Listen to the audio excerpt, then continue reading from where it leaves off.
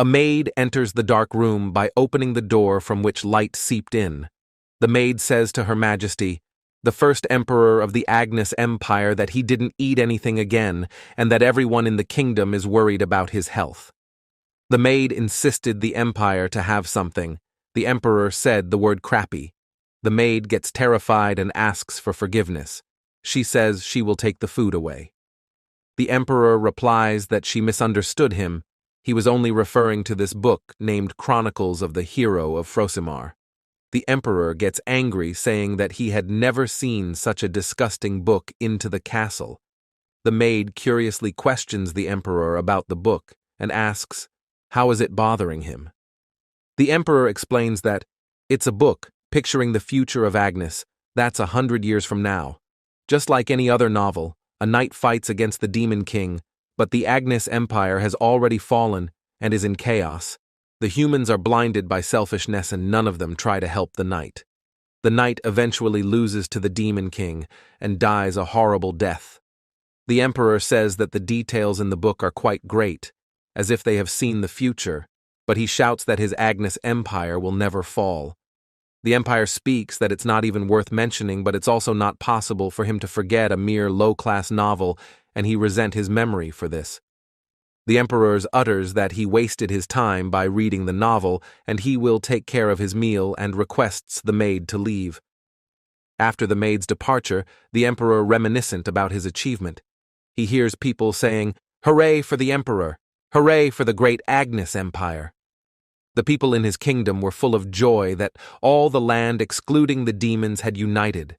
The fairy realm of the west, fishmen of the east, and the giants of the north, those are their lands from now on. The people praises the emperor for this and says that he is the true ruler of the world.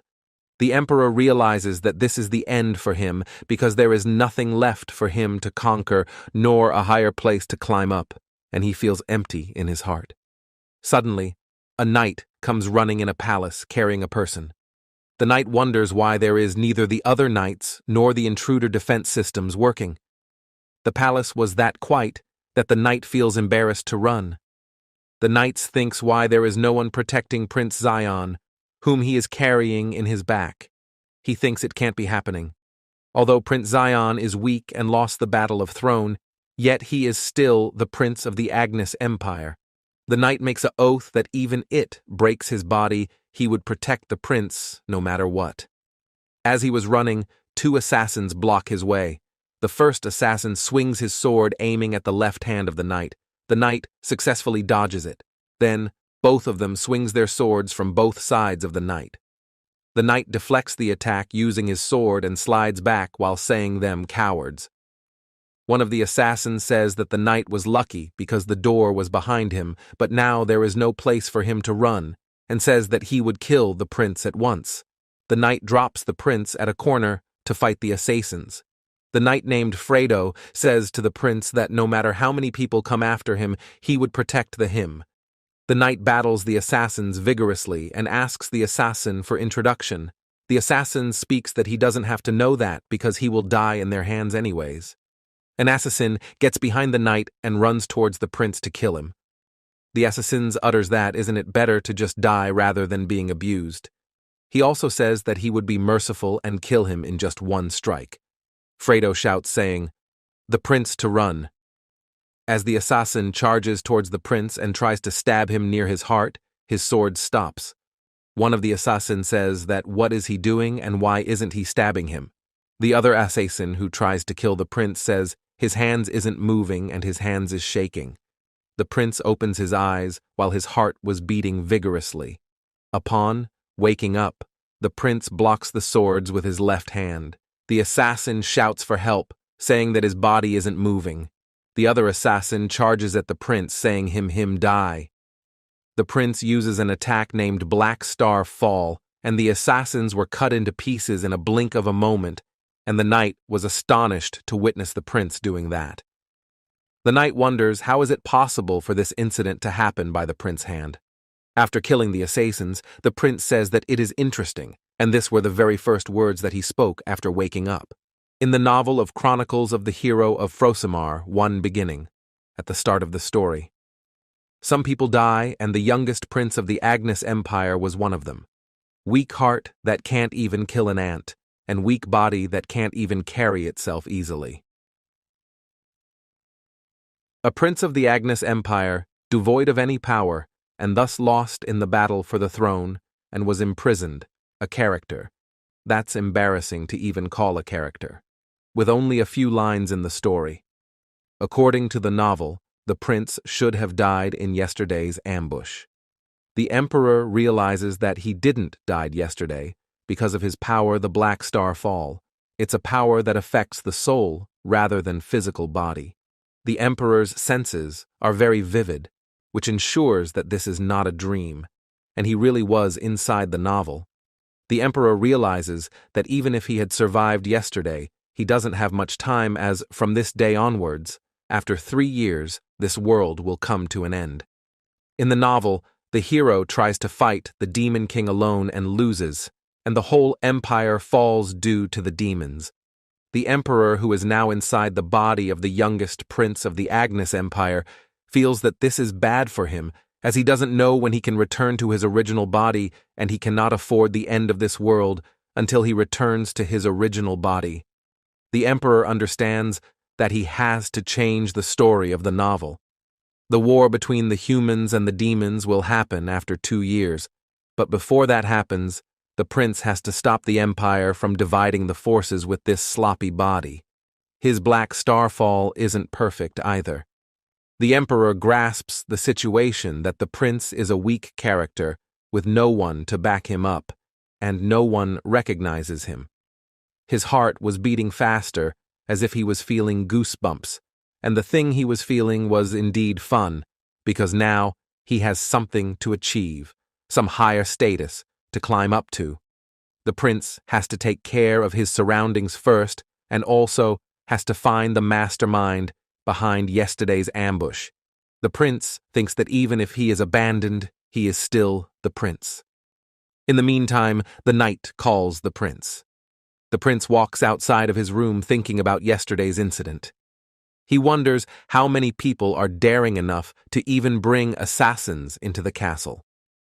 Judging from Fredo's reaction, this is not the first time for this kind of situation to happen, and the knights who didn't show up yesterday must have part in this, the prince conceives. As the prince was heading towards the door, a knight shouts him to stop. The prince says that he wants to go outside for a walk. The knight replies that it's already dark and he cannot let him to go outside. The prince answers that isn't the palace also a dangerous place. The knight rejects the prince, saying that he has orders to follow and he cannot let him go. The knight's behavior offended the prince. The prince gets angry and asks whose order it is and tells them to remember that they are serving him and no one else. The prince uses his bare hand to cut the throat of the knight who offended him and says that he never gave such an order. He then opens the door and sees the red moon, which proves that this is the world of the novel. The prince comprehends that yesterday's ambush would have been impossible without any help from inside, and thinks that he should consider everyone except Fredo as his enemy. In the meantime, all the knights gathers behind the prince. The knights questions the prince why he killed his escort's knights. The prince answers that he executed him for betraying the royal blood. All the knights get shocked. The prince speaks to the knight that slacking off while guarding and protecting the royal blood and aiding in the assassination of the royal blood is a great crime. With the name of Zion Anges, prince of the Anges Empire, he would execute all the knights, declares the prince. One of the knight who was in charge of all the knights understands that the prince knows that they are involved in yesterday's incident. The commander knight orders all the other knights to pull their swords out, and they have to kill the prince right here and right now. The prince smirks as the situation seems very interesting to him. The knight charges towards the prince to kill him. The prince utters that he would add one crime in the knight's list, which is attempted murder, as he is trying to murder the prince. The prince gets at the back of the knight and kill him with his bare hand. The prince warns the other knights, saying that this is just a mere sample, and if anyone leaks something regarding the castle to the outside, it will bring their demise. One knight thinks that the prince has changed and he couldn't even imagine him as weak from now on. The prince says them to don't forget that he is their master. The knights replies saying yes. The night passes, and the prince increase his black star fall power near 1 star. A knight comes running to the prince saying that he has a guest to attend. The prince asks, "Who is it?" The knight replies that Priscilla Barmel wants to see him. The prince remembers that Priscilla Barmel is one of the characters of the Chronicle of Frosimar and will be called the Princess of Misfortune in the future, and that Priscilla Barmel, his fiancée. Priscilla takes a sip of the tea and says to Prince that he might be wondering why she has came to visit him all of a sudden. Priscilla says to Prince Zion that she wants him to break the engagement with her. Priscilla repeats herself that the reason she came here today was to cancel the engagement. She wanted to say something but gets interrupted by the prince, who only says sure. The princess gets shocked by his behavior. The prince tells to the princess that he assumes she has no more further business here. The princess wonders why the prince is accepting it that easily, while the prince comes out of the room. The prince gets blocked by the princess's escorts. The knight says to the prince to go back inside and apologize to the Lady Priscilla. The prince questions the knight what he means by that. The knight replies that the Lady Priscilla isn't someone whom he can treat badly. The prince glares at the knight. In the meantime, Priscilla thinks that not long ago, the prince was begging her to become his fiancée, but presently, he is obediently accepting the engagement to be cancelled. The princess feels that she is the one who is getting dumped and says that this won't do even if the engagement is cancelled. This is not how it's supposed to go. As the princess gets out of the door and calls the prince, she watches her escort, Grego, get defeated by the prince in 1 strike. The other escort creates a barrier to save himself, but the prince sends him flying with his bare hands. The prince tells the escorts that he doesn't like anyone who gets in his way. The princess gets astonished and thinks, what in the world is happening right now? Zion says to Priscilla that he spared their lives and she must take them away. As the prince walks forward, she tells him to wait. The prince turns around and thinks that she is really annoying. Priscilla asks whether she can stay here for a while. She explains that there are a lot of things to do in order to cancel an engagement. Zion thinks to reject her stay at first, but then he realizes that if things goes smoothly, he can use her. If Zion uses her rare talent, which made her the Princess of Misfortune in the novel, he can catch the enemy within the castle, so he tells Priscilla to do as she wants. 3 days have passed since then. Priscilla thinks that it has been 3 days since she is staying in the Pointer Star Palace, but never once has she seen the prince's face. She wonders if the prince doesn't want to meet her. Why did he let her stay in the palace? Priscilla imagines what in the world happened. The power the prince showed back then, she has never seen that power even once, and says that she would find out the mystery of the prince today. Priscilla goes to see Zion while he was explaining something to the knights. The prince looks back. Priscilla asks the prince what he is intending to do. He didn't show his face even once to the princess, and Priscilla assumes that he is avoiding her. The prince gets annoyed and tells Priscilla to watch her words and not to cross the line. Zion tells that he never asked her to stay here. He just didn't stop her from staying here. She stayed here on her own wish. Zion questions Priscilla whether is he obligated to come to see her. Priscilla says no, he doesn't have to. She said that she understands the situation and leaves the area. After that, Zion orders the knight that over the next week they shall double the number of the night guards. The patrol team will be changed into 3 per team, and all knights are required to wear iron plates that cover their neck and heart. Zion thinks in his mind they have to do that at least for 3 days. At nighttime, the assassins get into the palace. The lights were slowly getting off. The prince is sitting on a chair that looks like a throne and senses the assassins coming in. The assassins think that it is strange the security is tighter than what the commissioner informed them. It was as if they knew the assassins were coming. The assassins hears a light sound from behind him and turns around to see who it is. Both of the assassins witnesses the death of their third member in front of their eyes. The assassins get astounded and think there are no blind spots here, so where did the attack came from? The other assassin shouts to save him but gets killed by Zeon. The assassin turns around and sees Zeon Agnes. He thinks that Zeon has been hiding his true power and he must run out of here and inform the others, but in a mere second Zeon cuts his throat. Zeon says that he was going to let go at least any one of the assassins, but unfortunately this assassin isn't among the lucky one. After killing the assassins, Prince Zeon hears the sound of the mana explosion. He wonders if there was any magician in the palace. Then he remembers he has Priscilla in one of his chambers. He thinks that Priscilla was the one responsible for the magical activity.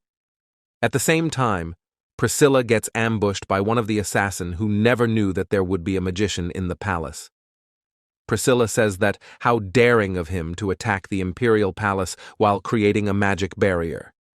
The knight charges at Priscilla with his knife and breaks the magic barrier, which astonishes her.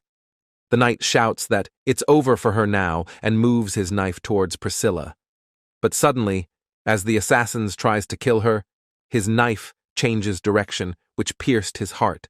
The assassin dies without knowing the reason why his knife rotated backwards. Another assassin was hiding and planning to attack the Prince Zeon, but he feels terrified. He never thought such a strong figure will be present in the Pointer Star Palace, which was said to be abandoned. Prince Zeon feels the presence of the assassin who is hiding. Priscilla calls. Prince Zeon who activates a new power. The tracking technique of the Black Star Fall, which creates a dark soul thread only visible to Zeon, and it follows the assassin. This power will lead Zeon to the main base of his enemies, and Zeon says that he would visit them very soon. Prince Zeon was happy that the Black Star Fall has increased its potency and reached level 1, but he worries about the severity of the burden on his body, and realizes that he needs to strengthen his body. Prince Zeon has a visitor who was a person named Evelyn Agnes. In the novel The Chronicles of the Hero of Frozimar, she was the closest character to being the main character, aside from the hero. As one of the princesses of the Agnes Empire, she was the closest candidate to the next emperor. Among the members of the royal family, she was the only woman who supported the hero's party, and to be exact, she intended to that. Prince Zeon walked up to the room to meet his visitor. His presence was announced, and he sits on the sofa, which is directly opposite to Evelyn Agnes. Princess Evelyn asks Zeon if he feels fine. She says she heard that there was an attack in the palace last night. Prince Zeon replies that he is fine. He was surprised that the incident was already leaked to the outside. Princess Evelyn thinks that yesterday's attack might have taken a toll on him to change him this much in just one night. She feels sorry for him and says that she is happy to see that he is doing good. She says she would find out and punish those who have attacked that palace, and she would also strengthen the security of the palace for him to be reassured. Prince Zeon replies that there is no need for Princess Evelyn to take that much trouble. In addition, he says that he has adequate security already. However, Prince Zeon demands to know the reason of Princess Evelyn's arrival. Princess Evelyn replies that she has came here out of her concern for him after hearing the news of last night. She says that Prince Zeon is his little even though they have different mothers, and he would be an adult soon. She reminds Prince Zeon that there would be a succession ceremony soon. She told him to give up upon participating on the succession ceremony. Prince Zeon asks her to give an appropriate reason for him to not participate. Princess Evelyn says that is thoughtless of him to ask such question because he won't pass the succession ceremony as he neither possesses have the strength nor the skill to back him up. She explains that Prince Zeon will not be able to clear the first trial and will be left lying on the ground, and even if he passes the first trial and gains entrance to the White Star Palace. The White Star Palace is much more harsher from the succession ceremony. Princess Evelyn gets furious and predicts that he won't last even a day and tries to persuade the young prince to give up on the ceremony. Then the Celestial Star Sea appeared. The Celestial Star Sea is the power that is only passed down to the Agnes royal family's direct descendants. It is the authority to rule over everything in the world. Prince Zeon stares straight in Evelyn's eyes and says he wants to know the name of the person who said that he doesn't have the power to defend himself in the succession ceremony. Princess Evelyn returns to her palace. A knight asks Princess Evelyn about the reason for taking the knights along with her. Princess Evelyn replies that Prince Zion will not give up on the succession ceremony. Princess Evelyn thinks that Prince Zion has changed and she cannot think of him as weak anymore. She wonders when Zion grew this much. The power Zion showed her was definitely not the celestial star sea. Princess Evelyn orders the knight to increase the guards around the castle without getting caught by Zion, and also says to keep watch on Zion's movements. Fredo says to Prince Zion that Princess Evelyn must have liked him very much, as she sent something as precious as this elixir to him. The elixir contains the power and stamina of a 1,000-year-old ogre. Prince Zion finds it hard to believe that Princess Evelyn can support him to this extent. Well, Prince Zion was also surprised by the appearance of Celestial Star Sea. The working system and trait of the Celestial Star Sea matches with Zion's power, Black Star Fall. He wonders how can something so similar exist, but he remembers that he is in the novel, and something like this can happen. Prince Zion thinks that Princess Evelyn's gift will be useful in the near future, so he kept it. The maid announces the presence of Priscilla, and the prince told them to let her in. Priscilla demands to know the reason why she was called here after getting treated like she didn't exist. Prince Zeon answers that she has stayed in the castle for a long time and she have to pay for her stay. Priscilla seems confused and asks Zeon, what does he mean by it? Prince Zeon gives Priscilla a picture of a magic circle and asks her how much time she would need to complete and activate this magic circle. Priscilla gets surprised and demands to know how and where did the prince got this magic circle. Zion replies that he drew it. Priscilla gets even more astonished and says, starting from the formula and structure and the principles, she has never seen anything like this until now. Prince Zion asks her how long it will take her to activate the magic circle. Priscilla replies she would complete the process in the next day. Priscilla didn't expect Prince Zion to know so much about magic. She guesses that this magic circle might be some detection magic, but it's like pulling out something by force. Priscilla asks for the purpose of the magic circle. Prince Zion replies that it's meant for hunting. Prince Zion instructs everyone to gather around the spot of the magic circle. One of the maid wonders about the reason why Prince Zion told everybody to gather here. The other person, who happens to be the chief of the maid, says that he doesn't know either because the prince has changed and he can no longer understand him. Since the prince changed, the maid says that the new attitude of the prince makes him look scary. Then, Prince Zeon tells Priscilla to activate the magic circle. Priscilla recites some spells, and the magic circle transforms to enemy detection, magic circle, and Priscilla finishes the circle by giving it some of her blood. The chief transforms to a monster. Enemy detection magic circle reveals the true self of the enemy in a certain range. Priscilla gets shocked and asks what type of thing it is. The young prince replies that it's the enemy of the palace. Prince Zeon recalls that this monster is the true enemy of the chronicles of the hero of Frosimar. This monster is the one who serves the Demon King and drives the world to an end, and other monsters also appears. Priscilla gets scared as the monster charges to attack her first, and everyone shouts to protect Priscilla by any means necessary. Prince Zion thinks that this was expected as the blood of Priscilla, which is called the evil blood, is like a heavenly elixir for the monsters. According to the novel, Priscilla will be taken by the demons who were after the evil blood and was used to supply them. The blood without being able to live or die. That was the reason why she was called the Princess of Misfortune. The knights starts to kill the monsters with their swords while Princess Zion moves forward. Prince Zion thinks that these monsters are very strong and even the lowest class monsters are way more powerful than regular humans. The demon territory is full of those kinds of monsters. Prince Zion stands straight near the monster, as if he was trying to get attacked by it. Prince Zion grabs the monster's neck and uses his power. He detects that it has two hearts. The monster pushes Prince Zion away. Then, the monster turns around and saw the magic circle. The monster wonders what kind of power he is facing and demands to know the identity of Prince Zion. Prince Zion replies that he is the monster's enemy. The monster charges at Prince Zion. Zion activates his power, the Black Starfall, and releases an aura which covers the monster.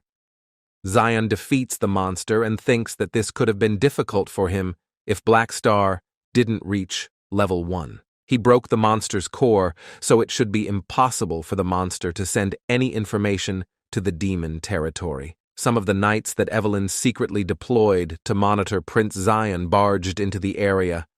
One of the knight greets the young prince and introduces himself as Alex from Lion Knightage. The knight asks Prince Zion to tell them about all that happened when he was alone with the monster. Immediately, Prince Zion perceives that they are Evelyn's knights. Zion replies, "Nothing much, he was just defeating the enemies." Prince Zion decides to hide the existence of demons so that he can hunt them all without playing hide-and-seek. At one of the palace, a knight reports to one of his prince, who happens to be Prince Zion's rival. The knights report that something happened at Prince Zion's palace. The prince asks the knight if he is referring about the failed operation they planned against Prince Zion. The knight replies that something happened after the failed operation. A dark energy was detected from Prince Zion's palace. Black magic? What does it mean? The prince investigates. The knight replies that he doesn't know much about it either, as all of their spies have been taken down and stopped sending any further information. Even the maids and servants of the palace are not willing to share any information, no matter how many times the knight investigates them. The prince orders to plant some more spies in Zion's palace. The knight says that there is a rumor about the sudden change in Prince Zion's attitude. The prince orders the knight to explain himself. The knight explains that Prince Zion has gotten really brutal, and he wields a special power, which is unknown to all. The prince believes that Prince Zion may have finally got mad as his life was an utter failure, and says that he doesn't believe in such rumors.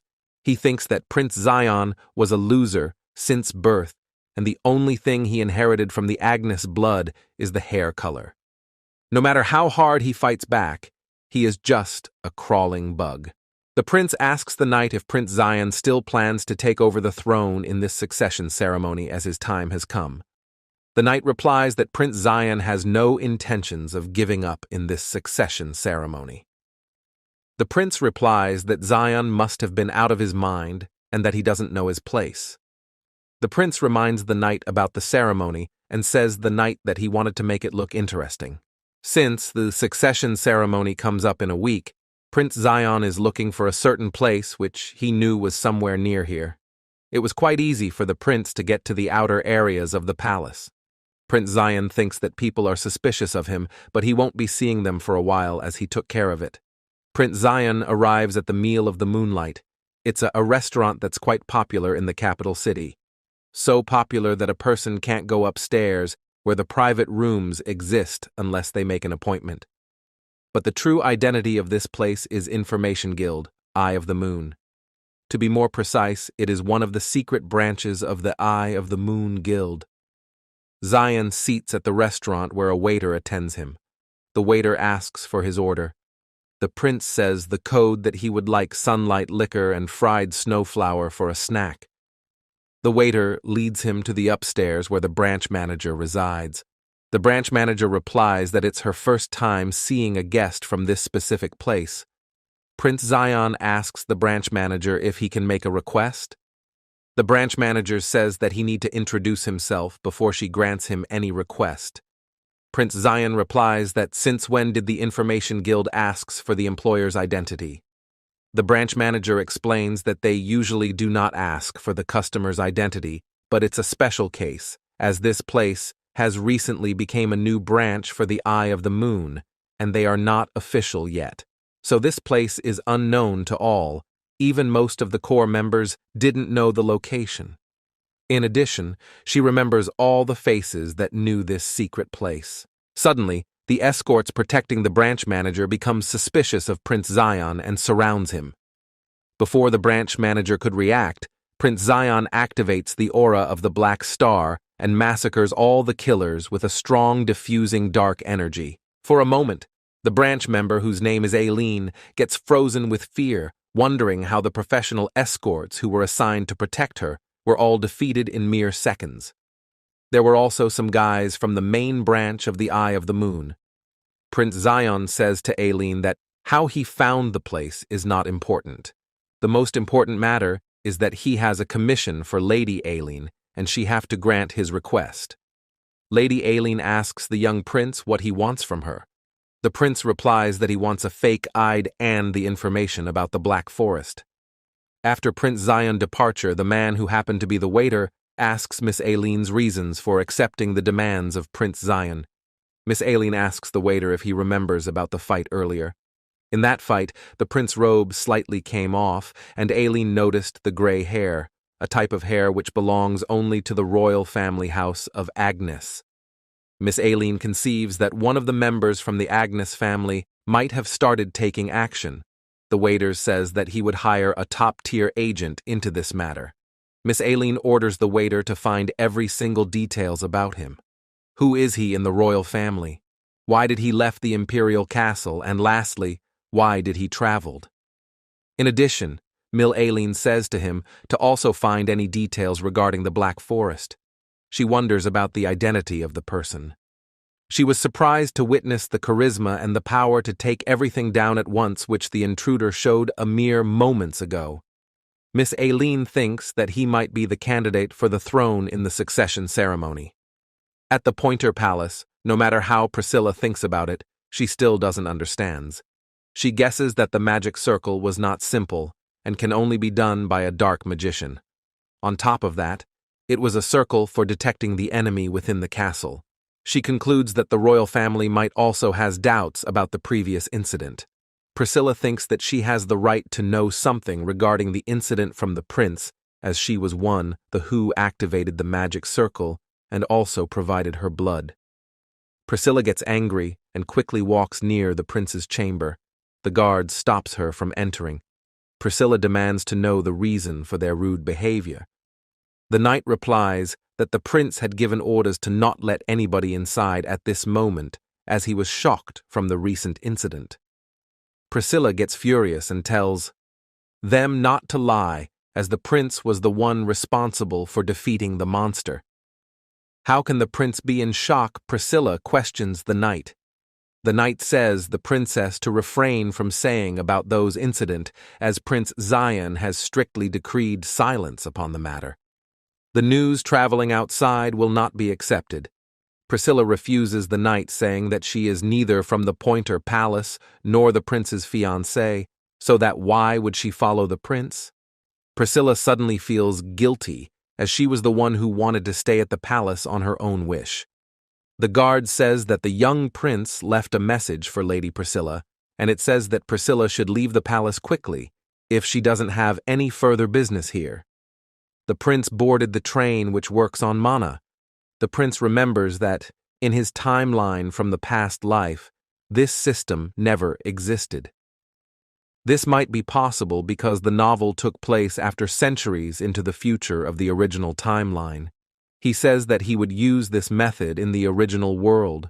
Zion discovers that there have been some eyes watching over him since his departure from the Eye of the Moon. Zion thinks that he predicted it right, as he even showed his hair color intentionally, because if they monitors him from close distance, it would be easier for him to keep an watch on them as well. The prince thinks in his mind that the place he is going into will serve as the eyes and ears of the hero who would appear in the near future. There is a guild that would provide all support to the hero, purely with the belief of saving the world without any gains, and the prince wants to see them with his own eyes. An announcement was made that the train will be arriving at the ruin station shortly, and the passengers who would like to exit can depart from the door at their left. The prince gets up from his seats, while thinking that he needs to hire some people who will work as his hands and feet, because the knights at his palace lacks power and skills, and he doesn't have time to give them training lessons.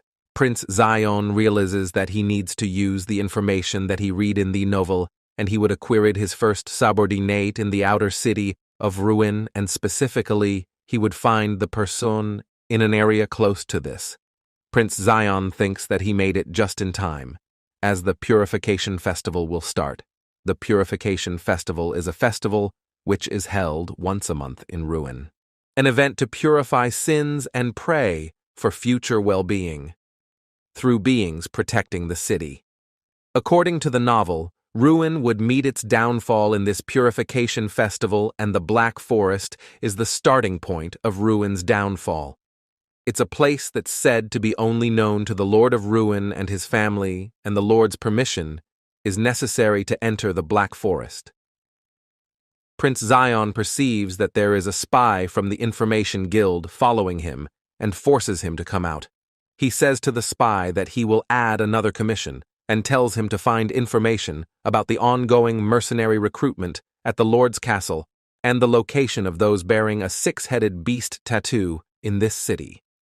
Prince Zion says that he assumes it will not take long for him to find the informations, as he is from the best intelligence guilds in the empire. After saying that, Prince Zion leaves the area. Another castle came into view at the ruin. Rain draw near a character who is having a conversation with her father, the landlord of this city.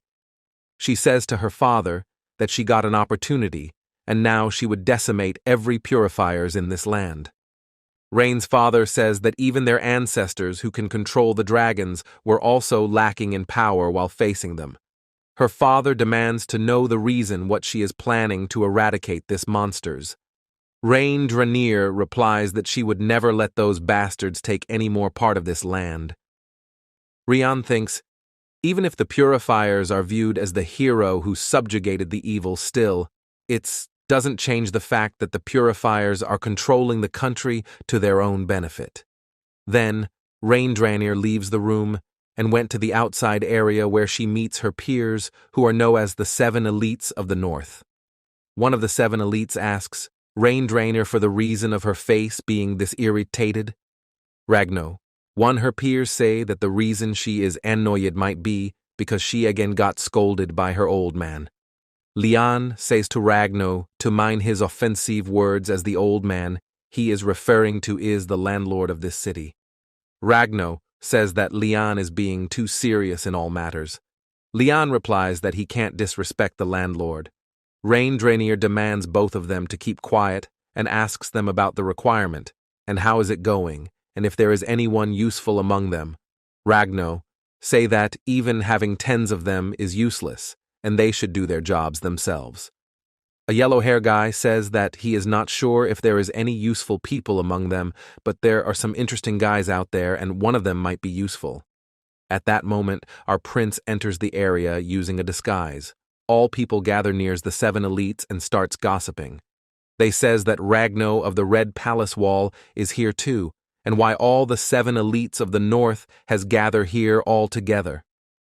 The young prince thinks that according to the novel, this woman, Rain Dranier, is one of the hero's allies in the future, with the talent given by the heavens that only appears once in 1,000 years, strongest spear user in history.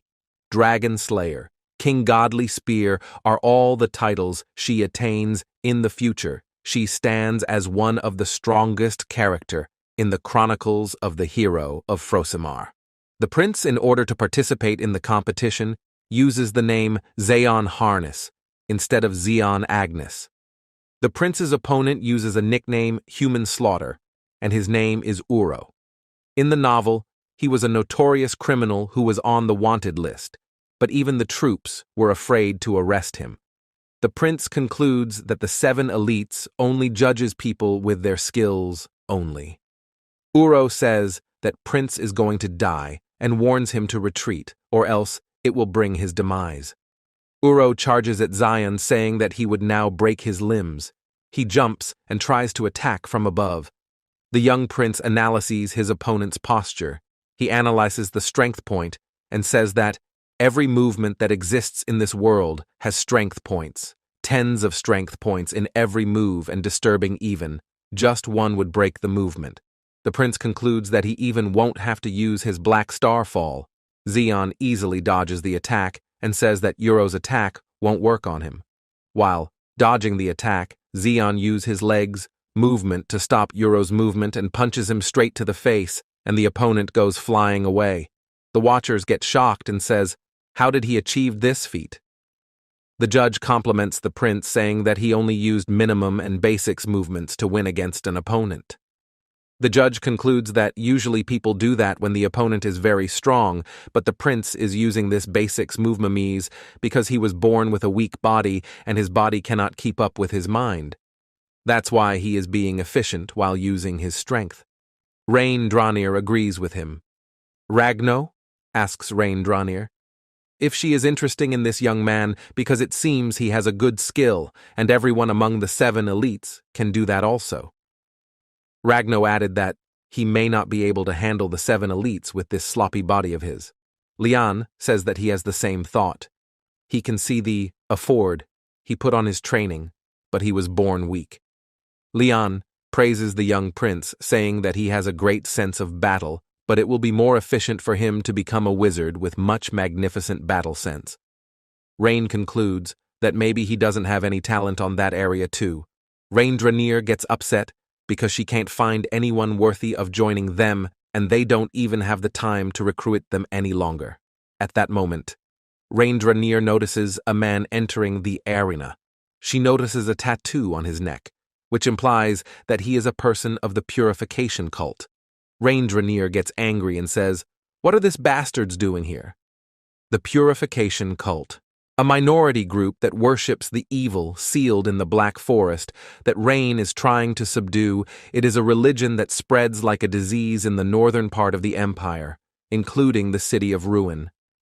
Rain thinks that her troops had already filtered twice. But how is this happening? The person who is from the Purification cult says that 6-headed beast shall arrive, and their duty is to make way until it arrives and purge these ignorant non-believers. The people in this area shall now meet their demise. The person's belly gets bigger to the point of explosion. Rain Drainer quickly kills the monster and handles the situation. Rain thinks she stopped them for now, but she notices another person who was at the point of destruction. She shouts to stop them, and a minor area blast occurs, and the black aura of the Black Star fall. Ragno and Lian thinks that Rain stopped the person from doing further damage. Ragno asks Rain how did she did that and when did she secretly learn something. The yellow guys compliments her, saying it was amazing. Rain intervenes, saying she was not the one who did that, and asks if they really didn't notice what happened. Some time ago, Rain noticed that Zion Harness was the one who released an attack at the monster and minimized the damage. At the present, the prince thinks that, as he remembered everything in the chronicles of the hero of Frosimar, it was easy for him to predict and change the occurring events and was able to stop the terrorist attack.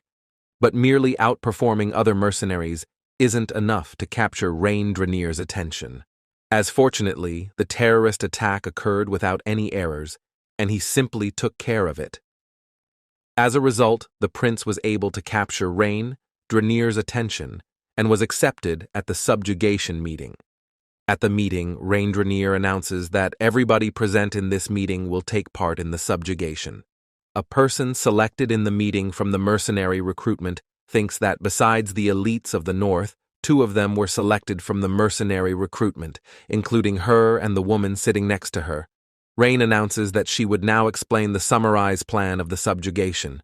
Reincarnated explains that a peculiar forest exists between Ruin City and the Salios Mountains, a forest where everything including the trees and grass is stained black.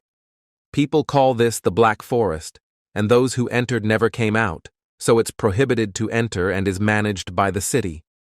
On of the woman from the Mercenary recruitment questions Rain, saying that she knows about the Black Forest, but she wants to the thing they are going to subjugate, and why.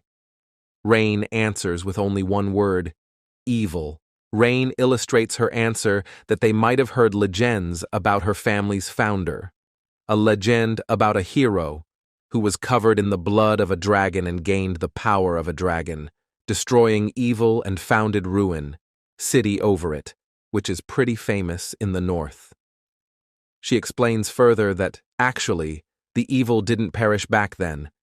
It was so strong that our founder could only seal it away. As such, Ruin has been paying the price for that with Zeon intervenes, saying that Ruin has been paying the price for that with the Purification Festival. Rain Draenir answers that Zeon words are right and to be exact, the Purification ritual that takes place at the end of the Purification Festival is the price. One of the elites asks Rain that by the Purification Festival is she referring to the ritual where convicts are sent to the Black Forest. Rain replies that yes, and they are sent there as sacrifices to maintain the seal. Ragno says that if there is a need for them to do subjugation, as the sacrifices are all criminals who are destined to die anyways. Rain Draenir explains that the sacrifices are happening 5 person per month, and if this continues like this, there would not be enough convicts for sacrifices. Then, the people with minor crimes, and even some poor innocent one, will be the one for sacrifices, because the quota has to met at all cost. Rain suddenly remembers a day in her past where he witnessed 2 person dragging an innocent person, and she says she would never sacrifice her people to some unknown evil entity. Ragno claps and says that that's a good reason for doing the subjugation. Rain Draenir says that she doesn't know every details of this evil entity, but one thing is sure, that this entity's power has been decreasing for the long-lasting seal. Because of a unique magical barrier, only a handful of people can enter the Black Forest. Rain Draenir says that the people here are the strongest ones she could gather for the subjugation. One of the members says that she understands Miss Rain, but she asks for reason of including Zion in this subjugation. Ragno says that he also wants to know the reason of including Zeon on this meeting. Zion thinks that this meeting is of high value because of the presence of 7 elites of the North, meeting of the elites who are called the Skies of the next generation. With just their name alone, a huge support force can be formed, and 5 among those 7 elites have gathered here. Rain Draenir replies that she had a gut feeling that they will need him. Ragno implies that Rain might be drunk to make such a rash decision. The prince conceives that Rain Draenir still suspects him even though she noticed Zeon's power. The fact that Rain didn't say anything specific to back up Zeon means that she is even suspicious of the other people who are present in this room. Zeon perceives that Rain is right because a man without an identity came inside the palace. It cannot happen unless they have a backing from the inside. Zeon thinks in his mind that he knows who the betrayer is, but he won't tell anybody anything now because all this events occurs to help Rain to grow. Rain announces that she would now start the discussion of planning the routes, so she tells everybody to listen carefully. The day passes and the night arrives. At the night, Zeon releases his black aura and is training his power the Black Star Fall to increase his potency. Zeon sees that he can't control his power freely. The Black Star Fall is at better condition than the first time he woke up in this body, but he still can't be sure if he can beat any of the 7 elites with this level of power. The prince concludes that his future opponents will be even more powerful compared to the 7 elites, and the time will not stop for him. He needs to make the Black Star Fall level 2 as soon as possible. Zeon turns around and sees a mysterious girl wearing a white dress coming towards to him. The girl asks Zeon how is he doing that. You are already released? Zeon questions the woman. The girl gets shocked because she didn't accept Zeon to know anything about her. The girl walks up to Zeon and warns him not to go to the forest as he would be doomed if he enters the forest. After giving that warning, the girl vanishes into thin air. Zeon smiles, saying that the situation just got more interesting. He wonders if his actions influence the story or not, but to him, it really doesn't matter. Zeon walks away and gets near a tree and tells the spy to come out. The spy gets out and says to Zeon how does Zeon even knows that he is here. Zeon neglects the spy's question and asks for the thing he ordered. The spy brings out a pouch and says that inside it there is the highest class spell storage he ordered. The spy added that it was very hard for him to get this on such a short notice and asks the prince what he will do with it. The prince utters a single word, surrender, for the spy's question. The spy wonders what the prince meant by the word surrender and how he should report such a weird incident to the office. At night, they all are entering the forest. The prince perceives that it's really black in the forest. The dirt on the floor, the trees, the grass growing from it, and even the stones rolling around as if it's absorbing all the lights and making it dark. One of the elites says that how come this place isn't known to people? Something as serious as this should be raided by the Empire and not the city. One of the members taunts him for saying that and implies that he is coward. The young prince conceives that Reincarnated didn't even give a proper explanation to the other members, but the members are still trusting her. Except Kayla, as she is a person newly recruited from the Mercenary recruitment. Reincarnated declares that they head in right away. Rain notices that the evil energy has gotten stronger. She thinks that she doesn't know what's going on, but one thing is for sure that they doesn't have time to linger. Leon asks Rain whether they are going in straight as they have planned before. Rain answers, yes, they are going in, but before that, she has something to do. She brings out her spear from which lightning sparks. Rain says that as they are here, they at least need to knock the ground first. Lightning strikes as Reincarnated strike the ground and makes a huge crack in the ground. They all see that the road ahead was a trap. Reincarnated turns around and says that she would go first and follows the other road inside the forest. Ragno and the other follows Rain. As they are running towards the forest, the furious fox-like beast appears in front of them. They are known as the evil beasts who show up in this specific forest. The beasts charges towards Rain. Reincarnated notices that she would not be able to dodge their attack because of being this close. Ragno, who is beside Rain, says to her, not be in front, if she couldn't handle the consequences. We witness a flame in Rango's right arm. He punches the fox with his flame arm. Ragno stands in front of Rain and declares that this forest is now his territory, while we notice falms from all over his body. On the next scene, other beasts appears. One of the elites, whose name is Heart, takes care of it using his dagger. He swiftly pierces the two beasts. After fighting for a moment, they all notice that they are being surrounded by the evil beasts. Kayla, one of the people from Mercenary recruitment, alerts everybody to stand clear if they don't want to get burned. She creates 2 blue flame using mana in her hands and spreads the flame all over the place. Most of the beasts gets incinerated.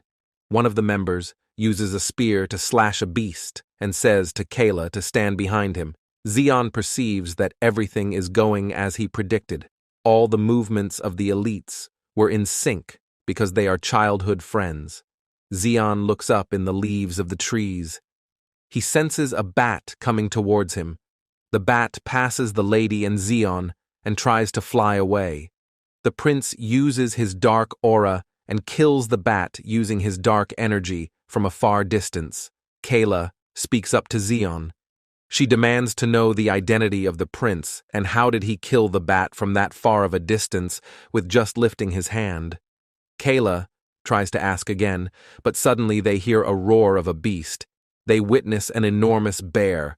Rain announces everybody to go back to their formation. Zeon thinks that the main event has begun and the forest starts to change its form. Ragno shouts saying that everybody should not panic and stick together as close as possible. The beast who is in middle of them tries to strike Rain and Rango and pushes them back. Heart and Zeon get separated from the rest of the team, and trees covers the area between them. Zeon thinks that the things are going just as he planned. and it will be good for him to act now as the rest of the team got far apart and he couldn't feel their presence. Zeon would now take care of something before going to the sealing ground. Hart gets irritated and says that this is a bad situation for him. Zeon questions Hart why it will be bad. Is it because he can't be able to kill Reincarnated? Zeon's question makes Hart shake and turns his first pale. Hart turns around and say to Zeon what he meant by it. Zeon replies that he exactly knows what Zeon is talking about. Ragno worries about Hart and wonders why does the person who went with Hart was Zeon, as Ragno still couldn't trust Zeon completely. Ragno asks Rain what she is planning to do about it. Are they going to find them? Ragno questions. Rain answers no, they would not look for Hart, and they would head deeper inside the forest. Rain thinks if the person who got separated with Hart is Zeon. That must mean Hart is saved, as Zeon power is the polar opposite of evil. Rain perceives. Rain agrees. In her mind, that she has been suspicious of her surroundings, even since the Purification cult's terrorist attack. She conceives that there is no traitor among the members she selected. Leon, who knows, Rain since when she was only 3 years old, and he is like a family to her. The others, Ragno, Hart, Kayla, are all Rain's friends since she was young. They all are like ride or die friends, according to Reincarnated, and that should be case Rain concludes. On the other land, Zeon explains to Hart that as one of the rising stars, representing the northern region of the empire, and the second son of the Sidmail family, a lord family that dominates the northern region. Like the Dranir family, that were the words of embellishments for Hart, one of the 7 elites. But there was another one. He was one of the main executives of the Purification cult, serving the evil of the Black Forest. Hart, after listening to Zeon, goes to say that, how did he know, but stops and says that, this doesn't matter. Who else knows about his true identity? He questions. Zeon replies that he only knows about it for now. Hart, who seems relieved now, says to Zeon that he is a fool for taking action alone and questions Zeon that he would like to know how Zeon will kill him. Hart looks at Zeon with a killing intent and questions that whether Zeon is thinking of escaping from him. Hart explains his plan to Zeon before trying to kill him. He clarifies that the one they are serving was not originally called evil, but just because these foolish humans in power couldn't grasp this strength, they defined her as evil and threw her into this forest.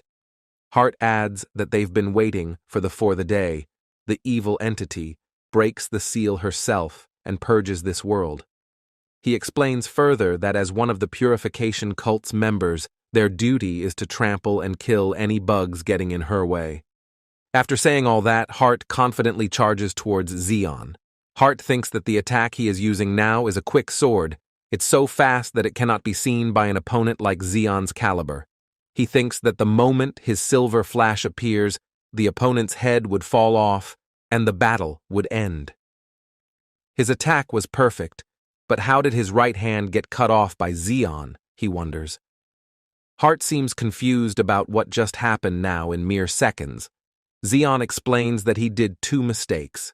The first one is that Hart thought that Zeon was weaker than him, and secondly, he didn't give his all in his first strike, totally underestimating his opponent. Zeon says this while releasing the aura of the Black Star Fall. Hart gets extremely furious and shouts at him, saying him bastard. Hart then again tries to attack Zeon and thinks that this time his attack will work, as his attack consists of a slash said to cut down the moon, a technique that only the successor of the Sidmail family can use. He was pretty confident that with this, he would win. Zeon speaks that he made one more mistake. Zeon uses his Black Star Fall and outdoes all the slashes of his opponents. In a blink of an eye, Zeon appears right in front of Hart and says to him that he should have run away when he got the time. Hart says that Zeon got him for good, but he can't meddle in his plan because there is still. Zeon intervenes and says that B knows there is still one more person with him among the party members. Hart gets shocked and asks how. Zeon kills Hart as he has to move quickly. He walks while thinking that Rain's party might have moved to the center by now. Zeon comes across a tablet. He introduces it as Evil Spirit Divine Tablet. This tablet was used to seal the evil.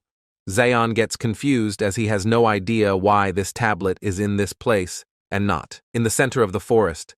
Zeon tries to walk away without any further delay, but suddenly the remaining senile spirits who were sealed inside the tombstone attacks Zeon.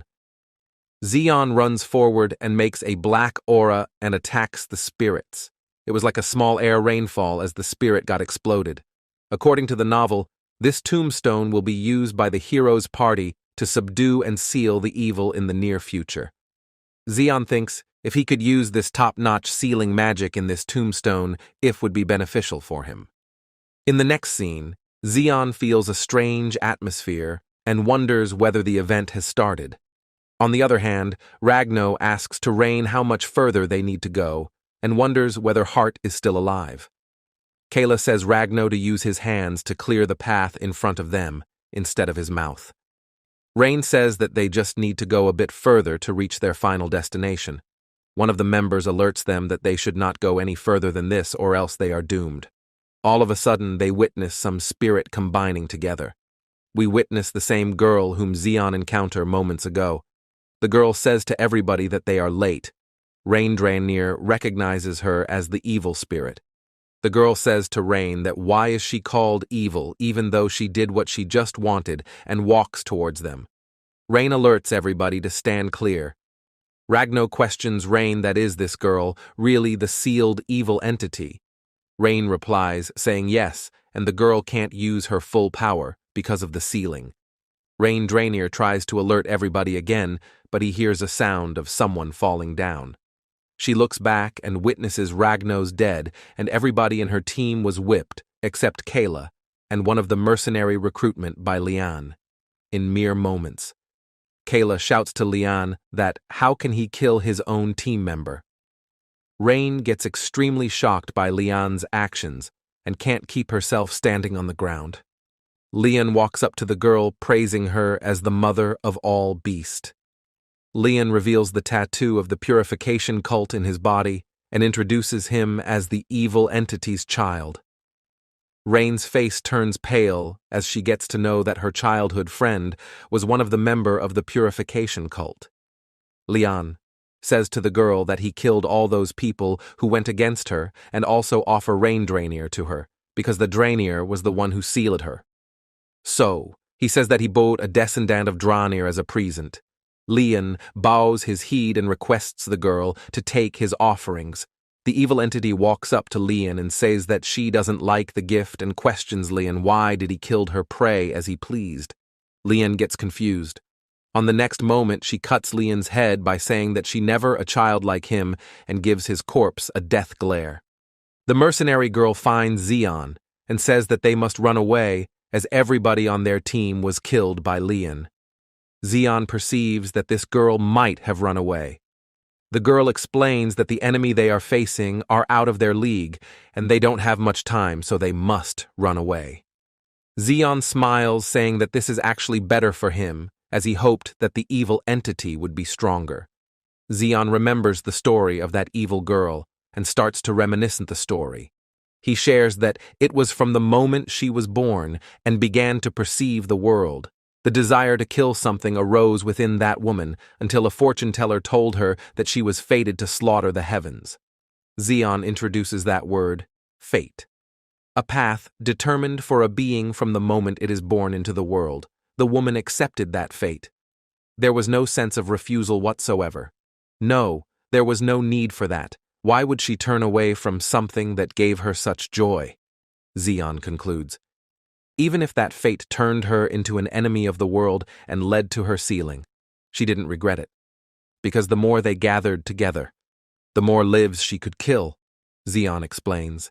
The evil girl to Rain that she is quite weak for a descendant of the Draenir family. The girl says that after killing Rain, she is going to destroy the ruined city. She adds that she was sealed for many years, and now she is starving, and one city might not be enough. Rain brings out her lighting spear and attacks the girl, piercing her body from the middle. Rain says to the girl how many sacrifices should be made until she is satisfied.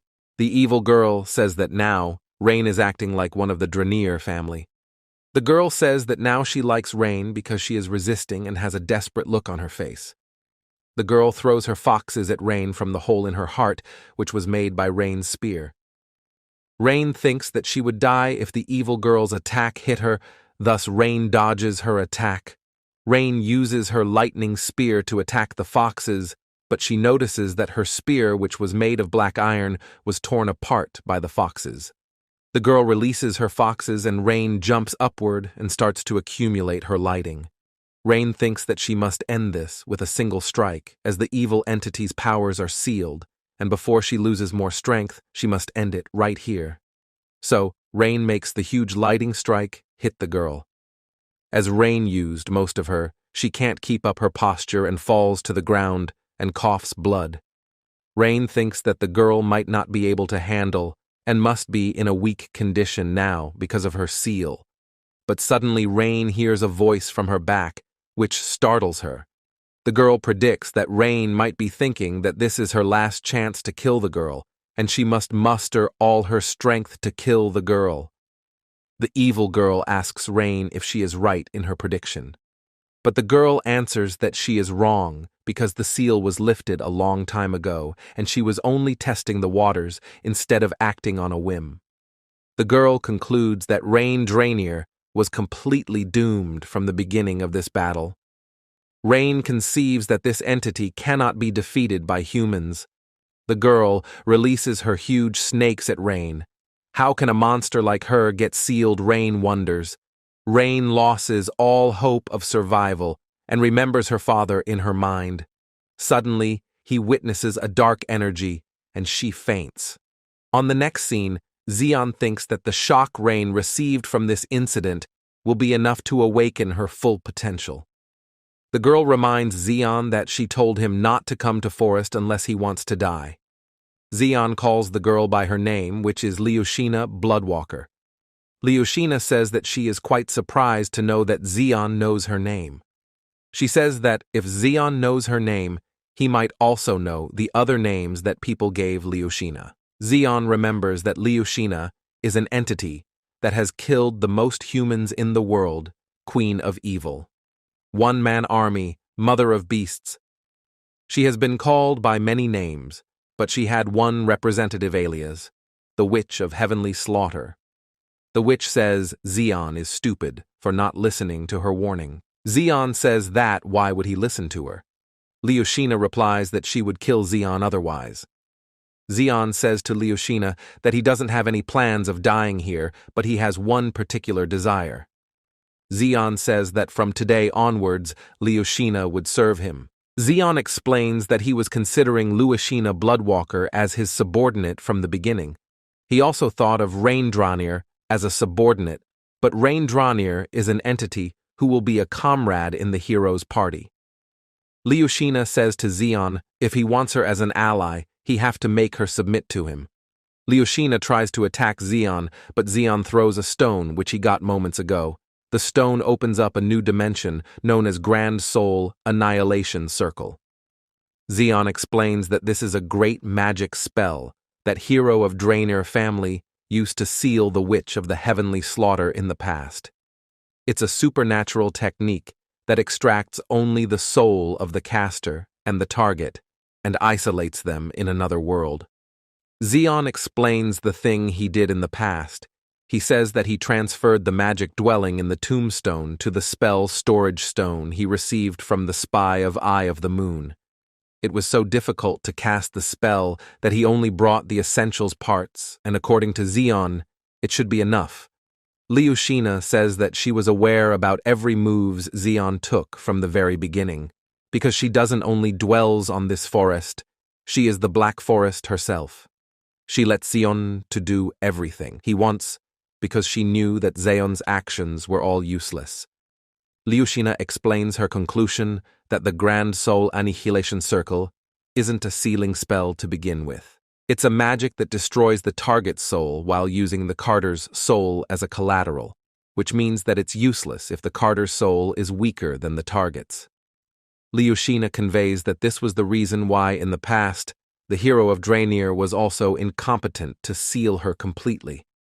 She concludes that centuries had passed since that sealing, and her story has now become even stronger.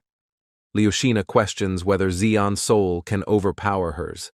Xion says that he isn't quite sure and accumulates the black star in his hand, while saying that he is putting that into test now. Xion thinks that he has always been curious about something. He wonders whether the soul trapped in this body of Xion Agnes is the soul of his original body, the emperor who reigned over the world, or the soul of the incompetent prince who merely inherited the emperor's memories. He wonders whether the emperor's soul truly lost its existence. He concludes that the Grand Soul Annihilation Circle is a place where only the soul's exits, not the physical body, and he must now be able to know the answer of his questions inside this circle. Leosha taunts Xion, saying what test he is blabbering about. Leosha say that how can Xion test the powers of the Witch of the Heavenly Slaughter with a power of his which was barely above the elites? Leosha adds that she was not planning to kill Xion for the time being because of his interesting powers, but now Xion was successful to upset her. Leosha says that she would kill Xion, and while she is at it, she would also get rid of this Grand Soul Annihilation Circle. Leosha smirks and questions Xion.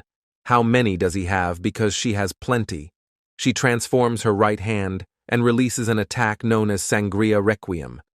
As the snake was going to engulf Xion, it completely disappears, and Leosha gets astonished as she watches that her right arm also entirely disappeared. Leosha thinks that, how can this be happening? Xion didn't even lift any of his fingers. Xion says to Leosha that her stomach will explode if he tries to swallow him. Xion conceives that since he is inside the circle, he can feel the power of Black Star fall stretching out. He feels a sense that expands endlessly and becomes finer, creating hundreds of ways to eliminate the enemy in front of him. It was definitely the power of the Black Star Emperor who ruled over the world in the past. Leosha gets furious and restores her arm while asking Xion, how did he do that? Xion replies that she must know the answer herself. Xion's answer angers Leosha even more. Leosha screams at Xion while Xion lifts his hand to trap her. Leosha feels that she can't move her body. In mere seconds, Xion appears in front of Leosha and smashes her head into pieces. Leosha regenerates her head. She becomes furious and calls Xion a bastard. Xion destroys Leosha's body again and again. Leosha gets scared to death because no matter how far she runs away, her body is getting destroyed endlessly. Leosha had never experienced anything like this since reaching the highest realm, the pinnacle of blood magic. Leosha wonders how she ended in a situation like this. She gets terrified as she feels that she might actually die today. She then realizes that there is no might, or maybe she is actually going to die. Xion again starts to use his power of Black Star Fall and kills Leosha every time she recovers. Leosha begs Xion to stop. Xion questions Leosha what she meant by the word stop, because she has many lives. Xion explains that the attack Sangria Requiem is one of the unique magic spells of the Witch of the Heavenly Slaughter that takes a part of the life of a killed opponent as her own. Leosha gets horrified as Xion is killing her endlessly. Xion thinks that an oath or contact engraved in the soul has never been broken, as normally it's really difficult to manipulate one's soul directly. But Xion concludes that this place is a dimension where only the soul exists, and this is where he would teach Leosha how to be obedient to her master together with absolute fear. Xion says that for now, he would reduce half of Leosha's life source. Much time has passes since this incident. Xion was able to engrave obedience to Leosha, but it still needed some work. The Grand Soul Annihilation Circle was destroyed. because it was unable to withstand the power of the Black Starfall. According to the novel, Leosha would be awakened as the Witch of Demise and will become a huge hindrance to the hero's party. But now that Zeon has intervened in this matter, he says he wouldn't let that happen. Leosha has a desperate look on her face. She realizes that she was utterly defeated, and she can feel the seal of submission engraved into her soul. She wonders where Zeon came from, as she never witnesses such power until now. Leosha stands up and says to Zeon to not let his guard down from now on, because one day she would release this seal imprint on her soul and will rip Zeon's head apart. Zeon answers that she can try her luck any time and orders her to call him master from now on, and Leosha agrees to that. Leosha stops and says that she has one last question. Zeon permits her to ask. Leosha explains that from the moment she was born, she liked killing things. She says that it's not a hobby, but her fate, which is the reason for her still being alive.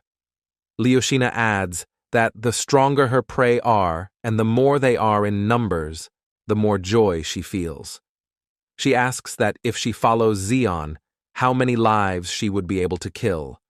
Zeon answers, while smiling, that the quantity will be more than enough to satisfy her. At the ruined palace, Rain's father asks Rain how long will she stay like this. Her father reminiscent that 3 days have passed since Rain was discovered alone, unconscious in the Black Forest. There were only clues and traces of a fierce battle in that place, but not a member from the party was seen. He understands that this is not the right time for him to ask Rain about the incident earlier. He says to Rain to at least eat something for her sake and leaves the room. Rain releases that it's all her fault, all that happened because she was weak and couldn't do anything. Rain blames herself for everyone's death. Rain says that the people she lost were all who had been with her for decades and who were like family to her. Rain realizes that everyone died not because of Leon's betrayal or the small number of the subjugation unit, but it all happened all because of her being this weak. She clenches her teeth as she feels frustrated and says she must get stronger, whatever it takes. Rain feels that Leosha isn't dead yet. She says that someday she will rip this witch into pieces by her own hand. She remembers that the man who came to save her was definitely Zeon Harness. She says that there is a high chance that Zeon was also killed by the witch, but maybe there is a slim chance that he survived. Rain wonders if Zeon survives, then maybe she will be able to meet him again. At the Information Guild, named the Eye of the Moon, the waiter, who happens to be a messenger, gives a report to the branch manager named Evelyn. The report includes that the Black Forest completely disappeared, along with the dark energy which was spread all the over forest was entirely washed off. Evelyn questions the messenger to confirm whether the witch inside the Black Forest is also dead or not. The messenger answers that his informants couldn't go inside, so they are not sure enough to draw any conclusions, but by seeing that the evil energy inside the forest is gone, maybe the witch is dead. The messenger concludes. Evelyn wonders how such a strong figure, known for decades as the Witch of the Heavenly Slaughter, disappeared. She feels that she cannot take this matter lightly. The branch manager says that perhaps the royal blood of the Agnes who came to visit her that day maybe was the reason for the witch's disappearance. She wonders how strong a person might be able to kill the Witch of the Heavenly Slaughter. She conceives that it should only be possible for that royal blood to kill the witch if he is the direct descendant of the Agnes family, because each of them is a freaking monster with unimaginable potential. She concludes that, in order to find the reason how and why he killed the witch, she first needs to find out who he is. The informant says that he found out through investigation that the person in this picture is none other, the Prince Zeon Agnes, who is also called the Imprisoned Prince. At the Pointer Palace, Imperial Wizard Troop Captain of the 4th Division of the Icarus Fernando Pringham says to Fredo that he would only leave this palace after seeing the prince with his own eyes. He adds that he needs the prince's signature for the succession ceremony. Fredo thinks that it's been almost a week, and there is no news about the prince's whereabouts. He worries for the prince's safe arrival. The captain reminds Fredo that today is the last chance for the prince to participate in the succession ceremony. He adds that if the prince doesn't sign this paper by the end of today, he will be disqualified in the succession ceremony.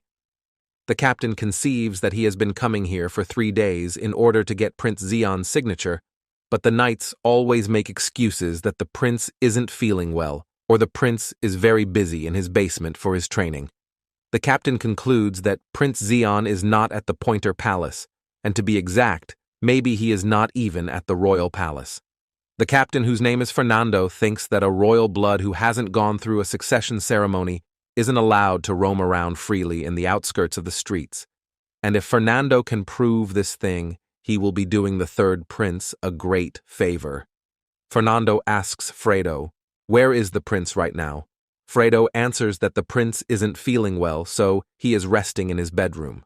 Fernando pushes Fredo and runs towards the prince's chamber. Fredo shouts him to stop. Fernando smiles while running in the stairs as he thinks that today is the end for Zeon Agnes. Fredo worries that the prince isn't in his room. Fernando goes near the prince's room and shouts that, "Your Highness, he knows that this is rude of him, but the matter is urgent," and he opens the door. The prince was sitting in his room and he says to Fernando that if he knows it was rude of him, he shouldn't have done this. The captain asks for the prince's forgiveness.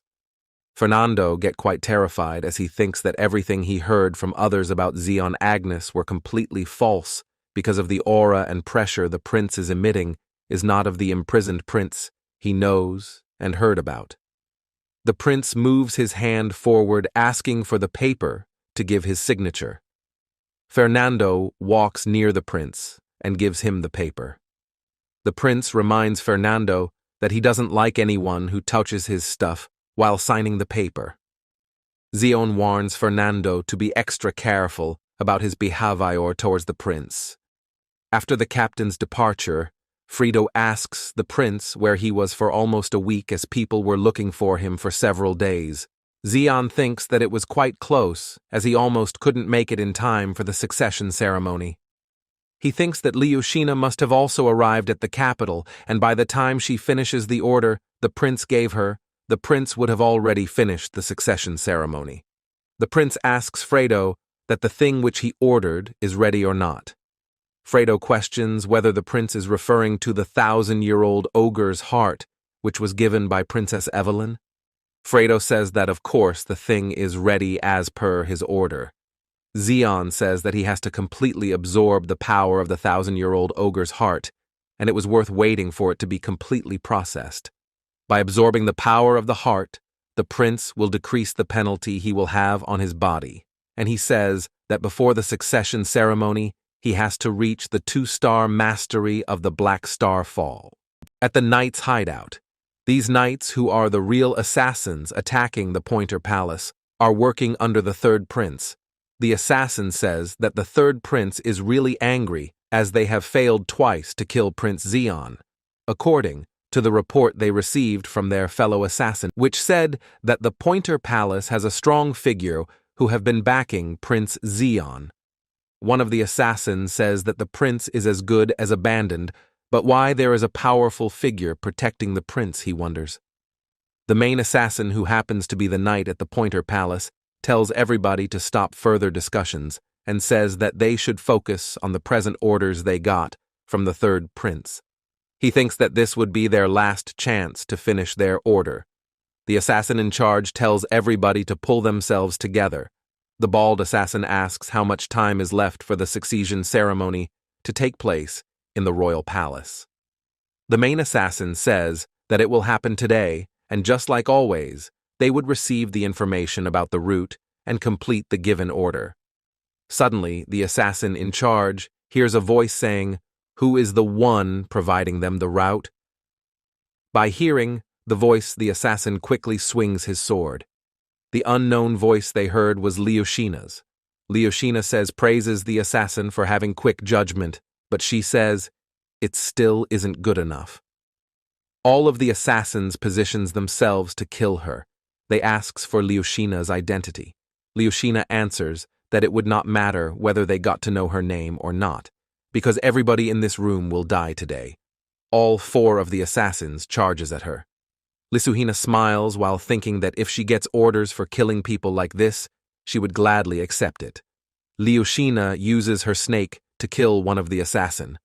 The other assassin jumps over the snake and tries to attack her. Leoshina uses her other hand and slashes the assassin's throat. 2 of the assassins blocks her with their knife, and the main assassin cuts her head off, while regarding Leoshina as a monster. The assassin in charge tells the other to take care of the body, but suddenly he hears Leoshina's voice again, even though her head was still on the floor. Leoshina restores her head, and by seeing Hat, all the assassins get horrified. Leoshina says that they didn't even seen the real monster yet, but today she would show them what a real monster looks like. She releases around 7 snakes at the assassins. The assassins gets all terrified upon witnessing their death in form of them. Lastly, Leoshina finishes her job happily as she got a wonderful meal today. The succession ceremony, the qualification test that the direct descendants of the royal family take to become the emperor. The ceremony happens when the direct royal blood reaches the legal age. But not all have to take the succession ceremony mandatorily. Even the non-direct royal blood scattered around the empire can have the succession ceremony. They can't inherit the throne, even if they pass, but the reason why they still take the test is simple. The only way for the branched royal blood to enter the royal palace is by passing the succession ceremony. At the royal palace, where the succession ceremony is going to take place, one of the candidates says that she didn't accept Veil Ilones to set foot in the royal palace. He replied that he also didn't accept her, Lynette Ilones, to attend the ceremony. Lynette says while smiling that she couldn't miss this opportunity. She says that she thought the succession ceremony wouldn't be happening for a while. Veil Ilones replies that he was quite surprised too.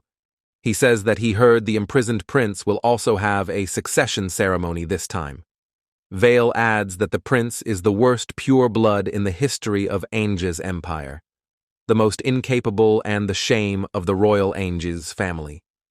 Veil says that if the rumor are true, there is no reason for a weak prince like him to take part in the succession ceremony. Lynette says that Prince Zeon has a reason to participate as he is from the Agnes family, but it's better for him not to take part in this ceremony. Lynette thinks that with Zeon's meager skills, he could even die in the middle of the succession ceremony test. He doesn't have the qualifications that an emperor should have, the charisma that can lead the people, the judgment of being able to differentiate truth from lies, the tolerance of being able to embrace the whole world, and the most important thing that the Agnes royal family prioritize, overwhelming strength. Lynette says that such tradition has been continued since the first emperor. Thus, the succession ceremony test, which is required to become an emperor, also prioritizes strength, and if you aren't qualified enough, it can lead to death. But there is no history of someone's death in the royal palace till now, and Lynette wonders what the young prince is thinking. Veil says the prince will not be safe even if he hides like a rat in the den, but he wonders why Zeon is drawing everyone's attention now. The other candidates notices that everyone is here except Zeon. They assume that Prince Zeon is scared now, and maybe he is converted, in fear under his blanket in his bed. They thinks that this would be the first time the ceremony will occur without the direct descendant, as Zeon is the only direct descendant of the Agnes family. They laughs while thinking that it's better for them. The person in charge of handling the ceremony announces that the ceremony will start as Prince Zeon is not here, and in a second an announcement is made that Prince Zeon Agnes has arrived. The door opens and the prince steps in. Lynette gets surprised as she was seeing a totally different person she heard from the rumors. She sees that the prince looks very different and dangerous, and the aura he is emitting is truly like a ruler. He wonders, is this really the same guy who was regarded as the weak imprisoned prince and often said as the shame of the royal blood? Prince Zeon walks inside the room and says to start the ceremony. The person in charge for taking the test announces that Prince Zeon is here, and now he will explain the rules about the succession ceremony, and it will commence, here, in the place of qualification. Prince Zeon was almost late for the ceremony, as he was enhancing the potency of the Black Star Fall to reach level 2. Now, his body will be able to withstand its power, as he was finally able to reach level 2 after absorbing the 1,000-years-old ogre's heart. Prince Zeon came prepared because the Book of the Hero of Frosimar didn't mention any information about the succession ceremony, because the original story begins with the death of Zeon Agnes, so the ceremony never happened. Prince Zeon thinks that all the people will feel contempt and surprise as they are thinking that Prince Zeon will not be able to succeed in this ceremony. Prince Zeon thinks that his recent actions might not be enough to change this people's heart and how they view him. The person in charge announces that only the top 3 people who will arrive at the top of the floor will be passing the ceremony, and the test of each floor will be overlooked by the supervisors. Lastly, he wishes good luck to everyone. Prince Zeon says that he knew that the rules will be like this. It's just as he expected. The examiner says that he met Prince Zeon a few months ago. He remembers that Prince Zeon's had those eyes which weakly stare at the floor, and a body that would break with a slight push. His sword and magic skills were all terrible, and he was clearly the shame of the royal blood, according to the examiner. But presently the examiner says that he felt the naturally flowing scent of a conqueror that was coming out of the prince's whole body and the silent stare that looks down on everything. The examiner noticed that Prince Zeon also has a slightly trained body now. He wonders what really happened to Prince Zeon this last month to change him this much. He says that this won't change anything because this succession ceremony is a huge trap. A trap that the young prince can't ever escape from nor go through. He concludes that it's not just a few people who want Prince Zeon dead.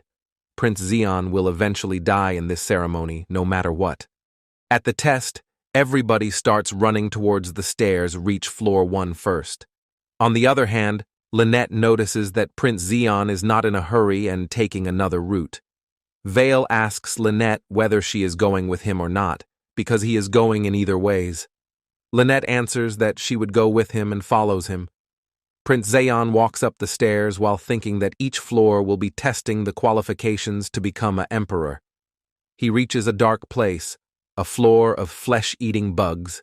Prince Zeon thinks that this is a little hard for the first test, and he is sure that the supervisors have left some clues for completing this floor in a simpler way, but he would not pick the easy route because the Black Star has already reached level 2. Zeon says that Black Star reaching level 2 is not an easy feat. Black Star level 1 is one world, and being able to reach level 2 is like opening a new world. He unlocked a new power, the Dark Ocean. This power denies all existence. He says that he just have to extinguish each and everything. Prince Zeon wonders what faces the supervisors are making right now. He walks up another stairs inside the floor and witnesses a huge maze in front of him. Is this the starting point, he wonders? And suddenly, a Death Knight swings his sword at the prince. The Death Knight attacks Prince Zeon without stopping. Prince Zeon uses dark vision and finds out the core of this Death Knight. As the knight charges towards the prince uses his new power and completely annihilates the knight. Only cracks of slashes were left on the floor. Upon defeating the knight, this time 4 of the knights appear all together. Prince Zeon laughs and says that the supervisors are being too obvious while trying to kill the prince. Prince Zeon expected this kind of situation, but he didn't know that the supervisors would go this far. Zeon conceives that the supervisors are intentionally showing that they don't have any plans to spare the lives of the participants, but to know the truth, they are planning to kill Zeon. Prince Zeon thinks that there is no way a test that requires a bare minimum in air would be this hard. Prince Zeon perceives that they are using Death Knight to kill him because they don't want any witness. Zeon says that this would be fun, because now he doesn't have to abide by the rules either. 3 of the knights moves forward to attack Zeon. The knight swings his sword at Zeon, and Zeon dodges it by moving his legs slightly left. On the other hand, at the maze, Lynette is extremely exhausted as tens of thousands of flesh-eating bugs rushed at them as soon as they entered. Lynette says that this definitely not a level for a succession ceremony. She survived until now because she hid herself with a skill, or otherwise she would have become a corpse at the beginning. Presently, Lynette is being chased by a death knight. She got surprised to see a undead in the middle of the royal, but now she looks terrified as this undeads are stupendously strong. She wonders whether all the succession ceremonies have been like this. This is just like killing the participants, she concludes. Lynette barely managed to escape from the knight, but she witnesses that Prince Zeon is completely surrounded by 4 death knights. She watches Prince Zeon is not losing at all against the death knights, and to be exact, he is actually winning. Lynette sees that Zeon's movement aren't just natural, but beautiful. At that moment, she wonders whether a mere animal of land can touch something like a star by staring at it every day. It is hard even for Lynette to chase Zeon's movement with her eyes. Lynette thinks that Prince Zeon was hiding his powers until now. Those strengths and skills that Lynette is now witnessing can't be made in just few days. She concludes that everybody, including the royal family, are being fooled by Prince Zeon. Lynette wonders why Prince Zeon endured all the harassment and insults, even if he had this overwhelming strength. Prince Zeon thinks that a simple attack won't work on an undead, and he have to completely destroy it. Prince Zeon uses a new power storm. He says that he have to remove the magic that buffs their ability first. Zeon charges at the knight and cuts its head while dodging another attack from a knight. As one of the knights was going to attack Zeon from above, Prince Zeon accumulates the dark energy in his hand and releases it at the knight, completely destroying the knight. Another knight swings his sword at Prince Zeon, and Zeon releases another dark energy at this knight. 3 of the knights were deflated by Zeon in mere seconds, and as for the last one, Zeon knows that it's attacking from the back. Lynette shouts at Zeon to be careful, but Prince Zeon didn't listen to her voice because of other noises and completely annihilates 4 of the knights. Prince Zeon says that the supervisors are unlucky as they have lost the Death Knights without going anything from it. He says that the supervisors have to pay for their crimes today, and as they started it, Prince Zeon will end it. All the supervisors were watching Prince Zeon's power from a crystal. They witness a power they have never seen before. The examiner wonders whether the blood of Agnes finally awaken at Zeon's body. The examiner gets furious as his plan failed. He tells the others to notify Prince Zeon's current location. He asked again and turns around as there was no answer from the back. He sees that his comrades is already dead, which terrifies him. Prince Zeon's right hand was already soaked with blood of the examiner's comrade, and Zeon replies, whether the examiner is referring to the guy he just killed. At the third prince's castle, the informant reports that the knights which he put to kill Zeon are all dead. He says that excluding the ordinary guest floor, there were no traces of any humans. The informant adds that the weird thing is that there were traces of a fierce battle but no blood. The prince wonders whether the blood tower is involved in this matter. The informant bows his head down and says that they are still looking at the matter. The third prince of the Agnes Empire didn't expect to lose such useful cards like this.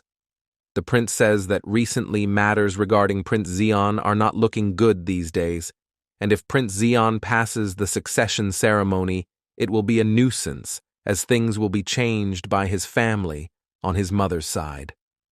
The prince thinks if Prince Zeon got lucky, or is he hiding something? He gets furious and gives an order to the informant to take care of the matter regarding the succession ceremony. At the qualifications test, the examiner orders his comrades to kill Prince Zeon.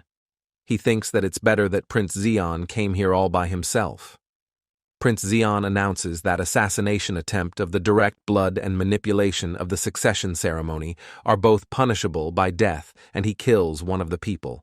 The others get shocked, and one of the supervisors swings his knife at Zeon, and the prince kills the supervisor. Another supervisor uses fire to attack the prince, and Zeon dodges it. The one who attacked the prince feels terrified to face him. The supervisor didn't expect Prince Zeon to attack right away, but the supervisor thinks that as soon as Prince Zeon touches this field fire, his whole body will burn into ashes. Prince Zeon charges straight at the supervisor as the fire didn't affect him in the slightest and kills the supervisor.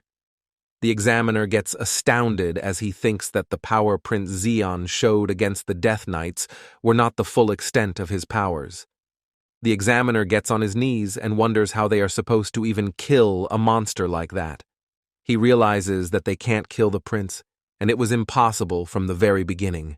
Prince Zeon walks near the examiner and says to him that they must have a boss who ordered them to do this, but Prince Zeon tells him that right now, the boss is not the one whom he should be afraid of. The examiner gets horrified as tears come out of his eyes. He says that he would tell Prince Zeon everything about the person who ordered them to kill the him. Zeon says that the examiner doesn't have to explain anything as Prince Zeon already knows who the main culprit is. Zeon cuts the examiner's head off. After killing the examiner, Prince Zeon looks back and tells a dead body to stop pretending to be dead. The body transforms into a monster.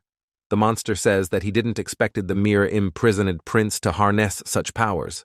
Prince Zeon noticed that this supervisor is a monster when previously he crushed his heart and a weak evil energy flew out. He perceives that this monster is stronger than the last one he faced at the Pointer Palace. The monster says that upon witnessing a demon inside the royal palace, Prince Zeon didn't even flinched, so he knew it all along. The monster was planning to leave quietly, but it changed its mind and says that he has something to ask. Prince Zeon replies that the monster doesn't have a say in this matter because Prince Zeon will decide its fate. Meanwhile, at the maze, Lynette is running as she lost Prince Zeon. She thinks that she would need Prince Zeon in order to survive this crazy succession ceremony. The only problem is that she doesn't know where the prince went. Lynette Ilones senses a danger behind her and quickly slashes her knife at it. Vale blocks her attack with his sword and says to Lynette that she should at least check if it's a monster or a person behind her. Lynette seems confused to see Vale alive, and on the other hand, Vale thought that Lynette died on the first floor. Lynette questions whether Vale have seen Prince Zeon. Vale answers that he didn't know, but he thinks that Zeon died already. Lynette says that Prince Zeon is still alive, and in order to survive this weird ceremony, they have to find him. Vale questions Lynette what that she meant by it. Lynette says to Vale that they would need Prince Zeon because he is the strongest of them all. Vale asks Lynette what nonsense she is blabbering about. On the other end, the monster screams, calling Zeon an insect. This monster is stronger than the low-class monster Zeon defeated the other day, but it's much lower than the middle-class monster described in the book of the hero of Frosimar. Prince Zeon thinks that this monster's healing power cannot be compared with Leoshina's, as it's quite weaker. Prince Zeon realizes that if the battle drags on, the people on the outside will certainly notice and will come in a flock, so that's why he has to end it quickly. The monster attacks Prince Zeon as it seemed Prince Zeon was distracted. The monster says that he would not even leave the prince's body behind today and throws a punch at Zeon. After throwing the punch, the monster notices that his attack didn't hit Zeon, and Prince Zeon vanished in front of him. Prince Zeon gets behind the monster and says that previously what the monster said to Zeon was Zeon's line because he would completely annihilate the monster today. Prince Zeon destroys the demon's core.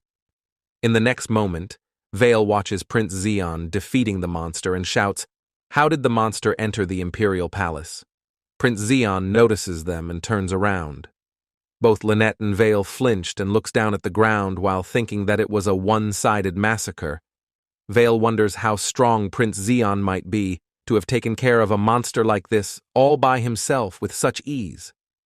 Prince Zeon points at Lynette and says that she is second, and then he moves his finger towards Vale and says that he is third. Prince Zeon congrats them on passing the ceremony, and as he killed all the supervisors, there is no one left to announce the result, and they were the first 3 people to reach the top floor. Prince Zeon walks forward and stops to say that today's incident is a secret, and both the siblings agrees to that. Zeon leaves the area. On the next scene, Prince Zeon is traveling in a car. Prince Zeon changes his black robe into a new dress because of Fredo's stubbornness. Fredo made a huge fuss about it. He said that now he can die happily as he witnesses Prince Zeon entering the White Star Palace while he is still alive. The issue of assassination of the royal blood was a big news, so the matters of the demon tribes entering the royal palace was overlooked and neglected. Prince Zeon's eyes fall on the bracelet, which is a protective charm given by Priscilla. Priscilla said that their engagement has yet to be cancelled, so it's right of her to give Zeon something as a present for passing the succession ceremony. Prince Zeon suggests her to give up if it's her attempt to keep staying at the Pointer Palace. On top of that, he says to Evelyn Agnes sitting beside him that she really doesn't have to come. Princess Evelyn questions if something happened at the succession ceremony. Prince Zeon answers, no. Evelyn says that she felt a demonic energy coming from the Palace of Qualification. Prince Zeon replies that he doesn't have any idea about it. Evelyn says that the White Star Palace is a hell because it's teeming with power-hungry specters ready to climb over each other for authority. Brothers scheme to kill one another and power-hungry brokers weigh the flesh of others among themselves.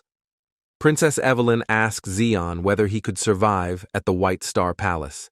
Evelyn knows that Zeon is now a completely different person, but she still worries for her weak little brother, who always receives her help, and on top of that, she is certain that someone is targeting her brother. Prince Zeon replies that he is not going there to merely survive, but he is going to devour it. Prince Zeon gets out of the car. Evelyn says that due to inspection, she cannot accompany him any further and says Zeon to take care of himself. At the White Star Palace, a person named Ronier greets the young prince and says that he is assigned to serve the prince. Ronier says that he would escort the prince immediately. The more Prince Zeon looks at this place, the more familiar it seems to him. Except for the slight color difference, it is very similar to the palace he stayed in when he was the emperor. He wonders, is it because the novel used the real imperial castle as a motif, but he senses something beyond this explanation. Ronier says from this point on, Prince Zeon has to go alone. The security knight at the emperor's chamber announces that Prince Zeon is entering at the emperor's chambers. Prince Zeon enters and meets Emperor Urdius Agnes, the sovereign of this enormous empire and the owner of this world. Prince Zeon observes that the emperor has a shabby appearance compared to his grandiose titles. He remembers that there is about 2 months left for the emperor to die. The emperor opens his eyes and asks Zeon who he is. Leosha arrives at the White Star Palace as per Zeon's orders. Leosha thinks that the assurance Zeon gave her was certainly not a lie, but it's not to the point that satisfies her. Leosha says that she has killed many people recently and hopes that it will only get better. The security knight blocks Leosha and asks her to confirm her id or to show a permit for entering the palace. Leosha says that she doesn't have any of those. The knight replies that Leosha will not be permitted to enter the palace then. Leosha says that her master ordered her to enter the imperial city. The knight asks for her master's name. Leosha forgot her master's name, but she showed through facial expression that he is skinny and a scary man who opens his eyes like this as Leosha is showing. The knight thinks that this girl is a complete weirdo and tells Leosha to return. Leosha gets angry and tells them that if they are going to be like this, she has no other choice but to face them. At the emperor's chamber, Urdius, the emperor of Agnes, says that the person standing in front of him is certainly not Zeon Agnes. Prince Zeon observes that Urdius is sharp and wonders is this the authority of a ruler, even though he is on the verge of dying. The emperor says the constitution a person is born with cannot be changed, but he notices a completely different and strange aura coming from Zeon's body.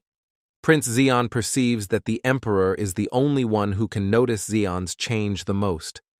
Zeon says that as soon as the Emperor noticed that Zeon had no talents, Erdius was the one who confined Zeon to the Pointer Star Palace and turned a blind eye to the countless assassination attempts. Zeon asks Erdius who is responsible for the Emperor's current state.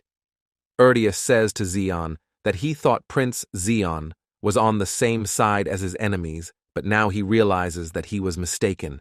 Erdius shares a story about an incident that happened 400 years ago. Erdius says that since the first emperor, Agnes, founded the empire, only one kingdom existed in the world, but one day, at the southern end of the continent, a place called the World's End, a demon realm emerged. No one knew why the demon realm emerged, but the demons born from the demon realm invaded the continent, and the war between demons and humans began. Numerous heroes were born and disappeared. However, about a century ago, the demon realm abruptly stopped all invasions. No one knew the reason, but humans were happy and rest assured. But they shouldn't have done that, says the Emperor. Prince Zeon says that it is because the demon realm never stopped the invasion, they just pretended to stop it. Erdius says that Zeon is right as the demons secretly infiltrated and hid themselves among humans, gradually to the point that no one noticed. And by the time Erdius discovered the truth, he was already poisoned by the demonic poison and couldn't do anything about it. He says that if he had attempted to root the demons out clumsily, the empire would have collapsed in an instant, and adding to that, there is no accurate way to differentiate the demons among humans either.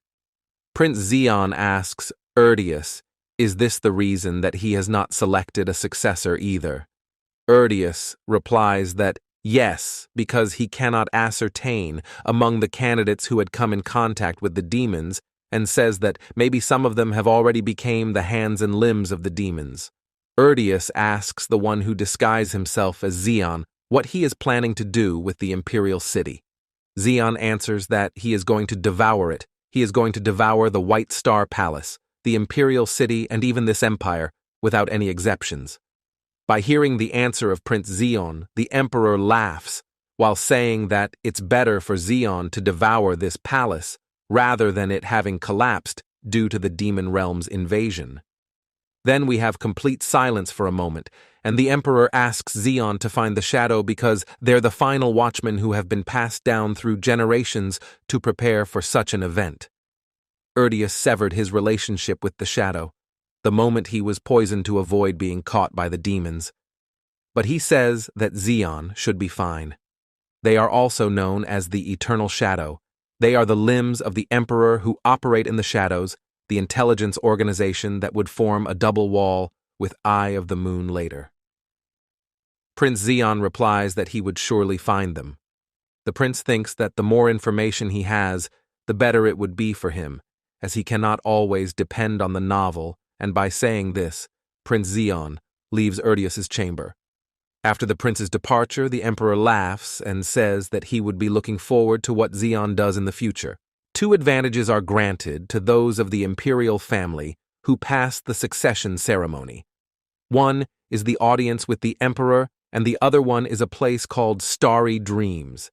It's a place that can't be infiltrated unless they are from the Agnes's direct descendant. Upon reaching the Starry Dreams, Prince Zeon meets with Vela, the warehouse keeper, who greets the young prince. The warehouse keeper congrats Zeon for passing the succession ceremony, and she says that this place is where all the treasures beyond his imagination lies, and the best of all the treasures in the entire world. She says that he can only take one item from this place. Prince Zeon asks the housekeeper that this isn't all there is to it. She says that of course not. But the treasures further inside are steeped in myths and legends, so the weapons are said to choose their masters. If an unchosen forcefully tries to use the weapon, they may lose their lives. The warehouse keeper asks whether Prince Zeon wants to venture inside even after hearing this. Prince Zeon tells her to take him inside, Vela says that she understood and she bears no responsibility if anything happens to the young prince.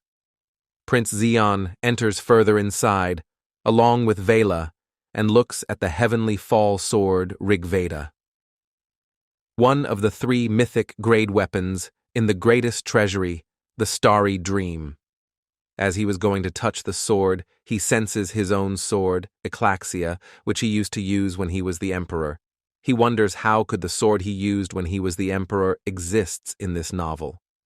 Vela says Zeon not to touch this sword, as it belonged to the sword that was once used by the first emperor of the Agnes Empire.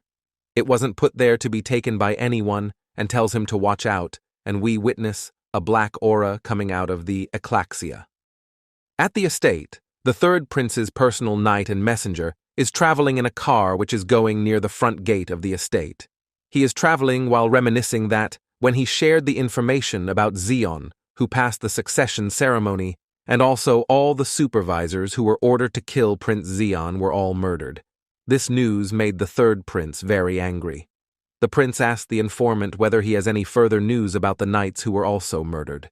The informant answers that he is still looking at the matter. At present, the knight is thinking that there are only a handful of people who are capable of using blood magic, and it's extremely rare. And even there are no particular movements from the blood tower, the knight concludes, while noticing that some knights are running towards the front gate of the estate. The driver says that someone is trying to trespass into the palace at the front gate, and the knights are trying to stop that person. The messenger asks how many people are trespassing. The driver replies that there is only one person, and she is a girl in her 20s. And by seeing that, it looks like getting rid of that girl is taking longer than expected for the knights. Only one, the informant repeats and asks whether there is any other particular or strange thing about that girl. The driver answers that he is not sure, but according to him, that lady uses blood as a medium for her attacks, and there are some dangerous beasts around her. The word blood magic surprised the messenger. He says that it's rare for the citizens of the capital city to use blood magic, and if he can capture that girl, he might be able to gather some news about the knight's disappearance. He orders the driver to take him near the front gate, as he has to see with his own eyes. The driver says that he would gladly follow Sir Regan's order. In the next scene, the history of Eclaxia came into view. Prince Zeon says that when the entire world lost its light due to the solar eclipse, a meteor fell from the sky onto the earth. That meteor could not be affected by any kind of power, and its surface was shrouded in deep darkness, like a pitch-black aura. The weapon made from such meteor was none other than Eclaxia, also known as the light-extinguishing sword. This sword expelled all power, except the power of the Black Starfall, and was only receptive to it, and to be exact, it even amplified Zeon's power. Why Eclaxia is here, and where is the other half of Eclaxia, Zeon wonders. Now there is one more thing for Zeon to figure out. He says to Vela that he would choose this sword, and he asks that whether choosing it would be a problem or not. Vela seems confused and replies sure he can. Prince Zeon leaves the starry dreams. Then we hear the screaming of the knights to stop Leosha, even by killing her if needed. The knights charge at Leosha, but all of them are sent flying with a single slash. The remaining knights wonder how the honorable knight troop, who are in charge of protecting the imperial palace, is being pushed by merely a single woman. Leosha says that she was ordered not to cause any trouble, and it's really getting hard for her to fight without killing anyone. Suddenly, the ground under Leosha's feet shakes and an earth golem appears and crushes Leosha. The person who attacked Leosha with that golem is Sir Regan. Regan orders all the knights to stand back as he is going to take care of the matter. Leosha breaks the golem into pieces as she feels intrigued because she got quite a strong opponent. She says that she can't hold back her powers now and jumps straight right up while releasing an attack at Regan. Regan asks Leosha whether she is from the Blood Tower, while covering himself with his Earth's power to withstand the attack. Leosha answers that she doesn't know anything about the Blood Tower. Reagan asks Leosha whether she was the one who annihilated the knights. Leosha replies that she has no idea what he is speaking about. Reagan says that he will cut Leosha's limbs first, and then he is going to ask her again while summoning a huge bull. Leosha tells Reagan that she would not stop with only one of her limbs being cut off, as both of them were going to release their ultimate attack. Prince Zeon interfered with his dark energy and orders them to stop. Reagan becomes quite surprised by Zeon's appearance. He thinks that, rather the imprisoned prince, Zeon looks more like a destined ruler. Regan concludes that the royal Agnes blood might have awakened within Zeon, and that's why all the assassination attempts on him have failed until now. Leosha calls Zeon her master and asks why he is late. Reagan thinks why Leosha is calling Zeon her master. Leosha meets Zeon and tells him that she didn't know Zeon is one of the royalty, while Reagan wonders whether Prince Zeon was the one who ordered his servant to kill the assassins. All of the knights bows down in front of Zeon and greets him. Zeon states that he would take Leosha with him. The Imperial Knight blames Leosha for trespassing into the Imperial Palace without any authorization, and he also tells Zeon that Leosha is responsible for killing the knights. Prince Zeon replies that he would like to know the name of the person who said that Leosha trespassed without any authorization, because Leosha was trying to get into the Imperial Palace under Prince Zeon's permission officially, and furthermore, Prince Zeon personally notified the knights about her arrival today. Prince Zeon says that the knights are the one to blame here, as they were the one who failed to confirm Leosha's identity and caused all this mess. Leosha speaks from Zeon's back that she tried so hard not to kill them. Prince Zeon solves the misunderstanding and says that he believes there shouldn't be any further problems regarding this matter.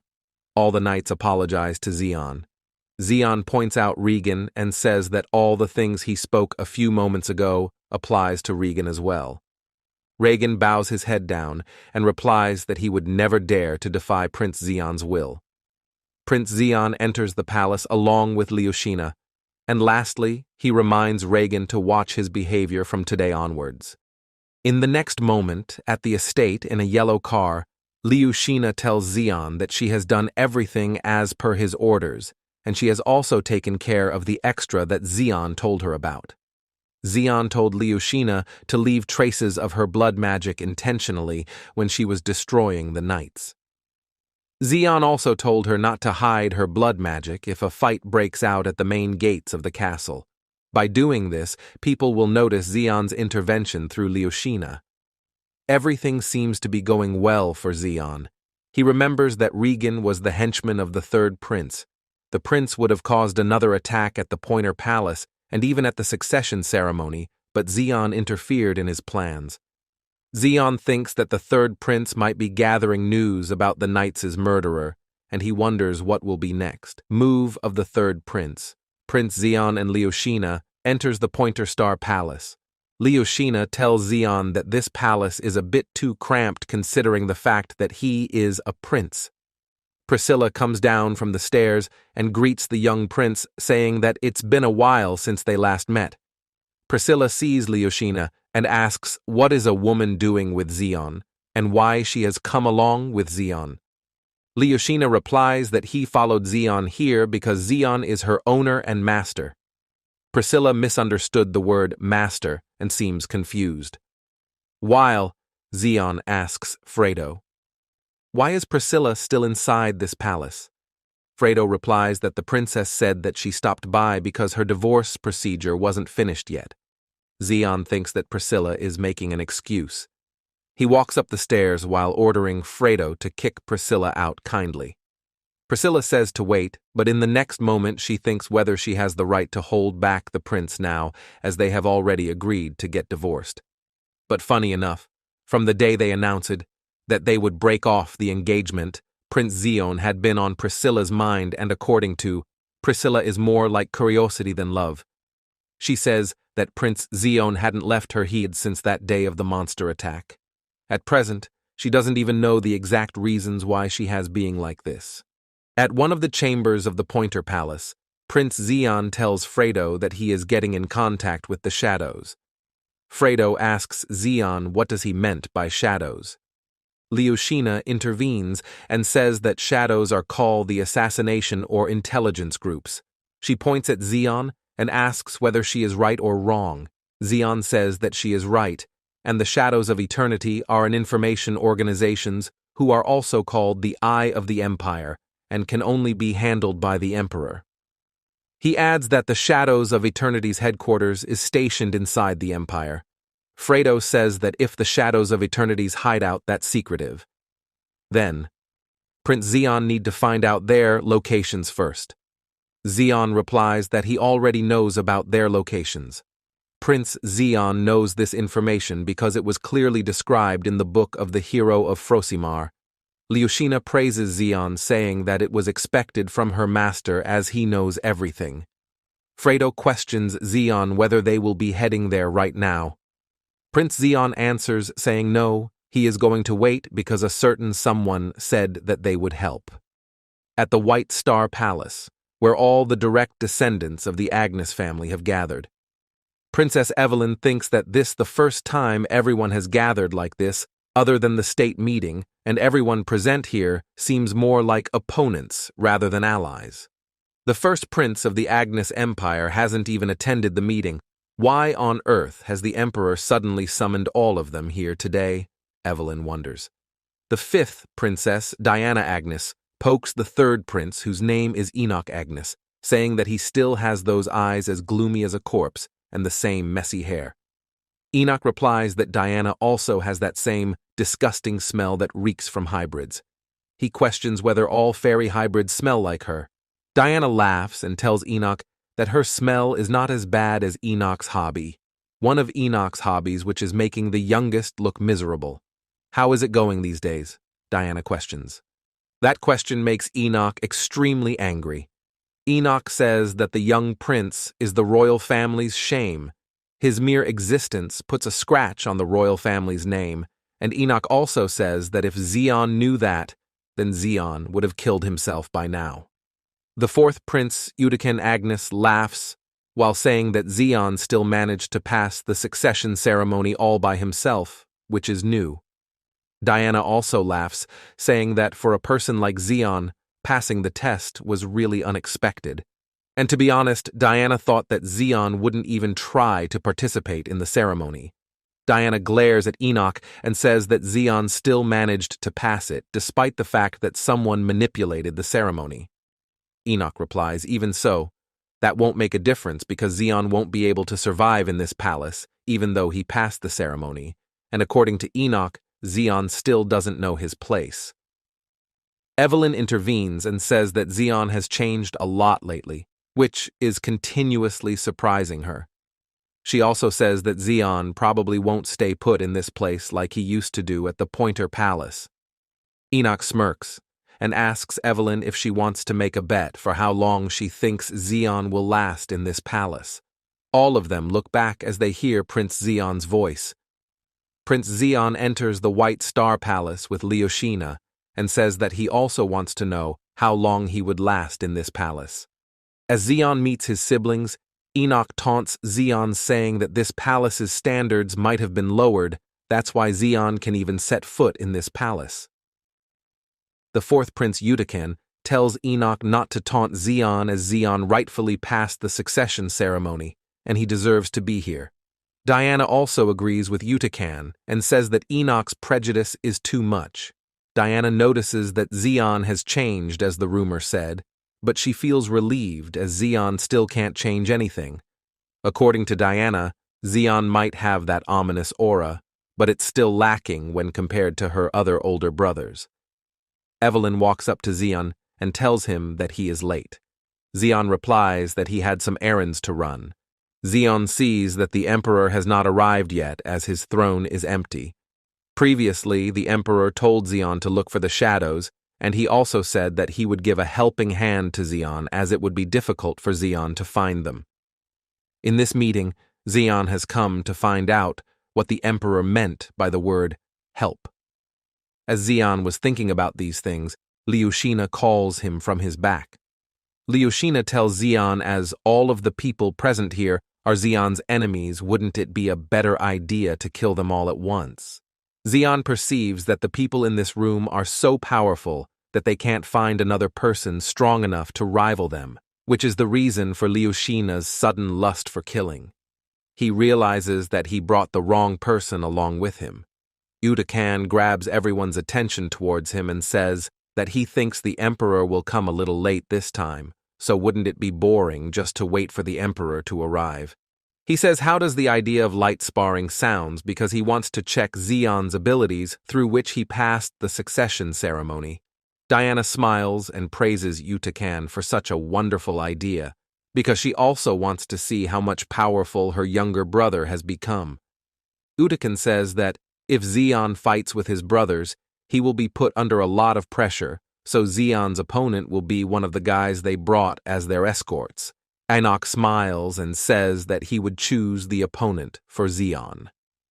Evelyn gets angry and asks Enoch what he is trying to do. Xion replies, saying sure, and that he doesn't have any problem with that. Xion thinks as his brothers and sisters are trying to turn this event into a spectacle, he would gladly oblige. Xion says that he doesn't like simple sparring. He says, if he is going to spar, it has to be a proper fight. Evelyn questions what nonsense Xion is blabbering about. Uttacan cackles while saying that a man must have his spirit. He tells everybody to make space for the spar in the middle. Evelyn tries to stop Xion. She says the wizard that Enoch brought with him is not someone Xion can handle with his current abilities. Leosha tells Xion to leave the fight to her, and she would handle it in his place. Enoch tells the wizard to teach Xion a lesson. Uttacan announces that the fight will now commence. Evelyn thinks how can she stop the fight now, while on the other hand Leosha seems disappointed as she wanted to fight the wizard. Suddenly Evelyn notices something that astonishes her. In mere seconds after starting the battle, they all witness that Xion's hand was stained with the blood of the wizard, and the wizard's head was cut off. At present, the wizard's head is lying near Enoch's feet, which surprises Enoch the most. He wonders how can Xion be so fast without using any magic ability or special techniques that his opponent can't even react to his attack. Xion reminds Enoch that he told him that this will be a real fight. Enoch becomes furious and tries to attack Xion, but at that moment, an announcement is made that the Emperor has arrived. Everybody greets the Emperor. The Emperor tells Enoch to clean this mess. Evelyn asks the Emperor how he has been these days. The Emperor says that it has been many days since they haven't met each other. So, considering that they wouldn't know that his health is not that good these days, he says that he would get straight to the point. The reason he called everybody here is to choose a successor, and to be exact, he has already decided. The Emperor announces that the successor of the Agnes Empire will be Xion Agnes. Xion realizes that it was the Emperor's intention from the very beginning. That's interesting for Xion because when it comes to legitimacy, that would get Xion closer to being the next emperor, and controlling the shadows will become easier for him. But the problem is that Xion's brothers and sisters will not acknowledge him as a successor. Both Enoch and Uttacan get shocked and ask the Emperor why he made Xion the successor. Diana also shouts, saying that it's ridiculous because Xion is the imprisoned prince, and the Emperor was the one who imprisoned him at the Pointer Palace in the first place. So why now he is making Xion the successor? Diana questions. Evelyn politely asks the Emperor why he chose Xion as the successor. The Emperor replies that according to his judgment, Xion is the most suitable one to be the next emperor among them. Enoch shouts that he can't accept this and will never accept Xion as the emperor. Diana thinks that the Emperor has made up his mind, which can't be reversed, so she wonders what she can do next. Diana speaks that she understands the Emperor and will follow his wishes, but she asks for the permission to make a suggestion. Diana says that everyone present here most likely knows what names people gave Xion. People used to call Xion the imprisoned prince, the cowardly royale, Agnes shame. There are no good words there, and in fact, Xion has acted according to them until now. She says that Zeon has changed recently, but not many people know of it yet, and if the emperor chose Zeon as the successor and declares it to the public, the royal family will get backlash from the assembly, the nobles and the knights. Diana says that there will be no end to the doubts and complaints and the resistance, so she asks the emperor whether it's a good decision to make Zeon the next emperor. Diana says that they should give Zeon a chance to prove his worth as a successor. She says that Zeon should prove himself with the trial of the 7 great calamities, where rebellion, conflict, monsters with transcendental powers, etc. exists, the term that describes the greatest dangers and disasters in the empire. She says that it's a trial Zeon needs to overcome eventually in order to become an emperor. So, if Zeon resolves it now, the rebellion will disappear, and it'll serve as a chance for Zeon to gain supporters. Zeon expected that this kind of things would happen. Both Enoch and Uticon agrees to Diana's suggestion. Prince Zeon says that it's not a bad idea because it's something he has to do eventually. Zeon says that he would take this chance to prove himself. However, he says that, next time, they have to prove themselves to him. 1 week passed since the meeting with the Emperor. Prince Zeon is in his training ground, and he had been training his body and researching Eclaxia this past week. At present, with the current condition of Eclaxia, it's difficult for Zeon to use it in a real battle, and if he wants to use Eclaxia, he would need the other missing half of this sword. Zeon can manifest the other half of the blade with Black Star, but it would be difficult for him to maintain it for long because of his sloppy body, but fortunately, he can still utilize other effects of this sword. Zeon says that this sword has 2 effects, which is Black Star's storage and amplification. If Zeon uses these 2 effects, he can increase the effectiveness of the Black Star fall much more rapidly and efficiently. Zeon realizes that he only needs to improve the physical aspect and the absolute quantity of the Black Star's energy. He says that if he uses Eclaxia now, solar eclipse might not be possible, but at least he should be able to use lunar eclipse. He didn't use these techniques very often in his previous life because it took a lot of toll on his body. He realizes that the current Zeon needs a technique to use these effects, so he tries to use Eclaxia by providing it the power of the Black Star. He feels a sudden uneasiness in his body as he was able to create a lunar eclipse for a short moment. He says that if he had gone any further with Eclaxia, it would have genuinely taken a toll on his body. Zeon feels relieved, knowing that at least he would be able to use lunar eclipse. Lastly, Zeon says that it's his turn to confront the eyes of the Empire, and he leaves the training ground. In the next scene, Diana feels that she needs to look further into Zeon's recent activities. She orders her informant to focus on Zeon's present actions rather than the past, and she tells them to give her the reports as detailed as possible. She asks one of her informants about the search of the eye. The informant tells Diana that he found a tail for now, but they haven't progressed beyond that. She orders them to put fire on that tail so that it will reveal its whole body. Diana says that she is curious to see what will happen next. At the Imperial Palace, it's the first time for Zeon to see a place as deserted as this. Zeon is seeing the statues and portrait of the past emperor who ruled the Agnes Empire. There were not as many emperors as Zeon thought. After walking for a while, he comes near the portrait of the Eternal Emperor. The first emperor of Agnes Empire in the novel of the hero of Frosimar, as well as the mythical figure who unified the world. Zeon notices that this emperor's name is Aurelion Khan, Agnes, which was Zeon's name in his previous life, when he reigned as the first emperor of Agnes in the real world. Prince Zeon kind of expected this ever since he discovered Eclaxia in Starry Dreams. He thinks that maybe his name was used here, just like the writer inserted the whole Agnes Empire directly in his novel. Zeon was staring at the portrait while someone speaks from his back. The voice says that the Eternal Emperor, the founder of this empire and the unifier of this world despised leaving any records about himself. This portrait is hung for appearance's sake, but in reality, it holds no meaning. Xian looks back at the lady. The lady greets Xian and introduces herself as Thierry Ilonès, the curator of this Agnes History Museum. Thierry says that she didn't expect Prince Xian to have an interest in the Agnes royal family's history. She adds that the other royals don't visit this place anymore. Xian replies that he also feels the same way as her, because there's not much to see in this place.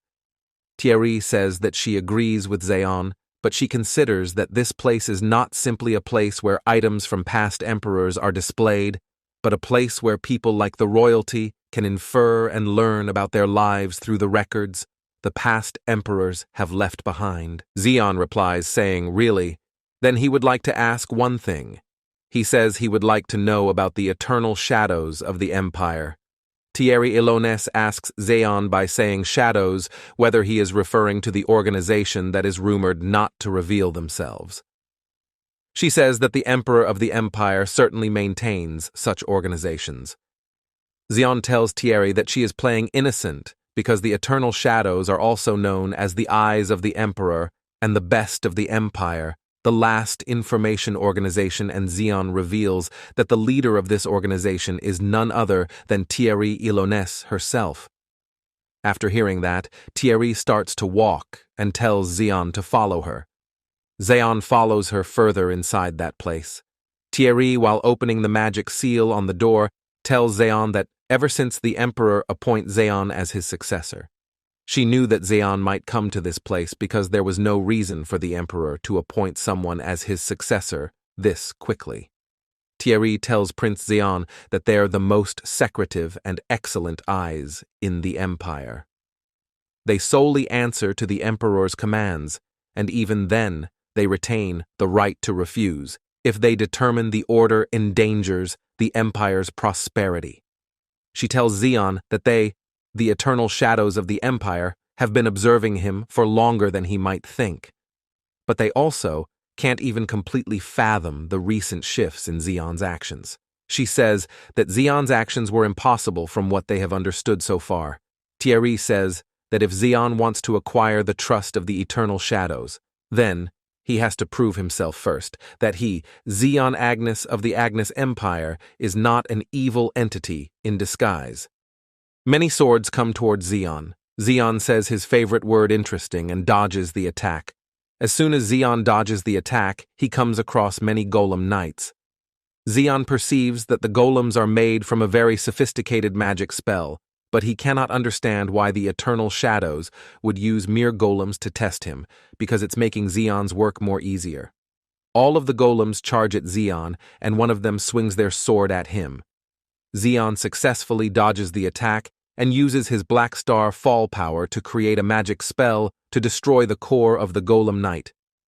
The eternal shadows are all watching Xian's movements while staying behind in a magic barrier. Thierry asks one of her comrades to inform her how Xian is doing right now. Her comrade replies by asking Thierry to see with her own eyes the skills Xian is showing. Thierry watches how Xian is destroying the cores of the golems with such ease. She wonders how can someone defeat the golems that easily because in terms of strength and defense the golems are on par with the Imperial Knights. Xian finishes his test and he notices someone with a threat, so he releases his Black Star's dark aura at the magic barrier. At first glance, Thierry thinks that Xian is using Celestial Star C, but after looking properly, she realizes that the power Xian is wielding is completely different from the Celestial Star C. The magic barrier shatters. Xian enters the area. He says that the eternal shadows told him that he has to prove himself, but he tells them that he is not the one who should be proving himself while attacking one of their members. Xian says that the eternal shadows should be the ones who need to prove themselves to him. Xian uses his hand and pierces the heart of the lady with his dark aura. He thinks that, according to the novel, the eternal shadows were disbanded even before the war began. Due to the demonic species hiding themselves, even inside the eternal shadows. Thierry gets scared and asks whether it's a demonic energy, as she wonders how the demons infiltrated the eternal shadows. The monster screams at Zeon, calling him a scoundrel, while Zeon brings out his sword, Eclaxia. Thierry recognizes that sword. Zeon uses Eclaxia and completely annihilates the monster. Zeon thinks that he was right in his judgment when he said that Eclaxia will take a huge toll on his body. As Zeon looks back, he seems confused as he watches the leader of the Eternal Shadows, Thierry Ilonès, along with other members, bowing in front of him and greeting him as the successor of eternity. Zeon says that the Eternal Shadows, as the name suggests, was founded by the Eternal Emperor. They served many emperors even after the Eternal Emperor passed away, but the Eternal Emperor was the one whom they truly devoted their lives to serving. They have been waiting for the true successor of Eternal Emperor to appear and lead them. Zeon becomes the successor of the Eternal Emperor, and he asks Thierry again to be sure. Thierry tells Zeon that from today onwards, he is the successor of the Eternal Emperor, and tells him not to deny that he used Eclaxia. It's a fact that Eclaxia is a sword which only accepted the touch of the Eternal Emperor or the first Emperor of the Agnes until now. This fact is known by all the shadows. Thierry says that since Zeon has used that extinguishing sword, refuting this fact will only make it weirder. Zeon thinks that it's actually making his work easy. Zeon tells them that he would provide them a list of names who have infiltrated the shadows. He says that the list will contain the names of the demons lurking in this palace. They just have to remember the names and be vigilant. Then, Zeon asks for the current state of the shadows. Thierry explains regarding the eternal shadows, beginning with a general review. She ends her report and says that there is one current matter which is proving to be troublesome and needs Zeon's attention. She says that not too long ago, Princess Diana discovered one of their branches. She tells Zeon that normally, in this case, they'd just abandon the branch, like cutting a tail, but they couldn't do that now, because they're a small, elite force which are always short-staffed. She tells the prince that, when they tested him, they were forced to resort to golems because they had no manpower. Thierry adds that, in this kind of situation, if they abandon an entire branch, it would significantly impact their intelligence gathering capacity. Thierry says that she has a solution. If they eliminate any traces and evacuate every one of their members from that branch, they will be safe. But the problem is that Princess Diana's forces will strike before they can evacuate. Zeon says that if they need someone to buy them some time, he can easily resolve it because he happens to know the prefect person for that. At the Pointer Palace, after finishing Zeon's order, Leosha comes to meet him. She sees Thierry and asks whether Zeon got a new slave while she was away. Zeon asks Leosha how her mission went. Leosha replies that she killed them all, and to be exact, she wiped them out as per Zeon's wish, and she even left a trail. She asks, Zeon, will it even matter if she leaves traces of her blood magic or not? Zeon claims that Diana Agnes is a cynical person. Diana doesn't trust what she sees. She'll focus on the hidden 1% lie rather than the obvious 99% truth. Thierry tells Zeon that the trail that Leosha left behind will lead Diana to the third, Prince Enoch. Zeon replies that she is correct. Enoch and Diana are not on good terms, so it'll be effective in clouding Diana's reasoning. Zeon thinks that this incident will help him when he decides to eliminate Enoch in the future. He says that today will serve as the starting point to manipulating Diana later for his benefit. Zeon demands to know the name of the person who brewed his coffee because it doesn't taste good.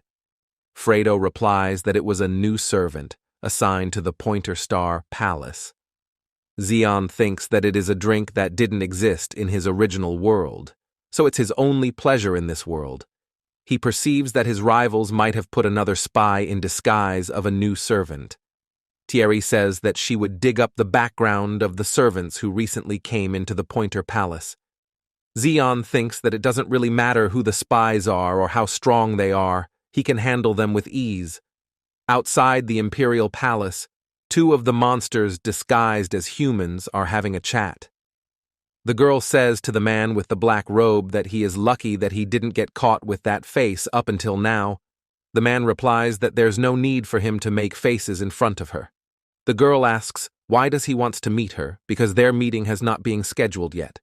The man says that he has lost communication with a person named Dekarn, and he thinks that she might be dead. The girl replies that it's strange. The man says that he is still looking at the matter. He says that not only that, but even signals from several subordinates have been cut off too. The girl replies that it means someone is hunting them. The man says that the person who is hunting them is Zeon Agnes. He says that except Dekarn, who was at the Imperial Palace, most of their subordinates were people who were close to Zeon Agnes.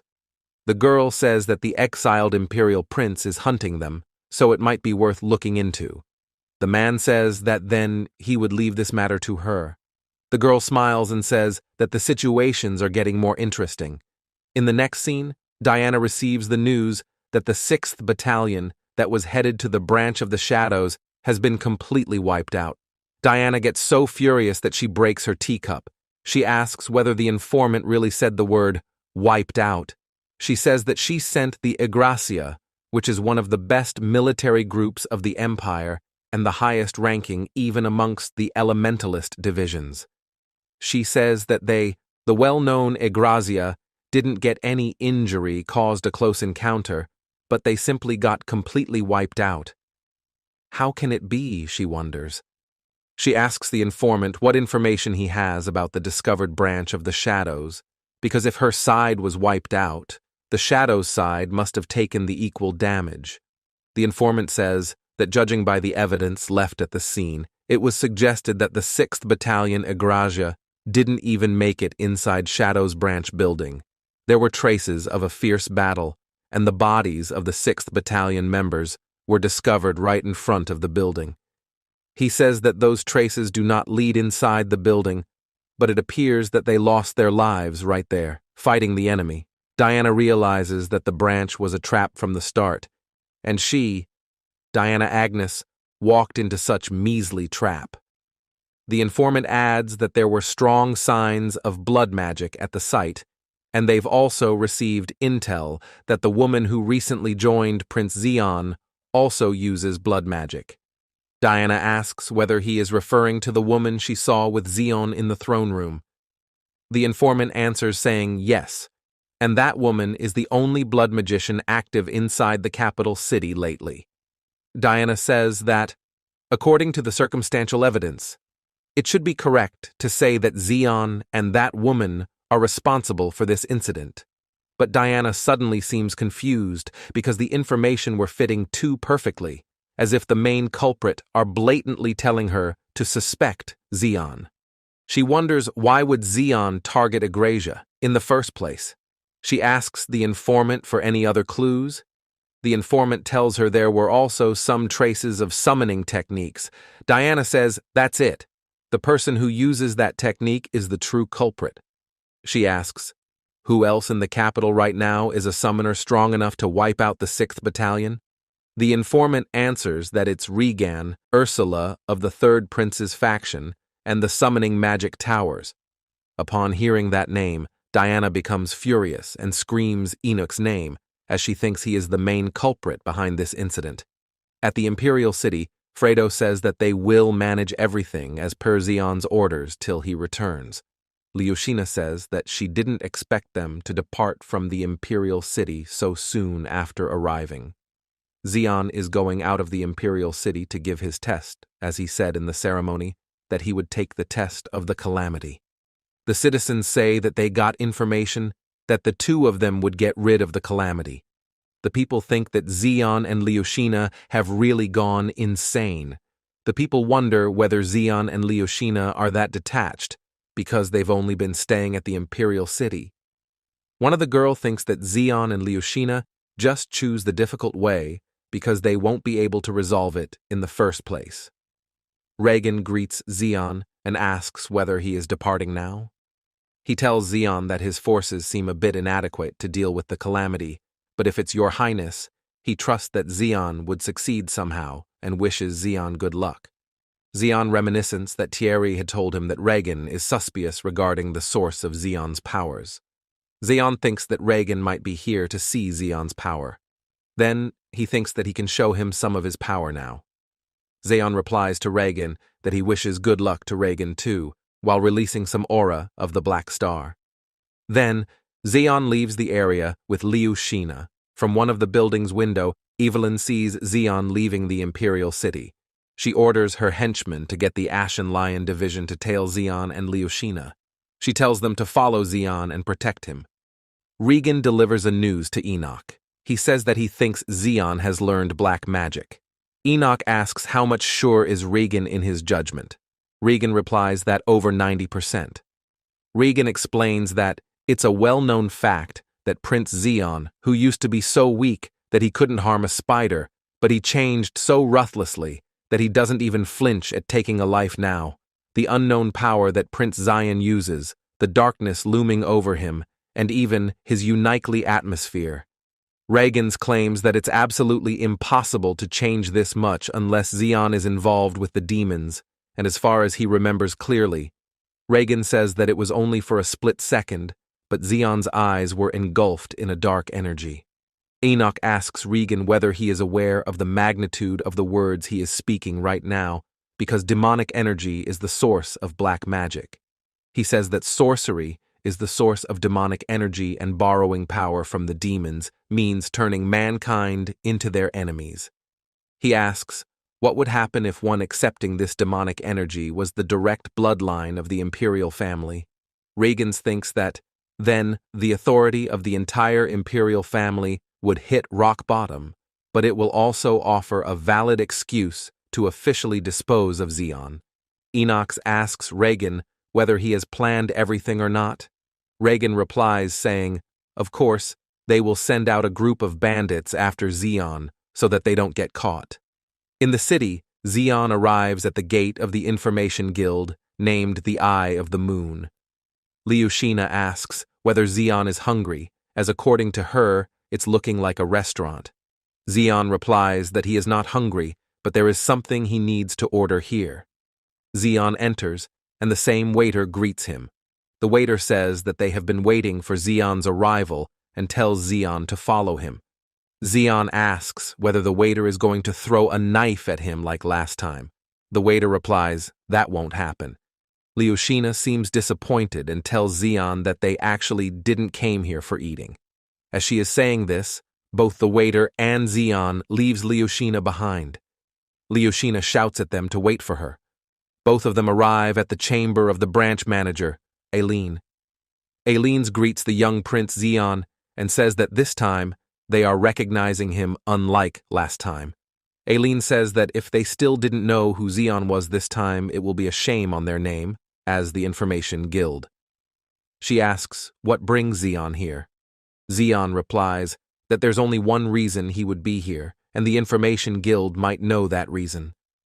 Evelyn says that if it's related to the Phantom Legend, they can't tell Zeon anything either. Zeon replies that he is aware of that. Evelyn asks what does he mean by it.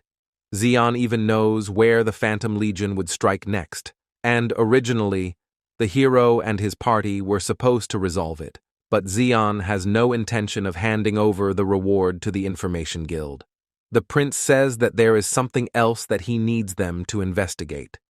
Zeon hands Evelyn a list of names and tells her that by the time he returns to the Imperial City, she must learn everything she can about the people written on this list, down to the smallest details. Evelyn looks at the names which were from the Light Star Council, the most powerful people after the Emperor. Evelyn asks whether Zeon is trying to make a hit list. Zeon replies that he is not sure, but the more information she gathers, the more benefits she would acquire. Zeon asks for the identity of the informant Evelyn assigned to Zeon last time. Evelyn replies that by informant is she referring to Nari? Zeon tells Evelyn to assign Nari again this time, because he might need to place an additional request. Evelyn tells Zeon that she understands the request, and as they are in that topic, she asks, how was Xion's venture into the Black Forest? She says that the forest purified overnight, and only 2 people know the story, he and reincarnated. Aileen notices that the woman with red eyes has been sticking by his side ever since returning to the Imperial City. Her appearance is absolutely like the witch of the heavenly slaughter. So, she perceives that the 1,000-year-old witch isn't dead, but serving Xion. Xion puts a finger on his mouth and telepathically says that she is right, but she will get hurt if she knows too much. At one of the battlefield, there are traces of a fierce battle. One of the knights on the brink of dying tells to the others to, please, stop sacrificing himself to protect others, and tells him to live his own life for now. The other knight wonders whether he should retire now. At a village, a young kid tells a middle-aged man to teach him swordsmanship. The man tells the boy to stop disturbing him. The boy says that he would even offer the man a teaching fee, but the man refuses. The boy gets angry and walks out of that place. He says that the man could at least teach him a thing or two about swordsmanship. He says that he must quickly become strong because it's a peaceful-looking small village which is weak and poor with no security personnel at all. And he hates living in this powerless village that can't even stop a group of thieves. He says that he would become strong enough to leave this village one day. Xion and Leosha enter the village and pass the young boy. He realizes that they must be outsiders. The aged man is thinking that the young boy does remember that woman, so it must be true that they are blood-related. He was wondering if he could meet her sooner. Xion goes near that man.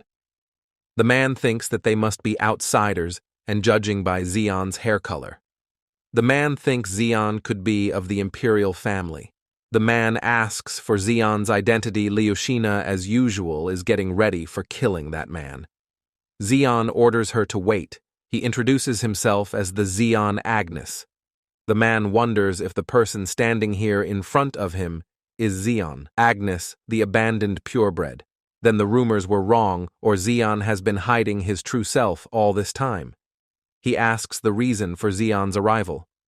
Xion replies that he would be straightforward and get to the point. He offers the man to come under him.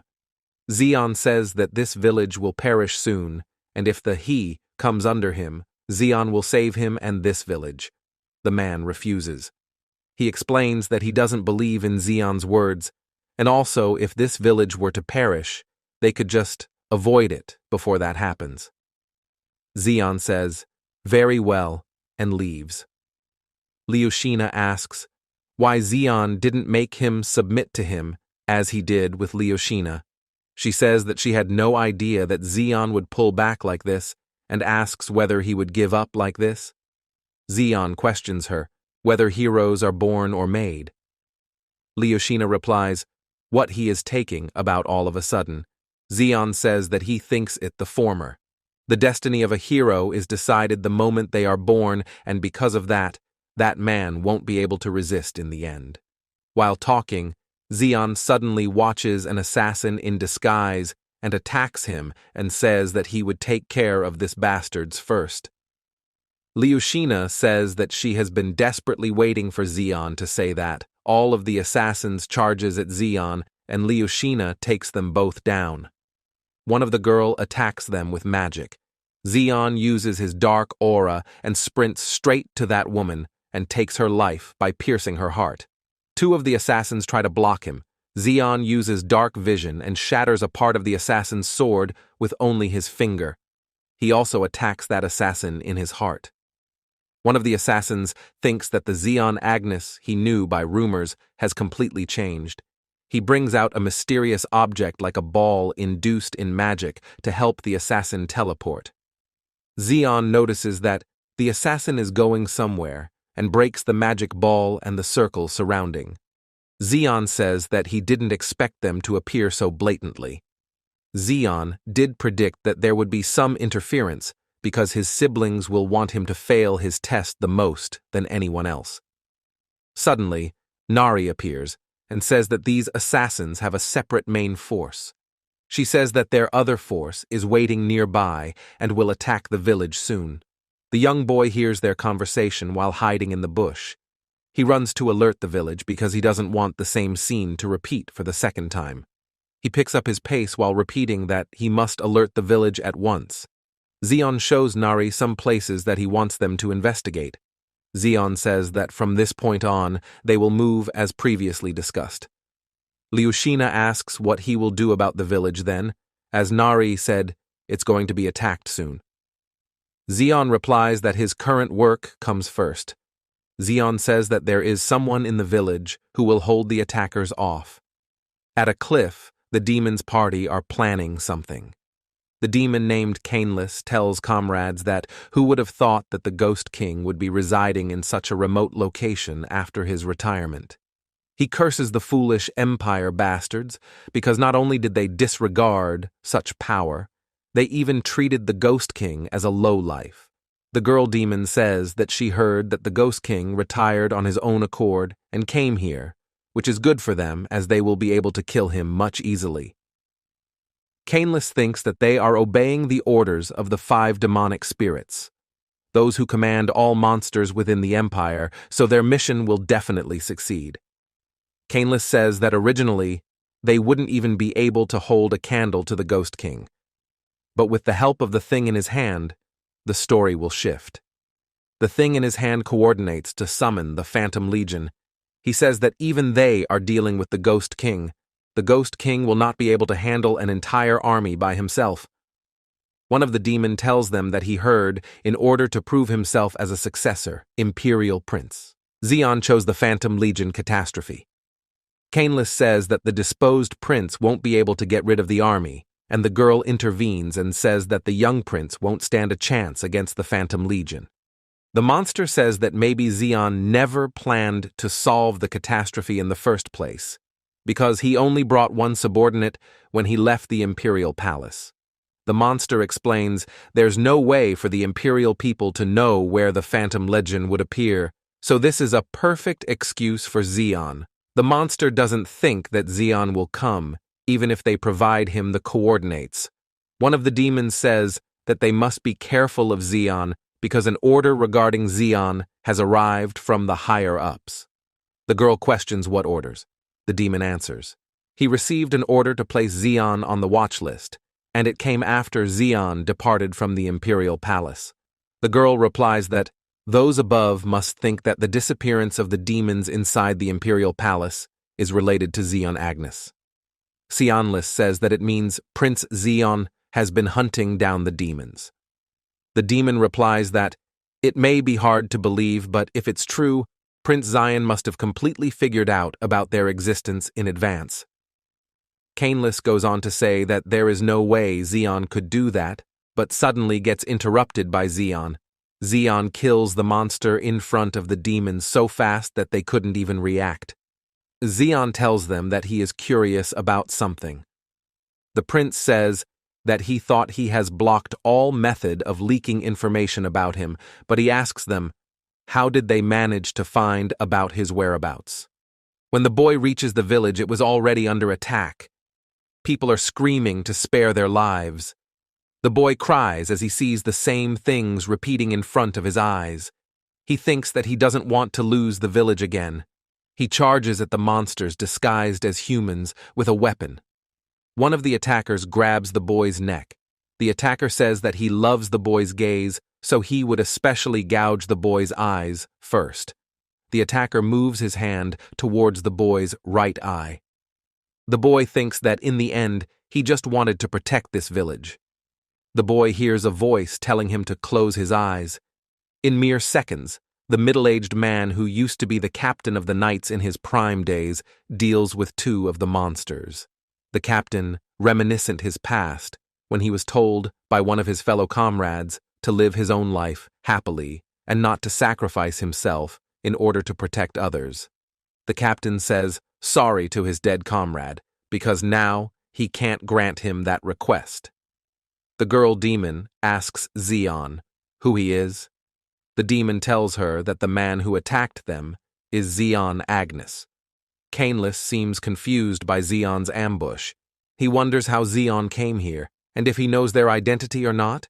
He also thinks what they will do now, and moreover, he doesn't know the source of Zeon's power, which is unlike others. Cainless says that one thing is for sure. The power Zeon is showing is not something like the disgrace of the imperial family, as they've heard of so far. He thinks that they must kill him. Zeon thinks that the demons he is facing now are certainly different. Their power is on a whole different level compared to the demons he has fought up until now. At his current level, he can handle 2 of them at most.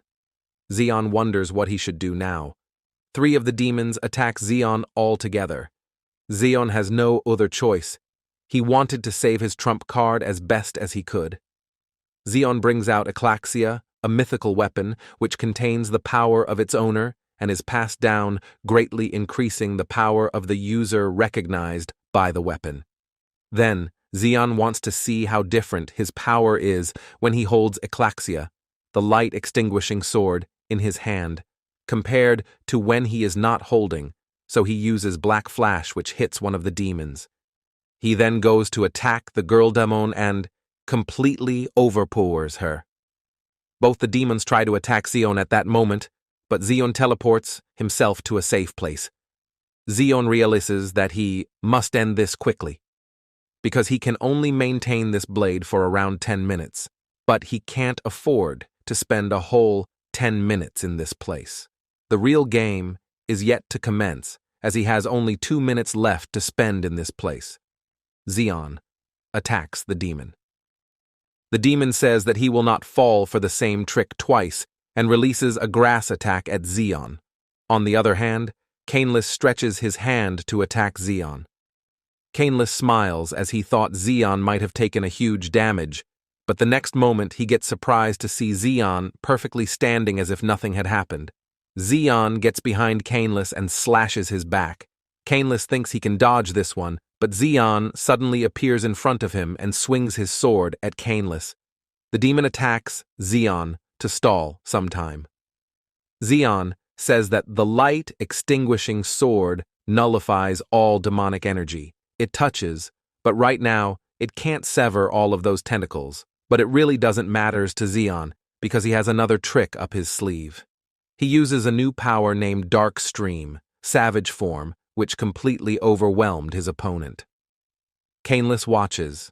The ominous sword, absorbing all the surrounding light, is one thing, but he says that the strange power surrounding Prince Zion is like pitch-black darkness. He thinks that power is certainly not the celestial star C that the descendants of the Agnes imperial family use. How could Zeon possess such power, he wonders.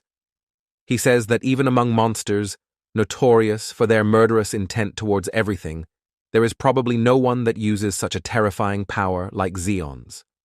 Then he remembers that there was one person. He wasn't an existence of evil, but he harnessed a power similar to that. He was the eternal Emperor Aurelion Khan Agnes. Cainless decides to run away because he must alert the higher-ups quickly. As he was running, he notices that both of his hands are being covered with a dark aura. Cainless loses both of his hands due to the dark aura. Cainless thinks that at this rate he will really perish.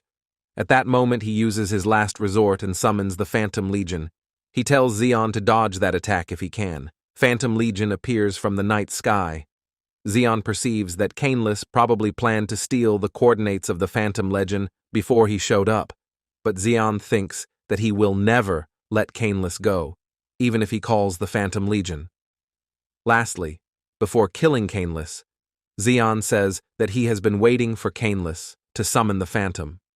The young boy recognizes that the person standing in front of him and protecting him is Uncle Liam. Red Hat leader Yuquan says that he has never heard of someone like Liam.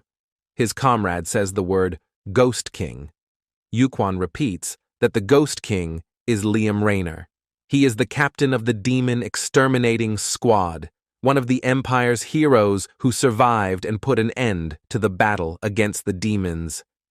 Yuquan says that he didn't hear anything like this when he received the commission. The commissioner said that they will just turn a small village upside down. Yukwon realizes that it's too late for running away now, so he charges at Liam with his spear. Liam throws a punch which didn't even come in contact with Yukwon's spear, but the pressure he exerted was enough to break Yukwon's body into pieces.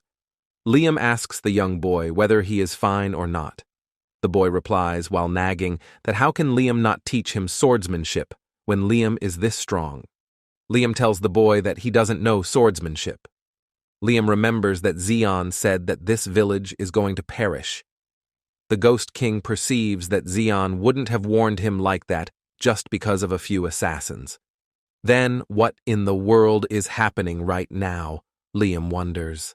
Suddenly, the ground starts to shake, and they witness a barrier covering the entire village. The barrier is so advanced that Liam can't fathom it, and the range is so wide that he can't even sense anything outside of it. As the entire village gets quarantined, Liam thinks that it might be the Phantom Legion. Liam says that the Phantom Legion consists of people who have been cursed by Kronos, the ancient god, those who are forced to live as they were forever, an army of those who cannot live or die. Liam thinks that he can't stop them with his own power. Unless he could ascend to heaven, there's no way he could stop that legend all by himself. Liam Rayner wonders whether Prince Zion knew that this catastrophe would appear in this place from the beginning. The people are panicking as they can't find a place to run. Liam tells the boy to stay safe. The Ghost King releases his aura and says to himself that he must protect the village. Leosha stops Liam while saying that he is not supposed to steal someone else's prey. Leosha says that she has waited for a long time for this moment. Liam Rayner tells Leosha that she alone cannot handle them. Leosha replies that she can handle it and she is not alone because she has her minions who will do the job for her. Leosha uses blood magic and summons her beasts. Leosha says that she would wipe them all out today with her army of beasts. Suddenly, the barrier cracks at one point and Zeon is responsible for it as he enters the village by breaking the barrier. An enormous energy that Zeon can feel, even when he is this far, is certainly worthy to be called one of the 7 great calamities, according to Zeon. Zeon remembers that, in the Chronicles of Frosimar, the hero wiped out that phantom legend together with his comrades. Although Zeon has no such comrades, but instead, he has the most important key that he has prepared to attack the Phantom Legion. Zeon says that he has the Witch of the Heavenly Slaughter, Leosha Bloodwalker, while landing on the ground. Upon landing, Zeon looks for something and finds it. Zeon feels that its energy and atmosphere is on a different level from those other phantom warriors. It's a unique presence that can be clearly felt even from afar. The prince says that the knight who is riding the black horse is the ruler of this phantom legend and the king cursed by Kronos, the ancient god. Zeon smiles and says that the ruler of the Phantom Legion was his target all along. Leosha smiles as she kills the soldiers of the Phantom Legion. She says that she is glad that she followed Zeon as her master. Zeon says that they still need to push further forward. Leosha tells Zeon that she would open up the path for him as she accumulates her blood mana and releases all of it at once, which clears their path forward. Leosha tells her master to move ahead. Zeon rides the black horse and rushes towards the Phantom Legion. There is only one reason why Zeon made the demons summon the Phantom Legion and is running there himself. Zeon is doing this because this is the only way to obtain the Kronos' tool, and to be exact, someone with the coordinates to summon the Legion must directly engage in the eternal battle. This is the first condition that needs to be met in order to obtain the Kronos' tool. Zeon uses dark vision and orders the shadows made by Black Star fall to stop the arrows flying towards and take care of the rest. He summons Eclaxia and uses a new power named Black Dot. Zeon doesn't want to stop and orders the horse to keep going forward, as he will take care of the other nuisances. He uses an attack named Dark Coating Return. Some other entities try to stop Zeon, but he uses Black Flash. As he reaches near the boss, he extends Eclaxia's range by using the Black Star's aura. He jumps straight in front of the boss and deals a full force attack. Due to the clash between them, the knight's red sword scatters into pieces. The knight accumulates his aura to support the sword, while Zeon concentrates the black star into Eclaxia and uses black flash. The knight notices that Zeon is up in the sky, but by the time he notices, Zeon vanishes, leaving his dark aura behind. Zeon suddenly appears in front of the knight and tries to attack, but the knight blocks and deflects Zeon's attack. Zeon jumps backwards and attacks the knight one more time. The knight holds Zeon's sword with his hand, then leaves it as the knight decides to deal a counterattack. Zeon notices that the knight is going for a counterattack, so he decides to dodge the attack. The knight surprises Zeon by telling him that he won't lose to Zeon. The knight says that he has been looking forward to fighting Zeon. The knight says that he was looking forward to it because he thought that maybe, just maybe, his endlessly repeating punishment may end today. But he feels disappointed and asks Zeon why he is so weak. Zeon realizes that the gap between their basic skills is definitely big, and even when he amplified Black Star, the attack itself didn't work. Zeon says that there is only one way left to deal with this king of the Phantom Legion, as he again amplifies Black Star Fall's aura into Eclaxe, which creates a sudden burst of dark aura. On the other hand, the captain of the Ashen Lion Division, captain of the 5th Unit, Karen, together with the vice-captain of the 5th Unit, Paulo, followed Zeon and are now searching for Zeon's whereabouts. Karen tells Paulo that it's a shame that they are out here looking for the deposed prince. Paulo laughs and tells him to never mind that and enjoy the surrounding scenery. As they were talking, Karen gets shocked as he sees a huge barrier in front of them. Karen, the captain orders his 5th Unit of the Ashen Lion Division to approach this barrier first. Inside the barrier, both Zeon and the king tries to attack each other with their halved sword. As the king tries to swing his sword, he realizes his hand fall off along with his sword. Finally, Zeon is now using Lunar Eclipse. It is one of the ultimate amplifiers and one of the best reversal techniques that Zeon has, exploding all the black star that exist in his body in an instant, raising all his abilities beyond their limits due to that Zeon is currently at his peak. Zeon gets behind the king. The king notices and turns around, and Zeon strikes first. The king thinks that he blocked Zeon's attack for a brief moment, but he notices that Zeon's dark aura is overpowering his blue aura. Zeon tells the king that he has something that he wanted to ask. Zeon asks the king who is the weaker one now. On the other hand, the knights appointed by Princess Evelyn is struggling to break the barrier. The captain says that even when fighting giants, he didn't need to put in this much effort. The vice-captain conceives that Zeon is inside the barrier and thinks whether he is dead or not.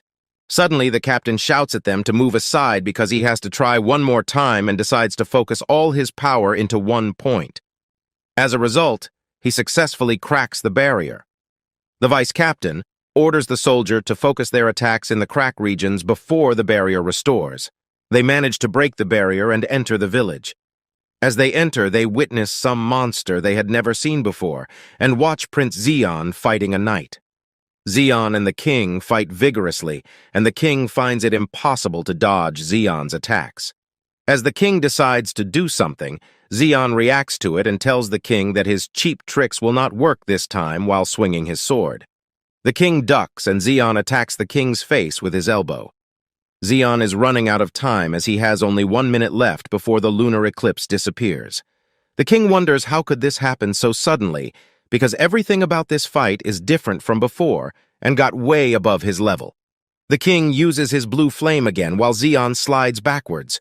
The king says that at first he determined Zeon was weak, but now he became a little expectant and says that Zeon is indeed worthy to be called the owner of the coordinates Chronos judgment, and at the same time, the savior who will save them from this hellish battlefield that repeats forever. The king says that if Zeon succeeds to withstand this attack too, he will truly acknowledge him. The king uses an attack named Black Flame Ocean, which can even pierce the sky. The captain who was watching the fight says that it's complete madness. Zeon thinks that there is about 5 seconds remaining from his lunar eclipse, so he has no other choice but to crush this attack head-on. The king of the Phantom Legion, who was stuck in an endless loop of battle, was waiting for the person to show up who will end his cursed fate. Zeon absorbs the king's mighty attack with his lunar eclipse. Zeon calls the king by his name, the Abyss. The Abyss thanks Zeon for this battle and for freeing them from their cursed fate. The Phantom Legion army was destroyed as per Zeon's plan, and he enters a portal to finish the next objective ahead.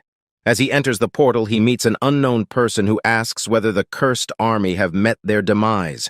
Are you not going to ask who I am? The person questions. Guardian is the only name which came to Zeon's mind because this person was regarded as the Guardian in the novel. The 5 questions? Where are they? Zeon questions. The Guardian asks Zeon how he already knows what is the reward for defeating the cursed army. The Guardian points at Zeon and tells him that he is not a hero. How did this happen? How can the destiny be changed? The Guardian wonders. According to the destiny, the hero should be the one to destroy the army and come here. A destiny? What do you mean by it? Zeon asks. The Guardian explains that all records of one's past, present, and future are their fortune. The time when a being exists in the world is their life. If you combine the two together, it becomes their destiny. Destiny is decided from the very start, so it can be tweaked slightly, but not changed. He says that the commonly used phrase that you decide your own destiny, it's all nonsense. So, originally, the hero defeated the cursed army and Zeon shouldn't be here right now. Destiny cannot be changed, these words repeat in the Guardian's mind. Zeon thinks whether the Guardian is referring to the novel when he is talking about destiny. The Guardian comes to a conclusion and says that all the things that is happening right now means there has been a variable in destiny, and for that to be possible, a transcendent being has to interfere. The Guardian looks at Zeon and gets astonished as he finds out that Zeon's destiny is not visible at all, as if he didn't even existed in this world. Are you saying you won't give it to me? Zeon asks. The Guardian replies that's not the point because just by coming here, Zeon is already deserving of that. The Guardian gives Zeon a bracelet. Kronos, the ancient deity, asked mankind 5 questions, which is known as Kronos' 5 questions and the mythical item whose power embodies them. Kronos' 5 questions. The 5 colored gems embedded in the bracelet are each a question. The power inherent within each is a natural disaster organ. More than that, the 5 colored gems are consumable and can be used only once each. It's an item fitting the name mythical. The Guardian explains the function of the bracelet to Zeon. He says that the question will be filled in when Zeon brings in the coordinates because, to begin with, the Phantom Army came from the power of the question. Before Zeon's departure, the Guardian says that he has one last question. Who are you? The Guardian asks. Zeon smiles and leaves without giving a proper answer. In the village, Karen is still in shock as he couldn't fathom what the hell happened here. He thinks that previously a sword of destruction created by the king of the Phantom Legion was crushed by Prince Zeon's single blow. How can this be possible? The captain wonders. He looks for Prince Zeon as he disappeared along with the king. Are you here to kill my master as well? Are you master's enemy? Leosha asks the captain in a deadly voice. The vice-captain replies saying no and tells Leosha that they are the knights sent by Her Royal Highness Evelyn to protect Prince Zeon. As they were talking, General Liam speaks up and says that Karen would never take on missions like assassinations. General Liam, why are you here? Is this really the place you came after retirement? The captain asks abruptly. Liam answers by saying yes, and he says that he didn't think that they would be fighting against such a huge army. Karen replies that he is glad seeing that General Liam is safe. What happened here? Can you explain it to me? Karen asks. Liam replies while pointing at Leosha that a phantom army appeared, and they were completely annihilated by this woman and Prince Zeon. Karen replies that this woman and Prince Zeon must be monsters to be able to fight such an army. In the meantime, Leosha turns as she looks for Zeon and wonders where her master might be. Zeon comes out from the portal. As he comes out, Prince Zeon says that he needs some time to rest first. 5 days have passed since the army invasion. Prince Zeon decides to leave the village. General Liam says that he would follow Zeon as he made a promise. Prince Zeon tells Liam to stay in the village for now. Zeon looks at Liam and thinks that the purpose of coming out of the palace this time was to get Kronos' 5 questions along with his proof of succession. Liam is just a side benefit for him, and for now, it's good to have him, but it does not really matter if he doesn't. But of course later it might be different when there is a full-scale war with the demons. So Zeon tells Liam that someday he would find Liam when he needs Liam's assistance. Liam replies that he won't refuse Zeon's judgment and tells Zeon that he would always be ready whenever Zeon will need him. Zeon feels like the seeds must be close to ripping, those seeds that he has sowed before he left the abandoned palace. So now it's time to harvest one of them.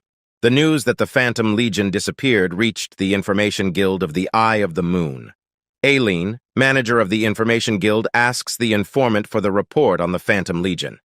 The informant gives her the report and tells Evelyn that it was submitted by the special intelligence agent, Neri, who followed Prince Zeon, so there shouldn't be any mistake.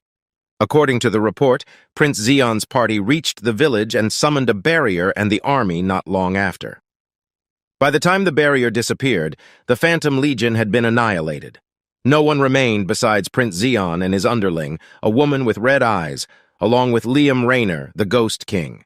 The Ashen Lion Division also revealed themselves. After reading this news hasn't been revealed somewhere else yet, right? Evelyn asks. The informant replies, saying yes. Evelyn thinks that if this information leaks out, not only will it shake up the Imperial City, but also the whole capital. What about Prince Zeon? Evelyn asks. The informant says that he doesn't think Prince Zeon will stop by this place, as he will presumably head straight to the Imperial City. Does Prince Zeon want me to directly report to him at the Imperial Palace and convey the information to the members of the Assembly? Evelyn thinks deeply. Lastly, the informant says that he has one more news, and the news is that a man who is believed to be a hero has shown up. Evelyn asks the informant to elaborate. In the training ground, Zeon is trying to increase the potency of his Black Star Fall. He finds it hard to break through and attains the potency level of 3 stars. Zeon understands that he must develop. Priscilla enters the training ground and says that she has heard that Zeon has defeated the Phantom Legion this time. What brings you here, Priscilla? Zeon asks. Priscilla replies that she would like to aid Sir Zeon in his endeavors. Zeon asks Priscilla how she is going to help with her magic skills, which can't even handle assassins, let alone a low-class demon.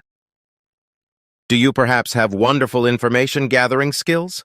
If it's neither, do you have the authority to mobilize your entire family or the magic tower?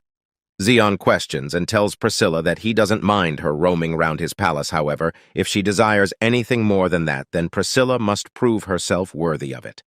Priscilla says that she understands and leaves the training ground. Prince thinks that this should be enough incitement for her. According to Zeon, if Priscilla doesn't want to become the Princess of Misfortune like she did in the novel, she'll have to put in bone-shattering effort. Thierry Ilones, leader of the Eternal Shadows, tells Zeon that the cross-verification that Zeon ordered is done. Additionally, she says that it seems that a coronation ceremony to officially acknowledge your status as the successor will be held soon. But in the process of preparing for that ceremony, they've detected movements from Third Prince Enoch and Regan Ursula's side. Are they finally on the move? Zeon wonders. Zeon says that he would go to the Imperial Palace alone. But before that, he asks Thierry whether the things that he ordered are ready. Thierry replies that everything's ready, but she asks, will everything really go as per Prince Zeon's plan? Of course, it's my master who devised it. Has master ever been wrong before? Lucina speaks up as she suddenly appears. She asks Zeon whether she can come with him. Zeon says that he doesn't want Lucina to go and tells her that the things that Lucina always looks for won't happen this time. Zeon pats Lucina's head and tells Lucina that there's something he must do by staying here, so he tells her to wait a little longer and leaves. In the Imperial Palace, many guests and all the nobles have gathered. Prince Enoch and Regan look at each other as they think that all the preparations are planned perfectly. Everyone is waiting for the main character, Prince Zeon Agnes of this coronation. But he is a bit late. They gossip how Zeon subjugated the Phantom Legion. One person says, who would have thought that the imprisoned Prince Zeon would subjugate a catastrophe of such difficulty? They assume that the Emperor might have known about Zeon's potential from the very beginning, which is why the Imperial Emperor chose Zeon as his successor. While some people think that Princess Evelyn might have orchestrated everything as the Ashen Division, and also the Ghost King Liam Raynor was present. As they were gossiping, suddenly an announcement is made that His Highness the Imperial Prince Zeon Agnes has arrived. Zeon enters and sits on a chair beside Princess Diana. Diana tells Zeon that it's her first time meeting Zeon after the throne room. She congrats Zeon for subjugating the Phantom Legion. However, she says that if Zeon keeps giving off such intimidating vibes, no one here is going to dare approach him. Why would I want to attract these people? I don't think they'll be very useful, Zeon answers. The event manager announces that Prince Zeon's succession ceremony shall commence. He requests Prince Zeon to take the stage. The person reads that, "The great Agnes Empire that has persisted for 400 years from the first emperor, His Majesty Aurelian." Regan intervenes and attracts everyone's attention and says that first, he would like to extend his congratulations for the achievements of this coronation's main character, His Highness Prince Zeon, on his subjugating of the Phantom Legion. The manager tries to stop Regan by telling Sir Regan that wait for the ceremony to finish, but Regan doesn't listen to him. Regan says that up until recently, no one would have thought that His Highness would be able to tackle one of the catastrophes and was called the imprisoned prince became a public laughingstock. Up until a few months ago, His Highness Prince Zeon became a completely different man. Regan accuses Zeon by saying that Prince Zeon passed the succession ceremony with confidence and even tackled a disaster. But just how could His Highness have changed so much within such a short period of time? Regan questions. Additionally, Regan adds that even if Prince Zeon gained some strength due to his Agnes blood awakening, it is impossible to acquire such power in such a short period of time. Lastly, Regan concludes that Prince Zeon is possessing a realm of strength that cannot be achieved through conventional means. Are you implying that Zeon has learnt some corrupt power? Sir Regan? Enoch questions. Regan replies, "Yes, sir. Zeon Agnes must have signed a contract with a demon to learn dark magic." One of the people tells Regan to elaborate what he is trying to say. Regan explains that there are two places related to Lord Zion where demonic power has been detected. One is where he stays, the Pointer Star Palace. The other is the Palace of Qualification, where the succession ceremony took place. A normal person never even makes any contact with demonic power their entire life. Yet, it was detected twice around Lord Zion. Regan concludes that Lord Zion is already exhibiting symptoms that are a result of borrowing a demon's power. Is that true? How? Did Lord Zeon really borrow powers from the demons? The people question as they get confused. Dark magic is forbidden throughout the Empire. Additionally, Regan says that someone of the royal lineage learning it will only ruin this empire's reputation. Can we continue with the ceremony when there may be a chance that my suspicions are right? Regan questions as he already called some priests from the church. Who are they? The people wonder. Regan explains that these people are high priests of the church that serve the light, who will check if Lord Zion has really learned dark magic. Regan reassures the people in the meeting not to be surprised by saying that the magicians behind them have only been stationed for their own safety. Regan thinks that this is his perfect victory against Lord Zeon, because his evidence is concrete and everyone here will bear witness. Regan then tells the priests to start checking Zeon. Regan thinks that restraining a member of the royalty in public is a crime that would usually get him killed. But it doesn't matter. As long as he can prove that Zeon learned dark magic. O light of the divine who sees all throughout this world, the priests recite as they create a magic circle surrounding Zeon. The priests use the holy spell, Arbat Dior, which discharges evil power, and if the spell is cast on a person who has made a contract with a demon, the light will disappear and the evil power will appear around Lord Zeon. Enoch smirks as he thinks that Zeon is really done for this time. Regan orders the magicians to be prepared because Prince Zeon might go crazy if the evil power takes over. "Yes, sir," the magicians reply. Regan is eagerly waiting for Zeon to show his true form. The light shines even brightly and then disappears, and Regan orders the magicians to restrain Prince Zeon, but in the next moment Regan gets extremely shocked as he sees Zeon completely fine without any evil aura whatsoever. "Why's there no evil power?" Regan asks. "So I guess it didn't go as you planned, Sir Regan?" Zeon questions. Regan realizes that he was played by Zeon. Zeon didn't try to stop Regan because of this specific moment. The tide of the battle has now changed, and the one who tried to restrain Zeon is being restrained himself. "Get them!"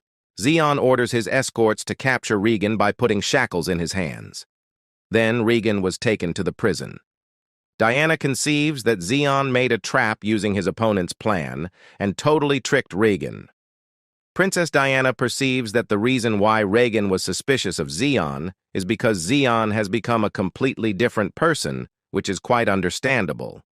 Zeon asks the person in charge to continue the ceremony. The person says that as Emperor Erdia's substitute, he grants Zeon Agnes the right to succession. Enoch's right hand shakes as he gets completely dumbfounded. Prince Zeon steps out of the stage and leaves the Empire Palace. As he is about to enter the Pointer Palace, he gets greeted by Leosha. "Are you back, Master?" Leosha asks as she runs towards Zeon. Zeon tells Leosha that he has something for her and shows her a map. Leosha asks, "What's this for?" Zeon replies that it is a map with the Blood Tower's location. Zeon thinks that the location of the Blood Tower, where blood magicians gather, is a secret, but the Eternal Shadows helped him to find it. Zeon tells Leosha that he wants her to go there. "Me? Why?" Leosha asks as she is unaware. Zeon smiles while telling Leosha to take over the Blood Tower. In the next scene, Regan is in prison, thinking that Prince Zeon has completely defeated him. How on earth was he able to hide it? Regan wonders, as he was sure that Zeon definitely contracted the demons because there were clear signs. "But how did this happen?" Regan shouts. He now regards himself as pathetic because he will be punished for insulting and hurting a royal, an attempted assassination of a royal, and maybe even treason. He then thinks that if the third prince, Enoch, used his power, maybe his life would be spared.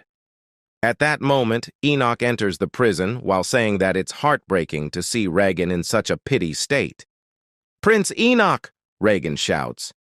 Enoch says that if only he had known that Regan would insult and attempt to assassinate a royal, then he would have cut off Regan's head himself.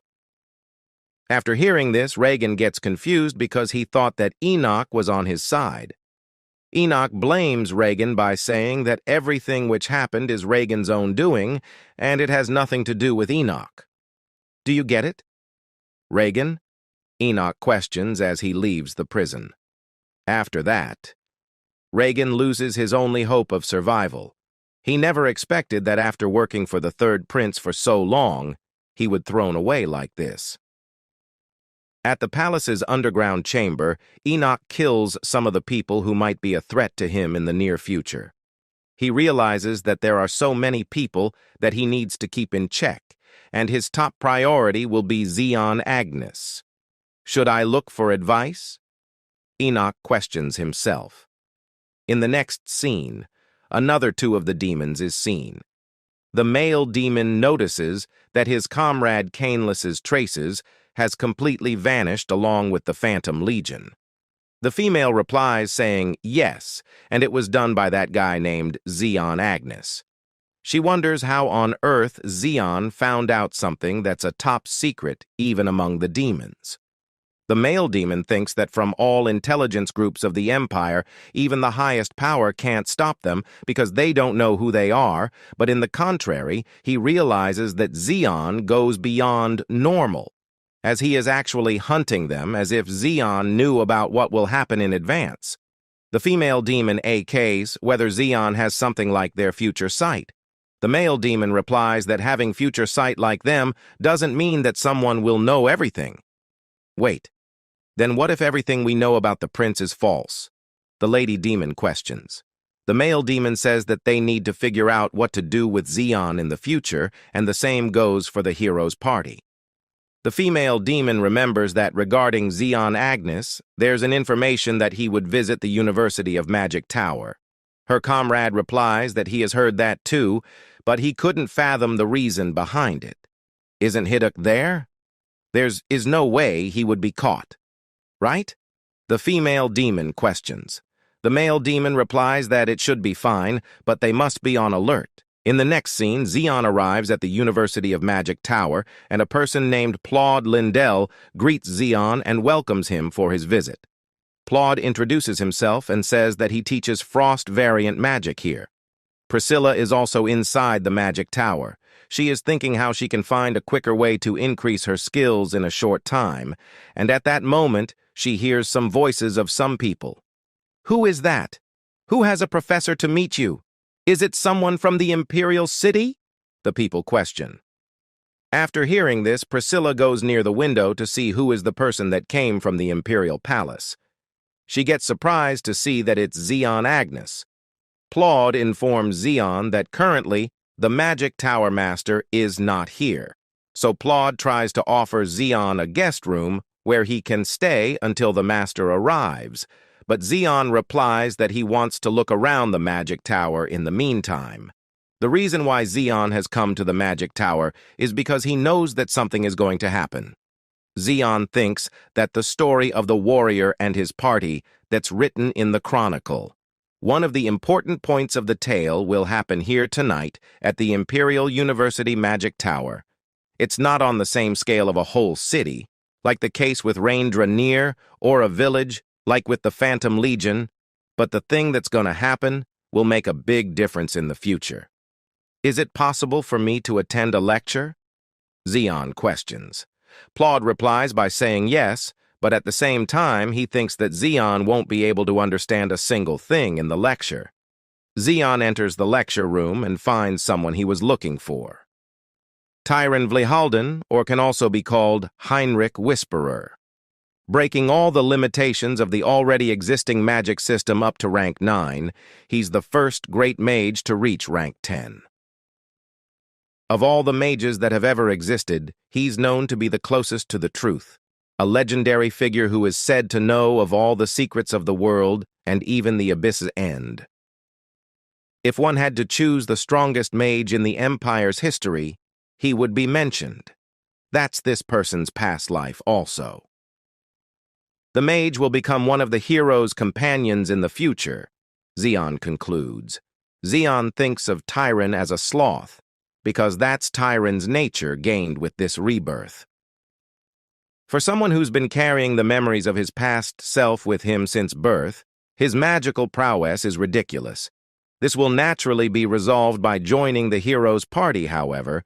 The problem is the incident that takes place tonight at the Magic Tower. The meeting between Tyron and the hero will be pushed back even further. Tyrant was the last to join the group. At that time, the war against the demons had already begun. Before he could match up with his party, he'll be off on a wild chase. He will become one of the reasons for the hero's failure to kill the Demon King, and if the hero's party fails, the Empire will also perish. Xeon thinks that there are two main things that can prevent the destruction of the Empire, or to be more specific, the world. The first is ruling the entire Empire and preventing the division. The other one is changing the tale of the hero and his party. Xeon thinks that the novel Chronicles of the Hero of Frozimar ends in a failure, so this time, Xeon has to change the ending from the beginning. Xeon attends the lecture. The lecturer gives lecture to his student regarding gravity-based magic. Then, do any of you students wish to share your thoughts on this? The professor questions. A student named Essen raises his hand. Firstly, Essen asks for the professor's permission to speak. He says that if other people can speak too, then he'd like to hear what His Highness Prince Zion, who is currently attending the class, has to say. He shares that he heard that the imperial family of Agnes receives extensive education from a young age, and thanks to the special powers that they possess since birth, they show exceptional abilities in any field. Additionally, Essien says that if that's the case, Prince Zeon must have a basic understanding of magic. Then he must have understood the formula written on the blackboard. Perhaps he may be able to offer a fresh take regardless of his level of expertise in magic. After all, the man sitting in the lecture is a prince of the great Agnes Empire. Lastly, Essien adds that since it's a hopeless problem. Anyway, listening to several different perspectives will be worthwhile. This boy, Essien, is a Priscilla lover, although it's one-sided. How dare the worthless prince show his face here after canceling his engagement with Priscilla, Essien thinks. He thinks that even if Zeon accepts, he won't be able to answer, and if Zeon doesn't accept, he'll lose face in front of everyone. The lecturer tries to intervene by saying that, up until now, there has never been a case where an observer has been questioned directly about the contents of a lecture, so he tells them that they can address the question later, but at that moment, Zeon gets up from the chair. He says that he would gladly oblige as someone wants to hear his thoughts so badly. Zeon then starts to write a magic formula that no one has ever seen, which astonishes Tyran. The formula that Zeon is showing now is the relationship between spatial distortion and time in gravity-based magic. Involving all three concepts of gravity, space, and time, it is a theory that cannot be properly defined with their current level of magic. According to the Chronicles, just before the war against the demons broke out, the perfect answer to this formula appeared. Even though it's the Chronicles, it is very rare to find a description of a formula like this. But still, Zeon thinks that Tyran must be interested in this. After all, the person who created this formula is none other than future Tyran. He has been endlessly studying it since his previous life. The only lingering attachment he has yet to let go of is the magic related to space and time. In the future, after Tyrant meets the hero, this formula will become the starting point that will ultimately result in a satisfactory ending. After finishing the formula, Zeon hopes that Tyran will awaken a bit sooner after seeing this. The lecturer thinks that he must write this formula down because he has never seen such a formula until now. "Bring me a pen and paper," he shouts desperately. Priscilla thinks that it's expected from Zeon, who is truly a man of limitless ability, but due to this, Priscilla feels like she absolutely can't stand beside Zeon as an equal. Zeon climbs up the steps and goes near Essien. Essien thinks that he had definitely heard that Zeon has never learned magic at all. Zeon tells Essien that he dislikes being tested. Essien gets terrified and falls to the ground. After that, Zeon leaves the lecture room to meet the Tower Master. Zeon has successfully grabbed Tyran's attention. Zeon thinks that the second reason why he came to meet the Imperial Magic Tower University's master may be even more important than meeting Tyran. After waiting for some time, the Tower Master arrives and apologizes to Prince Zeon for his late arrival. Zeon introduces Ahmad Ozlima, the Tower Master of the Agnes Empire's Magic Tower University, who is an archmage and who was also able to glimpse the secrets of the world, the endless seeker of truth, the White Flame Emperor, etc. The holder of various such titles, he is one of the strongest people in the Chronicles. Ahmad Ozlima explains that he was late because he was reading the formula Zeon wrote on the way here. He praises Zeon by saying that it was an answer that even he could learn a thing or two from. "Where were you?" Zeon questions. Ahmad replies that he had to address a minor family which he considers as a small problem, so he tells Zeon not to worry about it. Zeon shares that Ozlima is a prestigious family with a long lineage of magicians, a family that boasts their power among the top 5 families in the Empire, and the maternal lineage of the third prince, Enoch. Zeon conceives that Ahmad will certainly never exploit his power for his family or Enoch, because he's someone who's sick and tired of his family and power struggles. Zion remembers that Ahmad announced his disassociation from his family 20 years ago and stopped all external activities since then. He became a professor and devoted himself to training younger students. Perhaps his purpose behind visiting his family this time was breaking off his family's attempts to appease him, Zion concludes. Then, shall we get straight to the point? Zion questions. Ahmad replies that there's something that he would like to ask Zion. Your Highness, do you believe that the essence of a person exists? Ahmad asks. Zion didn't answer that. Ahmad says that he believes it exists. In fact, after glimpsing the secrets of the world, he believes he has glimpsed a fragment of a person's essence as well. He says that he has met Zion in the past, unlike the other princes and princesses, because the essence was so clear, he couldn't forget it at all. Additionally, Ahmad speaks that a person's essence is unchangeable, much like fate. And if that essence changes, they can no longer see them as the same person anymore. So, he asks Zion who he really is? Zion replies that the essence of a person is not important right now. What's more important is the fact that the person before him is called Zion Agnes of the Agnes Empire, who has survived in the Imperial Palace until now. Don't tell me. Is his essence really the only thing that has changed in order to survive at the Imperial Palace? Did the blood of Agnes in him awaken late? If it was enough to even change his essence in order to survive, just what kind of hellish things are happening in the palace? The Tower Master wonders. Ahmad understands his mistake and apologizes to Zion for saying something like that. Then he asks Zion why he came here. Zion explains that there are three things. Firstly, he wants the whereabouts of the strange doctor, along with a point of contact. Secondly, he wants to improve a magic circle. And lastly, he just needs Ahmad's help once. Zion introduces the person regarded as Strange Doctor. He's a doctor who was considered one of the top 3 in Chronicles, but his behavior is so eccentric and free-spirited that it earned him the nickname Strange Doctor. His location is always hidden and ever-changing. There's no way to meet him without the help of one of his acquaintances, and Ahmad happens to be one of the few close friends of the Strange Doctor.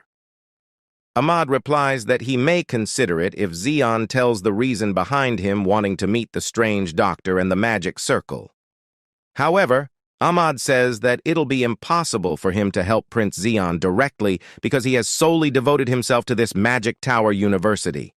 Ahmad explains that if he, who doesn't answer to his family or the Imperial Palace anymore, helps Zion, then he will be breaking his pledge.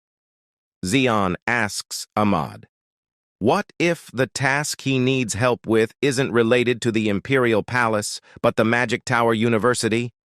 What do you mean by that? Ahmad questions.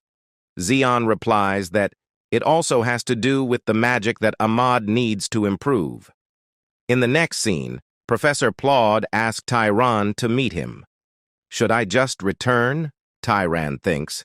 But then he decides that since it's related to an important aspect of his studies at the Magic Tower University, he might as well go. Tyran tells himself that he needs to review the formula that Prince Zion wrote, but it will be impossible to do that without a complete understanding of the formula. Tyran thinks that it didn't seem like Prince Zion was well-versed in magic, although thanks to Lord Zion, Tyrant was able to glimpse a way forward. As he is entering a class, Tyran gets shocked to see the flow of demonic energy. Is it demonic energy or black energy? He wonders. Then he figures out that the one who called him here is certainly Professor Plaud. Tyran, what in the world are you doing here? Professor Plaud questions as he pretends not to know anything. Professor Plaud, along with all the other professors, enters the room and sees dark energy around Tyran's hands. What is this? They all wonder. The person who was giving the lecture previously also suspected Tyran for killing the other students using demonic energy. Tyron realizes that he has already set foot on a trap led by Professor Plod. He finds himself in a troublesome situation where if he gets caught, he will be framed and named as a criminal who slaughtered his own classmates. He perceives that it's clear that Professor Plod is the real culprit, but there's no prop, so Tyron has no choice but to escape from here first. All the professors promise Tyron that they would not use force on him if he surrenders obediently. In the meantime, Plod smirks as he thinks that his plan is an epitome of perfection. Previously, Plod called some of the students, and Essien was among them. Essien asked the professor why he has called them, and why is it so important. Plod walked near Essien and said that it's something more important than educational matter. More important? Essien repeated. Plod said that today's the time for Essien to be finally useful. Essien screamed in pain as Plod already pierced Essien's body by transforming his hand into a blade. Ah! Spare us! Ah! The students screamed as they got killed one by one. Presently, Plod is thinking that from the very beginning, this was a trap set for Tyron Vlehalden. Plod could have easily killed Tyron by calling him alone, but he couldn't because the higher-ups doesn't want that. At that moment, Zeon enters the classroom. Plod thinks that they must be cautious because Zeon is hunting the demons, who are hiding among humans. Plod then thinks that it's good Zeon is here. Plod perceives that if Prince Zeon is really going around hunting monsters and demons, then cornering Tyran would be more easier by framing him as a demon, and if this goes well, Plod might not need to dirty his hand. So, Plod starts his seemingly ingenious plan. He tells Zeon that it's dangerous for him to go near because Tyran is the culprit. Zeon replies saying yes, the culprit has to be dealt with. Plod smiles as he thinks that everything is going as planned, but at that moment, Zeon slashes Plod's throat with his hand and takes out Aclaxia. Your Royal Highness Prince Zeon. What on earth is going on? The lecturer questions. Everybody gets confused by Zeon's actions. Zeon replies that he has found the culprit.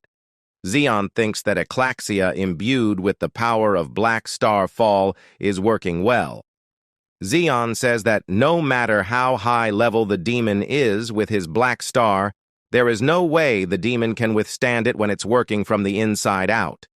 After some time, the demon named Hiduk comes out of the vessel. The bloodline of the Agnes is cursed.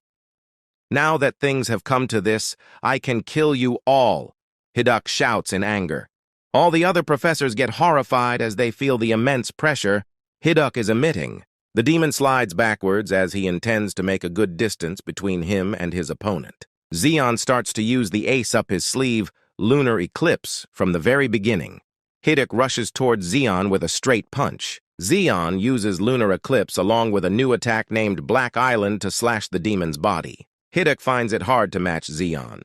Hiduk tries to speed up while changing the direction of his attack, and as he is about to land the second punch, Zeon notices Hiduk's fist and uses Lunar Eclipse's black spot on it, which makes a huge commotion. Tyron and the other professors are using high defense barrier magic to withstand Zeon's attack. Tyron feels that he doesn't even qualify to give assistance in such a fierce battle, which is clearly out of his league. Tyron thinks that although the ominous darkness is troublesome, the power gap is too large. Hiduk says that he would win. Your true opponent isn't me. What in the world is this? Ahmad Oslima questions. Zeon thinks that a term used to refer to the strongest beings in the world. Excluding the demons is the seven heavens. Among them, a magician who possesses enough power to annihilate an entire city alone gained the title of Mage of Destruction, and that was Ahmad Oslima, the White Flame Emperor, the fifth heaven. You're prepared to pay for your sins, right? Oslima asks angrily. Ah! Hiduk screams while burning because of Zeon's blue flame.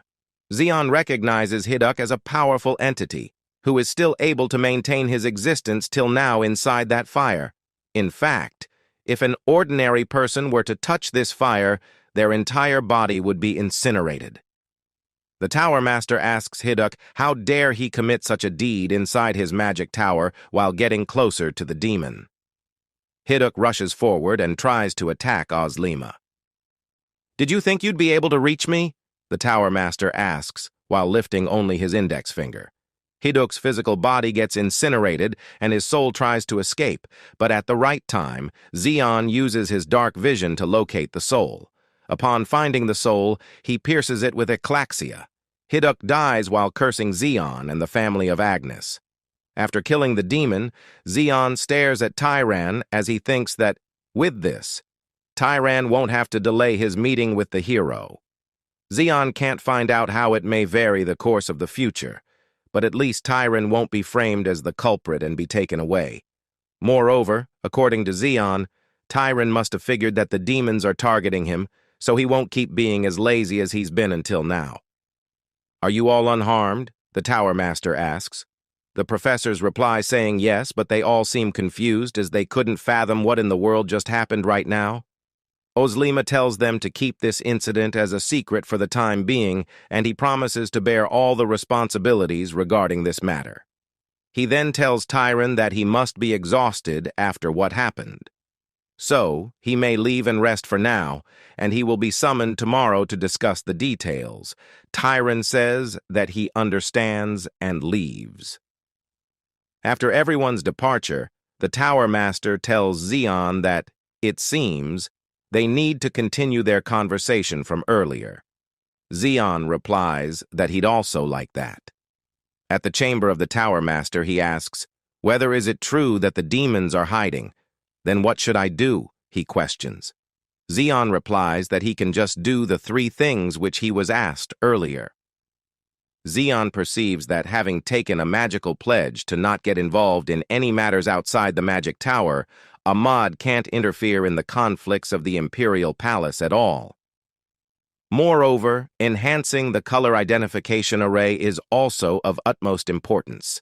As he is about to leave, he gets called by Tyran from the back. Tyran says that there's something he'd like to ask.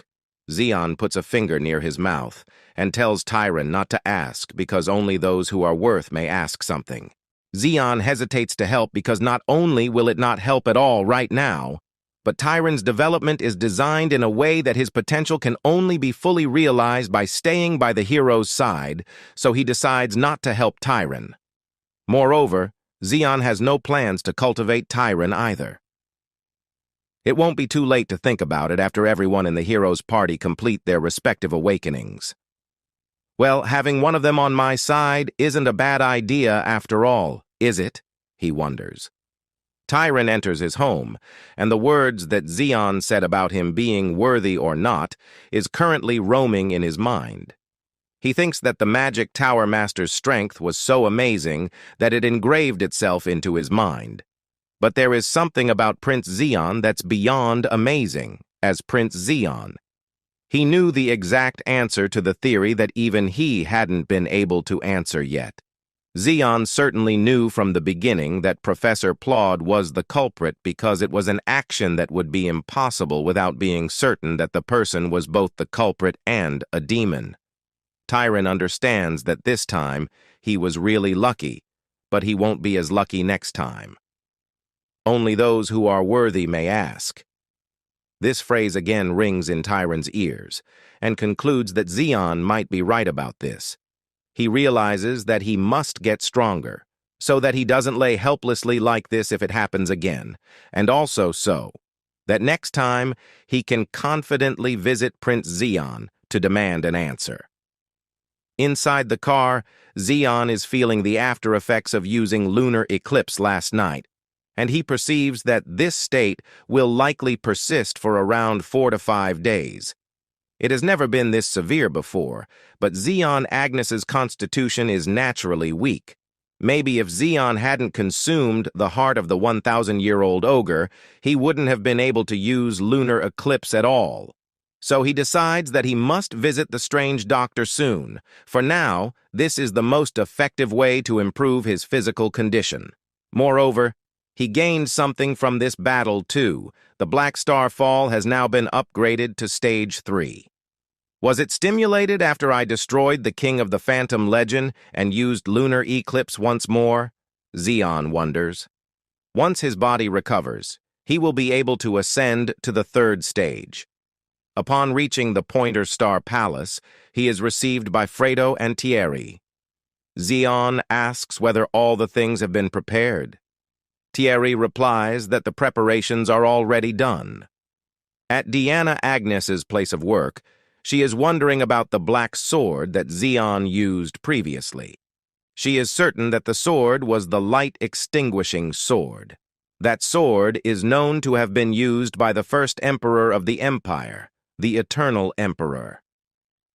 When she visited the underground treasury, she only saw a part of it. Who would have thought that the light-extinguishing sword would fall into Zeon's hands? What exactly happened?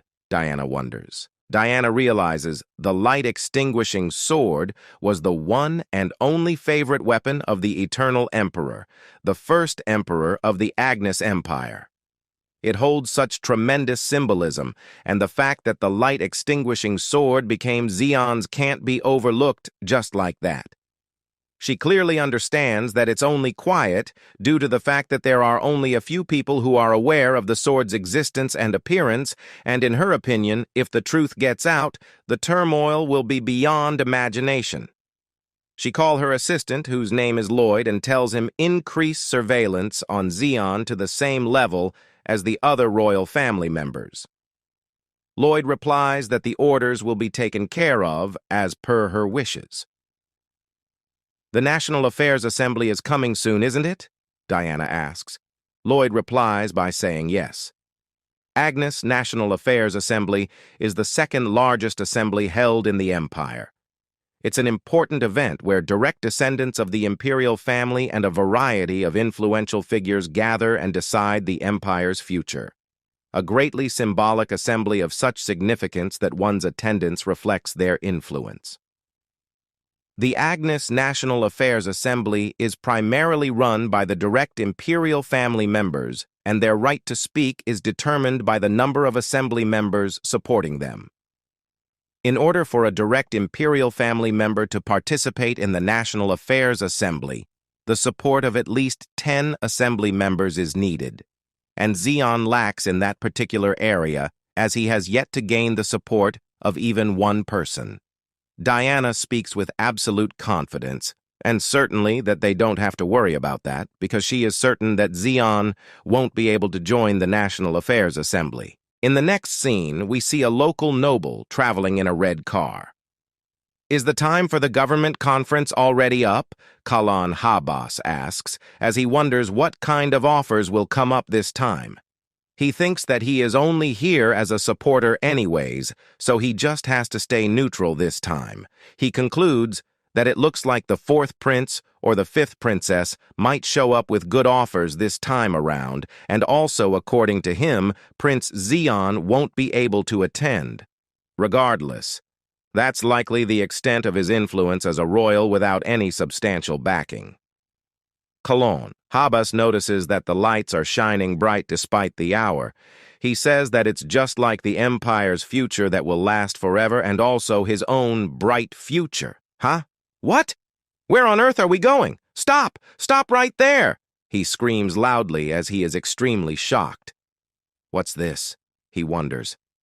The sight of his car being demolished by that unknown dark aura terrifies him. What the hell is happening right now? He shouts out of fear. He then sees a man walking towards him whose identity is still unknown. He then uses a summoning-type magic to summon his backups. He says that he doesn't know the person who is attacking him, but he won't stand still after seeing all that has happened now. After the arrival of his escorts, he orders them to capture the man. Two of the soldiers rush straight at the intruder upon hearing the order from the noble, but all of them were cut down in mere seconds. The others then hesitate to fight. Kalon Habas orders them not be scared of a single individual and keep attacking. Zeon, on the contrary, is defeating every one of them with ease, as if they are some measly ants. After defeating everyone, he walks near the noble. Who are you? Why are you doing this? Kalon Habas asks while being extremely horrified as he crawls backwards. "What do you think is the reason for this?" Zeon questions. At that time, the noble notices that it's the imprisoned Prince Zeon of the Agnes family whom he is talking to. Zeon explains that numerous instances of bribery, illicit wealth accumulation, and even though slavery has already been abolished, not only does Kalon Habas have many slaves to satisfy his twisted hobby, he even murdered his political enemies. "How did you know all about this?" Habas asks. Zeon replies that Sir Habas doesn't have to concern himself regarding those matters, as he will be provided with a once-in-a-lifetime chance. In the next scene, a person laughs. "Do you know who I am?" he asks while laughing wholeheartedly. "Ha! Of course, aren't you the noble Bukel Izzard?" Thierry informs. Bukel Izzard says that it takes nerves to kidnap a noble person like him. Despite knowing all about it, he informs that his knights must be on the move looking for him already. It won't take more than an hour to discover this place. Thierry says that it probably won't happen, and even if it happens then, Izzard will be bound to send the knights back himself. "What the hell are you talking about?" "Why would I send them back?" Izzard asks. Thierry, while ignoring the questions, brings out a paper. First of all, Thierry says that it would be better to look at this and talk a bit, while removing the mask from Izzard's face. In the next moment, Enoch receives a news from his personal informant. She informs that it looks like Prince Zeon will be attending the conference. There should be no lawmakers backing up, right? Then how come Zeon is attending? Enoch questions. She replies that it seems that the neutral lawmakers are being recruited in the shadows. "How dare Zeon even try to attend a government conference?" he asks angrily. He thinks that among the 11 lawmakers who claim to stand neutral, it's impossible to be able to recruit 10 people so quickly. But then again, when it comes to Zeon, it cannot be quite certain yet. He perceives that these matters should be handled properly. He orders her to make sure to get the information on the neutral lawmakers. He says that he will see the report once he has returned from the underground. Enoch then opens a portal to travel to the underground. At the same time, Zeon is thinking that it's the best moment to increase the potency of the Black Star, or else it would have to be postponed until the government conference ends. If everything goes as he planned, it won't take long, as something will switch the course of events. In his opinion, if he doesn't reach 3 stars until then, his further plans won't go smoothly. He starts to manifest the Black Star's aura around him, and after some time, he focuses all of that in one point. He realizes that if he was weaker than now, he wouldn't be able to break through. Finally, he says that now, it's the last one and the last shot he needs to make. Both Fredo and Thierry look at the night sky in amusement, as if the stars are looking more beautiful than before. At the Blood Tower, Master Kerma de Choles says that if the things goes on like this, the very existence of the Blood Tower is in danger. He wonders what he should do now to make things better. He says that in such times like this, all blood mages should unite, but even in such small numbers, there is no unity. It would have been nice if there was at least one person who was like the 1,000-year-old witch now. No, he wishes that the witch came here herself instead. At that moment, he receives a news that there's an intruder who has entered the tower. What? An intruder? Kerma repeats. He then goes on the balcony to check the scenario and witness people getting tied up by blood magic. Leosha tells Kerma that he sure took his time to show up. "Are you really Leosha Bloodwalker?" he asks. Leosha replies by saying yes indeed, who else might it be in a critical time like this? After hearing this, all the members start to shout, "Oh, see, it's the 1,000-year-old witch, the mother of beasts. It's the queen. Our queen has finally arrived." Thanks to that, now the control over the Blood Tower was easily taken over. But would it be useful taking them with me? Leosha wonders. Leoshina explains that those who have inherited blood magic have turned so weak, so she doesn't like how this is looking. It's annoying, but there's no other way. The only way left is to simply make them stronger, and especially Kerma. The news of Hiduk being killed reaches his comrades. Was it Zeon Agnes again? The male demon asks. The girl demon explains that, to be exact, their contact with Hiduk was cut off around the same time Zeon Agnes visited the Magic Tower Imperial University. The man says that he warned Hiduk in advance, but it seems that it didn't work that much. Then he asks about the magician whom they were supposed to kill. The girl replies that Hiduk was aiming for the magician from the beginning, and that might be the reason why Zeon killed Hiduk in the first place. He says that they also managed to find out some information related to the hero through the future eyes. The girl assumes that Zeon might also have the power of the future eyes. The demon man replies that it's not possible for Zeon to possess the future eyes. But still, the girl says that who would have thought Zeon Agnes would get that strong?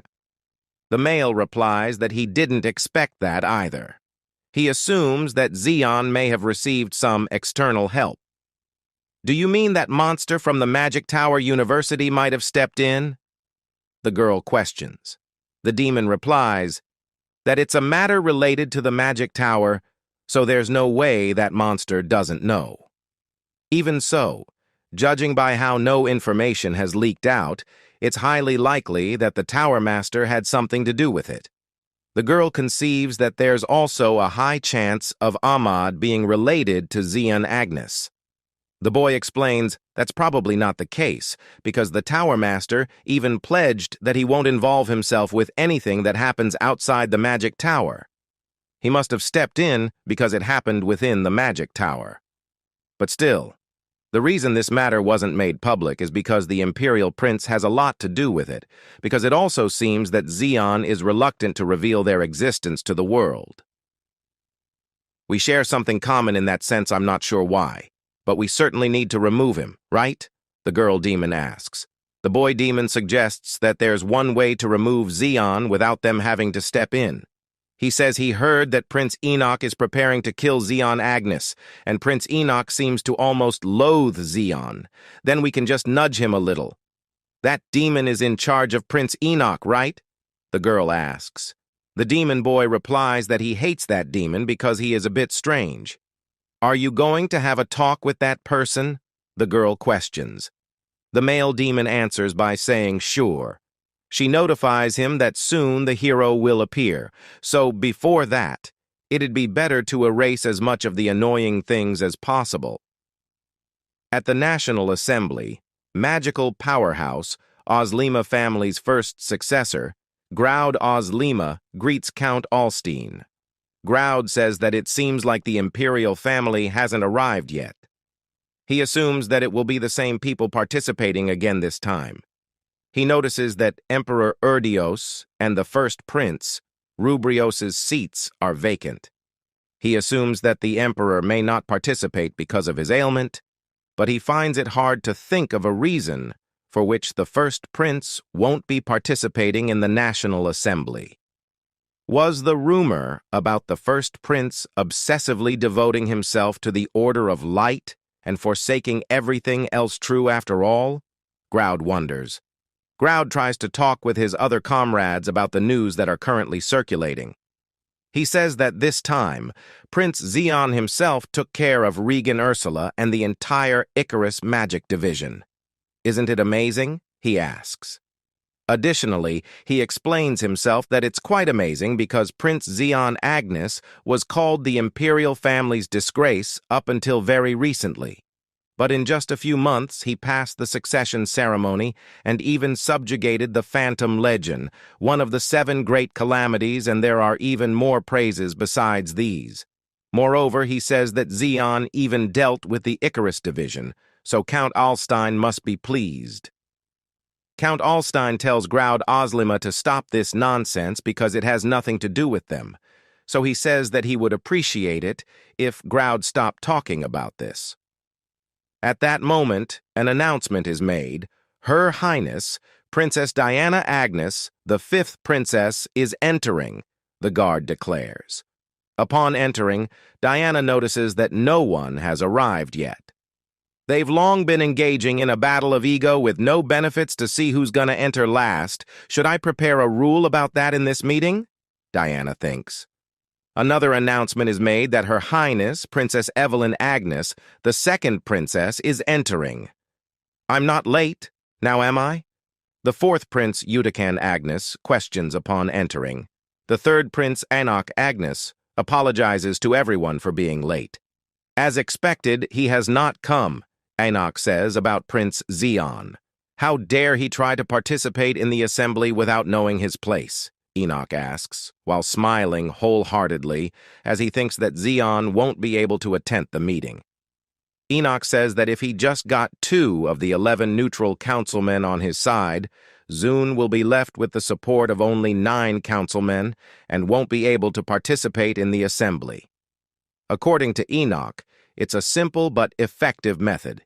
He thinks that with this, he has reclaimed the councilman whom Zeon had won over to, so nothing will go wrong. He is curious and eager to see the kind of face Zeon will make after a complete defeat. Princess Evelyn tries to say that they should begin the National Assembly, but gets intervened by yet another shocking announcement that shook everyone. The gate guards declare that His Highness, Prince Zeon Agnes, the 6th prince, is entering. Everyone attending the assembly gets completely baffled. Upon witnessing the charismatic way of Zeon walking towards his seat, all of his siblings had the same thought. How in the world did Zeon Agnes enter the assembly hall? They all wonder as they get puzzled. Wait, how is this person here? Just how? How did he enter the assembly room? Enoch shouts out loud in complete anger. One of the person from the magical powerhouse informs that Prince Zeon has obtained the support of at least 10 councilmen and therefore fulfilled the requirements to participate in the National Assembly. Enoch disagrees with the report and tells the boy to verify it again. The organizer replies that it's true, and in fact, it's 11 people who has signed to support Prince Zeon instead of 10. This news came as a sudden shock to Enoch, as if the ground under his feet has turned upside down. He then realizes something and turns around to see the look at the face of the people who promised to support him. Just who? Were there more neutral councilmen who I had failed to notice? Moreover, it's not 10, but 11 councilmen? What strings did Zeon pull this time? He wonders aimlessly as he can't find any conclusion. Zeon says that he has something to ask. Why did you assume I'd only garner support from the neutral ones? He asks, while smiling. Moreover, he tells Enoch that he should have worried about his own supporting people first. Enoch then notices that the so-called trusted people of his are now hiding their eyes from Enoch. The look on Enoch's completely defeated and furious face is a scene that is worthwhile to notice. Zeon declares that the time has come to begin the assembly. Princess Evelyn speaks up. She states the list and the items that were presented in the last assembly's agenda. Groud notices that Zeon Agnes isn't the same as before, as if he has become a different person. He says that now he understands why Regan claimed that Zeon practiced dark magic. Is that why Icarus was defeated? He wonders. Zeon feels that this may be troublesome as he sees a lot of familiar faces. Among them, about half of them, can be categorized into those whom he must kill and those whom he must save. Those who will be of help on the path he is about to walk, and those who won't. Those who are related to the demons, and those who are demons themselves. He decides that first and foremost, he must get rid of the easiest target. Evelyn announces that they'll conclude the agenda from the previous assembly and proceed with the review of the new agenda. Firstly, she says that they should review the agenda proposed by Utica Agnes regarding the increase of the military budget, and along the way in their conversation, Princess Diana and Prince Enoch share their thoughts regarding military budget. Diana feels strange because it's too quiet, and the assembly practically ends once the submissions and reviews are over. So, according to her, Zeon must have participated in the National Assembly because he wanted something, but he didn't even submit an agenda beforehand. That's what confuses Diana the most. Evelyn declares that the agendas are now complete, so they must conclude. Zeon intervenes and says that he wants to propose an agenda as well. Right here and now? What might it be? Evelyn asks. Zeon suggests that they must push the parade forward. By the parade, do you mean the Imperial Family Parade? Princess Evelyn questions. The routine parade of the Agnes Imperial Family, an event where the Imperial Family, accompanied by their forces, like the Night Orders, parade before the citizens outside the Imperial City. While demonstrating the Imperial Family's splendor to the citizens, it also announces the Agnes family's well-being. It is also used to announce that a direct descendant of the royal family has had their right to ascend to the throne recognized in order to gain the citizens' acknowledgement. It was a significant event, but it wasn't seen as anything exceptionally important. Moreover, in order to conduct the parade, one must basically have full control of their force. But Zion lacks such a force, and even if it's postponed, it may not be of any help to him. Why would he want to advance the routine parade all of a sudden? Is he being serious now? Evelyn thinks. Zeon replies by saying yes, and he believes that a week will suffice. Udican happily agrees. Diana states that she is against it. She explains that if they suddenly push forward the Imperial Family Parade, it will disrupt the existing schedule. The main reason why Diana is against it is because she thinks that Zeon couldn't have proposed an idea without a plan. She thinks that she must be careful until she figures out what Zeon is planning. Evelyn then asks Enoch about his opinion. Enoch replies by saying yes. Enoch thinks that Zeon is trying to make an opportunity for himself, and because Enoch was going to propose it anyway, he thinks that Zeon must be planning something again, but it doesn't matter, because this time, no matter what it takes, Enoch makes an oath that he is going to destroy Zeon. After the Nation Assembly, Evelyn talks with Zeon that she thought Zeon wouldn't even pass the succession ceremony, but it seems like her judgment regarding Zeon was wrong. She remembers a past incident when Karen said that Prince Zeon's skill are increasing at a monstrous rate.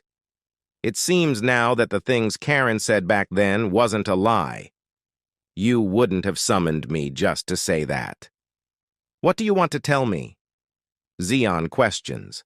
Evelyn says that she summoned Zeon because she has something to ask. She says that she wants to know the reason why Zeon made such a proposal during the National Assembly. Zeon asks whether she is referring about pushing the parade forward. As far as I know, apart from a few knights guarding the Pointer Star Palace, you don't have any forces. Why did you push the parade forward? Evelyn asks. Zeon replies that he did that because that way he can draw them in. Evelyn says that she doesn't understand anything Zeon is talking about, but she asks whether Zeon needs any knights for the parade. Zeon replies that it won't be necessary. Instead, there is something that he needs to tell her. What is Zeon planning this time? I don't get why he made such a suggestion at the National Assembly, Diana thinks. She hadn't even detected any kind of movements from Zeon up until now. Is Zeon really planning to participate in the parade alone? She wonders. At that moment, she is informed that she has a guest. A guest? Who is it? Diana questions. The knight says that it is Prince Zeon Agnes. Diana gets surprised as she quickly orders the knight to escort Zeon inside. Diana says that it's been quite some time since the two of them met by themselves like this.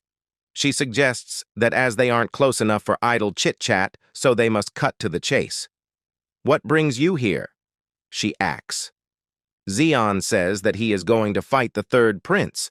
What did you say? You're going to fight the third prince? The third prince, Enoch? You must realize that it sounds ridiculous, right? Diana asks. Zeon says that he is going to make it make sense, and in order to do that, he tells Diana that he wants to borrow her power until he strikes Enoch. After hearing this, Diana laughs loudly. She says that if it is a joke, then it is a funny one. My dear little brother, why should I risk a full-scale war with a royal family member and lend my forces to my little brother who lacks any significant power? If I lend you my power, what do I gain? And in the first place, why did you think I would lend you my power? Diana questions constantly. She says that for someone to suggest such a thing, the two parties involved have to be on equal footing. You surely don't believe that we're on the same level. Do you? Diana asks while releasing her aura to intimidate Zeon. Zeon also starts to release his aura. He says that there is something that he would like to ask. Who gets to decide that level? He asks while releasing his tremendous dark aura, which shakes up the room. Diana realizes that it's neither magic, martial arts, or even the celestial star sea. It's similar to the celestial star sea, but it's something even darker than that. Am I the one getting afraid? She wonders while being terrified. Zeon tells Diana that she doesn't need to personally intervene in the battle. She just has to lend Zeon the elemental army, also known as Igrasia, under her command. Let me ask you one more thing. Why did you look for me? Diana asks, while making a serious, rough countenance. Zeon replies that it's because he knows that she loathes the third prince, Enoch, the most. Diana asks whether it's just because of this reason. Zeon adds that it's also because of what's under the Red Star Palace, the same Red Star Palace where Enoch stays in.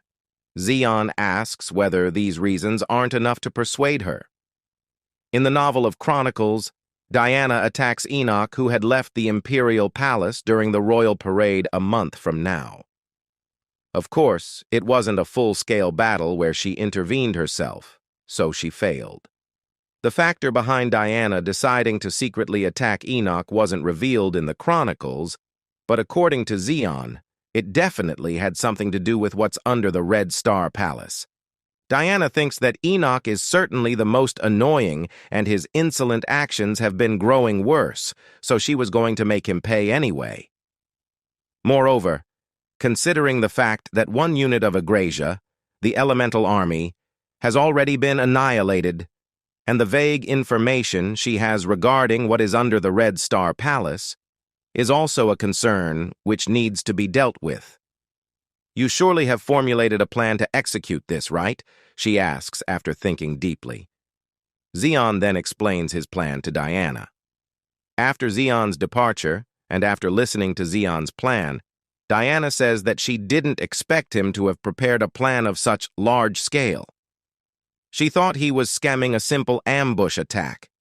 Moreover, he wasn't even aiming for the parade. It's destructive and yet extremely dangerous. But if this really works out, Enoch's existence itself will be completely erased from the Imperial Palace. When she thinks about it, it's not completely impossible, rather, in another sense, a better opportunity than this may not arise again. So she thinks that now that she has agreed to it, she can't back out anyway. How many elemental armies are currently at our disposal? Diana asks her manager. The manager replies that all units except for the 7th and 8th that are carrying out their missions outside the Imperial City. Diana orders him bring them to the Blue Star Palace immediately, and he must make it seem natural, like they're doing it for the parade. The manager bows down his head and leaves the room while saying that he understood. Diana says that since she is at it, it's best to go all out from the beginning. Betrayal, are you there? Enoch calls for his assistant. Where else would I be if not in this Imperial Palace? Betrayal questions while smiling. In addition, he was trying to meet Enoch anyway, and as expected, it seems like both of their thoughts coincided. Enoch gets irritated as he tells Betrayal to stop this nonsense and asks how the experiment is going on. Betrayal replies that, thanks to the continuous supply of test subjects, by His Highness Enoch. They've made significant progress, but they will need more time for perfection. How much longer? Enoch asks. Dirrell answers that he supposes that they'll need a few more weeks at least. Enoch thinks that it'd be perfect if it could be completed before the royal parade, but well, at the same time, it doesn't really matter to him now as he doesn't know why Zeon suddenly advanced the royal parade, but he decides to use it thoroughly against Zeon. Right, how are the preparations for the parade going? Dirrell questions. Enoch answers that it's perfect, and it's just as Dirrell said, Zeon's motive behind executing the parade. Sooner is likely to force Enoch out of the Imperial Palace. To prepare for that, Enoch planned to secretly withdraw all his forces from the Red Star Palace tonight to get them out of the palace. Of course, according to Enoch, even with only the forces mobilized at the parade, it is possible to easily trample on the traps set by the likes of Zeon, but that sly fox has already exceeded Enoch's expectations a few times. Enoch is damn serious to completely crush Zeon with his overwhelming power this time around. He smiles while thinking that even if Zeon doesn't attack him, he can just attack Zeon first. Dirrell, while dancing, says that, at this rate, as long as no unexpected variables arise, they'll certainly be able to kill Prince Zeon. Suddenly the mood changes. Dirrell seriously advises Enoch to be careful, as the rumors regarding Prince Zeon recently have been unusual. Enoch reassures by saying that it doesn't matter. Even if Zeon is 10 times stronger than the rumors, he is confident that he can crush Zeon just fine this time. Enoch thinks that he won't grant Zeon a swift death. Rather, when Zeon falls into complete despair, Enoch will drive him into a corner which he can no longer escape from and take his time killing Zeon so that he experiences the worst pain possible. Outside the Pointer Palace, Zeon receives the news that the third prince has started to take actions. "What about Leosha?" he asks. The informant replies that Leosha has already arrived at Hubris, which reassures Zeon that she would be able to arrive in time. "Are you going to leave immediately?" the informant asks. He suggests that it would be wise to wait for the Witch of the Heavenly Slaughter to reach the Imperial City. Zeon replies that it's not needed, as the attack must be done now. Zeon thinks that annihilating a unit of Diana's elemental army and proposing to host the royal parade sooner at the National Assembly was all done for this day.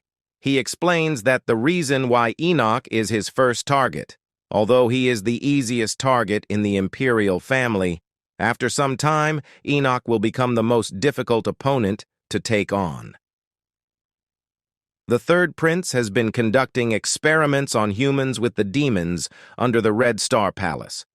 Soon, Enoch will achieve a substantial result from that experiment and grow stronger rapidly. Originally, the peak of his power surge would be when the royal parade was supposed to be held, precisely in 1 month time. At that time, Enoch will be as challenging to eliminate as one of the world's strongest beings, Evelyn. That was also why Diana's attack failed in the Chronicles. The 1 week that Zeon had the National Assembly move up the royal parade by his window of time to kill Enoch. Finally, the time has come to start the first Imperial family hunt. The gatekeeper of the Red Star Palace, Albert, is having a chat with his fellow worker. Even if Icarus is in ruins, shouldn't the lesser knights from the Imperial City be sent to stand guard duty? Albert asks. The other gatekeeper tells him to stop grumbling. He says that, to be honest, he is just thankful that they're still alive right now. Albert agrees with his friend and says that it's true. But still, this is too much because it's not like it was their fault. So why they are the ones being punished for their superiors' poor choices, he asks. The gatekeeper tells Albert to be quiet. For now, at least because they should keep a low profile, and once things calm down, they may be moved to different magic divisions. Suddenly, Albert notices something, as he points out in front by using his finger. Zeon enters with the army of Agrasia. As the gatekeeper's mind is processing the gravity of the situation, in mere seconds, his friend Albert is beheaded, and so is he. Zeon, with his army, infiltrates the Red Star Palace. Every knight protecting the Red Star Palace, after noticing that they are under attack, charges straight at Zeon. "How dare you attack the Red Star Palace in which His Highness Prince Enoch resides?" one of the charging knights asks. The commander knight of the Egrasia orders his troops to attack the ones that are charging first. They use water elements to make sharp tips of spears and launch an attack at the enemy knights. All the enemies get a sudden shock. Agnes Empire's strongest elemental army. Why is Egrasia here? They wonder as they get puzzled. The first wave of the enemy knights were dealt with ease, due to Egrasia's mighty power. The enemy team didn't even think that tonight they would get an ambush by the strongest elemental army of the Empire. Zeon thinks that the strongest elemental army in the Agnes Empire, Egrasia, was named that because just a few hundred of them have strength comparable to that of a squadron.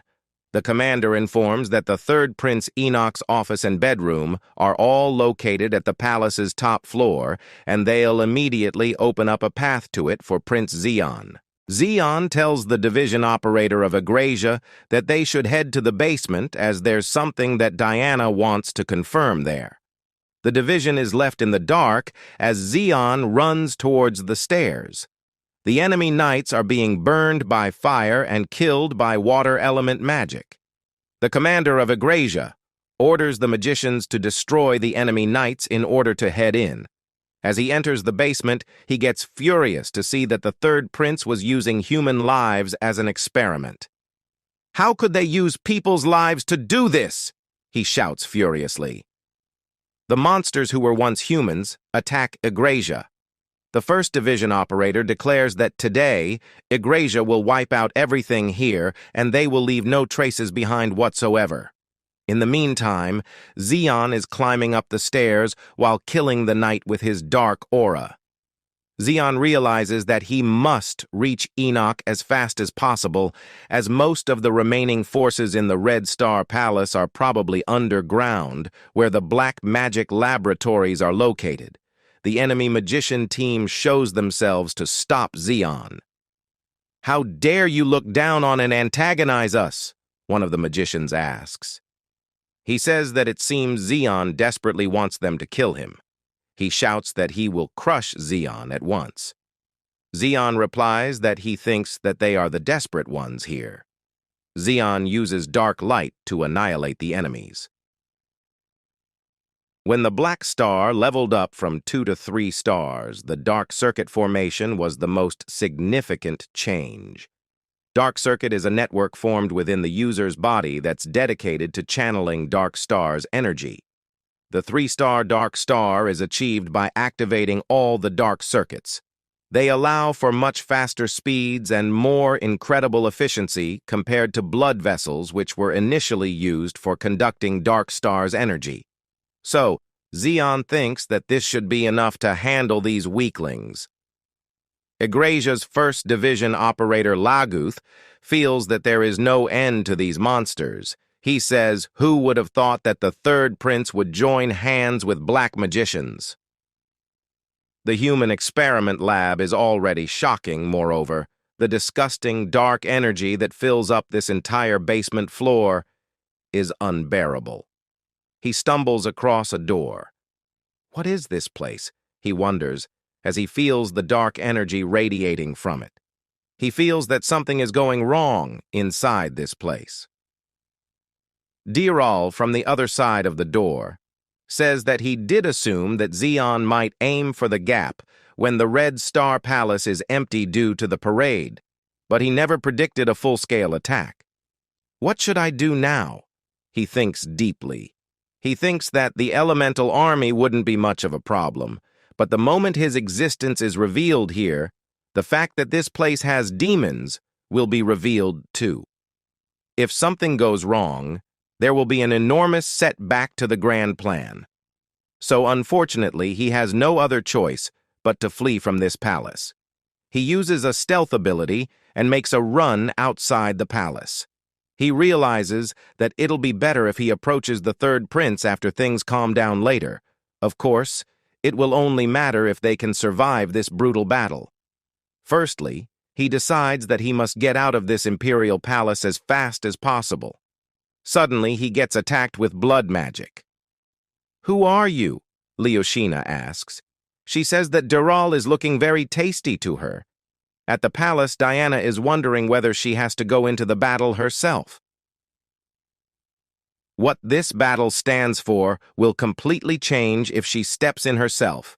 And well, to be honest, the moment she sent out Agrasia, she already realized that she essentially declared her involvement.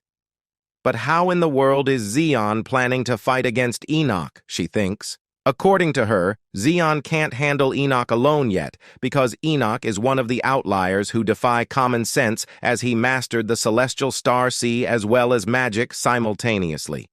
Well, if Zeon dies, it won't be too bad for her either. But she is also curious about what's under the Red Star Palace. She thinks that at the very least Enoch has to die tonight. After hearing the news of the attack, Evelyn gathers with her army. "What? The Elemental Army? In the Red Star Palace? Was this what you wanted, Zeon?" Evelyn asks as she stands on the hill.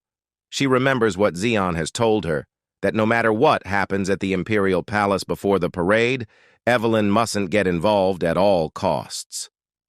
Judging by the countless elemental energy emissions, Evelyn wonders whether Diana is involved too. She thinks that nobody could have thought that things will blow up to such a proportion. While running inside the palace, Zeon wonders whether the magicians just now were the last of the forces. He then thinks that there's no way the infiltration of this palace will be this easy. Suddenly, he gets attacked by a girl demon and blocks it. The girl demon compliments Zeon for having such sharp senses as he was able to block this kind of ambush. She then jumps backwards and another orc-like demon attacks Zeon. Independent Demon Squadron Mid-Tier. Male Demon Adum and Independent Demon Squadron Mid-Tier Female Demon Kazanya ask Zeon whether he has come here alone. Adum asks whether there is any need for them to fight with Zeon. Kazanya agrees with him and questions whether Diral doesn't know his own capabilities. Adum replies that Diral is being too much as he sent them to fight with such a weakling. Kazanya says that she thinks that Diral must have not thought that Zeon would have come here alone. Well, she guesses that this is perfect, as there were some annoying rumors about Zeon anyway. So killing him when they have a reason doesn't sound bad either. Adam agrees with her. He suggests that they should get rid of Zeon and go down, as there seems to be quite the ruckus in the basement. Kazanya replies that she thinks that Adam will be enough to take care of Zeon. At that moment, Zeon speaks up. He says that there's something that he needs to ask them. He asks them, what do they think about bugs that crawl around on the floor? He sets an example by saying that, let's suppose those bugs are blocking your way and talking strange nonsense about not knowing one's place, killing you and whatnot. How would you feel? Wouldn't you be extremely annoyed? He questions while transforming. On the contrary, Kazanya doesn't understand what Zeon is blabbering about. Zeon replies that's how he is feeling right now, extremely annoyed by some bugs. Zeon moves as fast as lightning and grabs Kazanya heads to push her down. The enemies didn't even notice when Zeon moved. Adum gets angry as he releases his demonic mana and rushes towards Zeon while saying that he will tear Zeon apart till there's not even a trace left. Zeon unlocks a new power, the armor of the deceased. If the light-extinguishing sword, Eclaxia, is Zeon's weapon, the armor of the decreased is Zeon's armor. While boosting all kinds of physical abilities, it also completely protects the user's body from all external influences. He uses the attack-pitch Dark Thunder to eliminate Adam, which traumatizes Kazanya. He says that the bugs are quite tenacious too while grabbing Kazanya's. Finally, he finishes the Kazanya with an impactful punch. It occurs to him that Enoch is blatantly calling for him by doing all sorts of things. Upon reaching Enoch's chamber, Zeon sees that Enoch is sitting on a chair, waiting for him to come. Enoch says that he expected that it was Zeon who will come here. "Who would it be if not me?" Zeon asks. Enoch bids Zeon welcome. He says that he must treat his precious guest with utmost care. Meanwhile, Leosha is attacking Betrayal with her snakes, using blood magic. Where did someone like her suddenly appear from? Who is she? Betrayal wonders as he dodges the snakes. It terrifies Betrayal as he realizes that Leosha is almost as strong as the seven heavens. He gets perplexed as he thinks that there's no way he hasn't heard about someone this strong. Was there someone in the Empire? No. In Imperial Palace who could wield blood magic to this extent? He wonders while being clueless. He realizes that his first priority is leaving the Imperial Palace, and if he wastes more time here, the Imperial Palace Night Order will come swarming. He then uses his demonic energy to cut Leosha's body. He gets surprised to see that he defeated the girl that easily, without lingering. He decides to run quickly. As he turns his back to run, he hears a voice. "Going somewhere?" the voice asks. Betrayal turns around and sees that Leosha is restoring herself. Leosha says that she is not done yet. She uses her ultimate attack, the Sangria Requiem.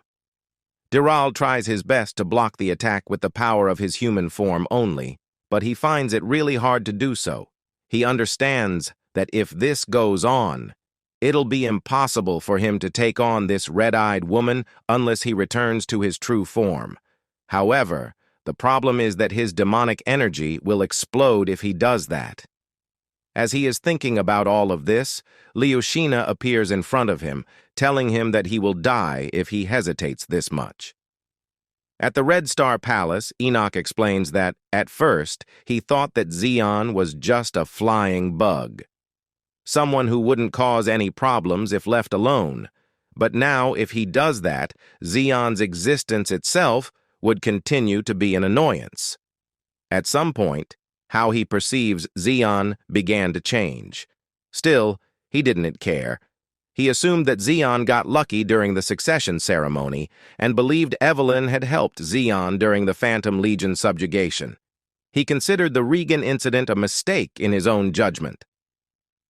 However, he can see it clearly now that he was dancing in the palm of Zeon's hand from the very beginning. Enoch states that he acknowledges Zeon, and that's the solitary reason why he should harness all of his powers to kill Zeon right here and right now, while realizing his tremendous aura, a power mastered by the direct descendants of the Agnes family, the celestial star C. Before Enoch's succession ceremony, he was less talented in wielding it than his siblings. He could understand that Rubrius, the first prince, and Evelyn were able to harness the celestial star C before him. But the moment he saw that even Utican and Diana had gotten ahead of him, he had no choice but to face the truth that he had tried so hard to ignore. He could no longer deny it. 4 stars. That was all the celestial star C granted to him. After that, he immersed himself into studying magic obsessively. Was it because the Oslima family was my maternal family? He thought, and because of it he was easily able to reach the 8th circle, and once he grew capable of combining that magic with the celestial star C. In his own unique way, he was finally acknowledged as one of the monsters of the Agnes family. But that was still not enough for him, as he cannot secure the throne with this. The celestial star C denied his further growth, and his progress in magic was agonizingly slow. At that time, a person came to him telling him that he will escort Enoch right to the throne. In return, there's something that Enoch must do with that person, named Betrayal. Enoch accepted that offer and made Betrayal a laboratory underground. In that place, they conducted experiments without discriminating between species. But Enoch didn't care about any of it. No. He even encouraged it because the results of those experiments resulted in his own growth. Presently, he is standing in front of Zeon with all that gathered power over the years in order to kill him. Zeon, while transforming into his armor of the deceased, says that he would like to do the same thing to Enoch. The spiritual pressure of the room increased tremendously because of these two fighting head-to-head as if the room is being frozen to its core. Upon seeing Zeon's new form, Enoch thinks that he doesn't know what the heck is this. But as long as it's not the same celestial star C, it doesn't matter. Regardless of what power that darkness may hold, he can just suppress it. Enoch launches a huge scale attack using the 8th circle magic along with the celestial star C.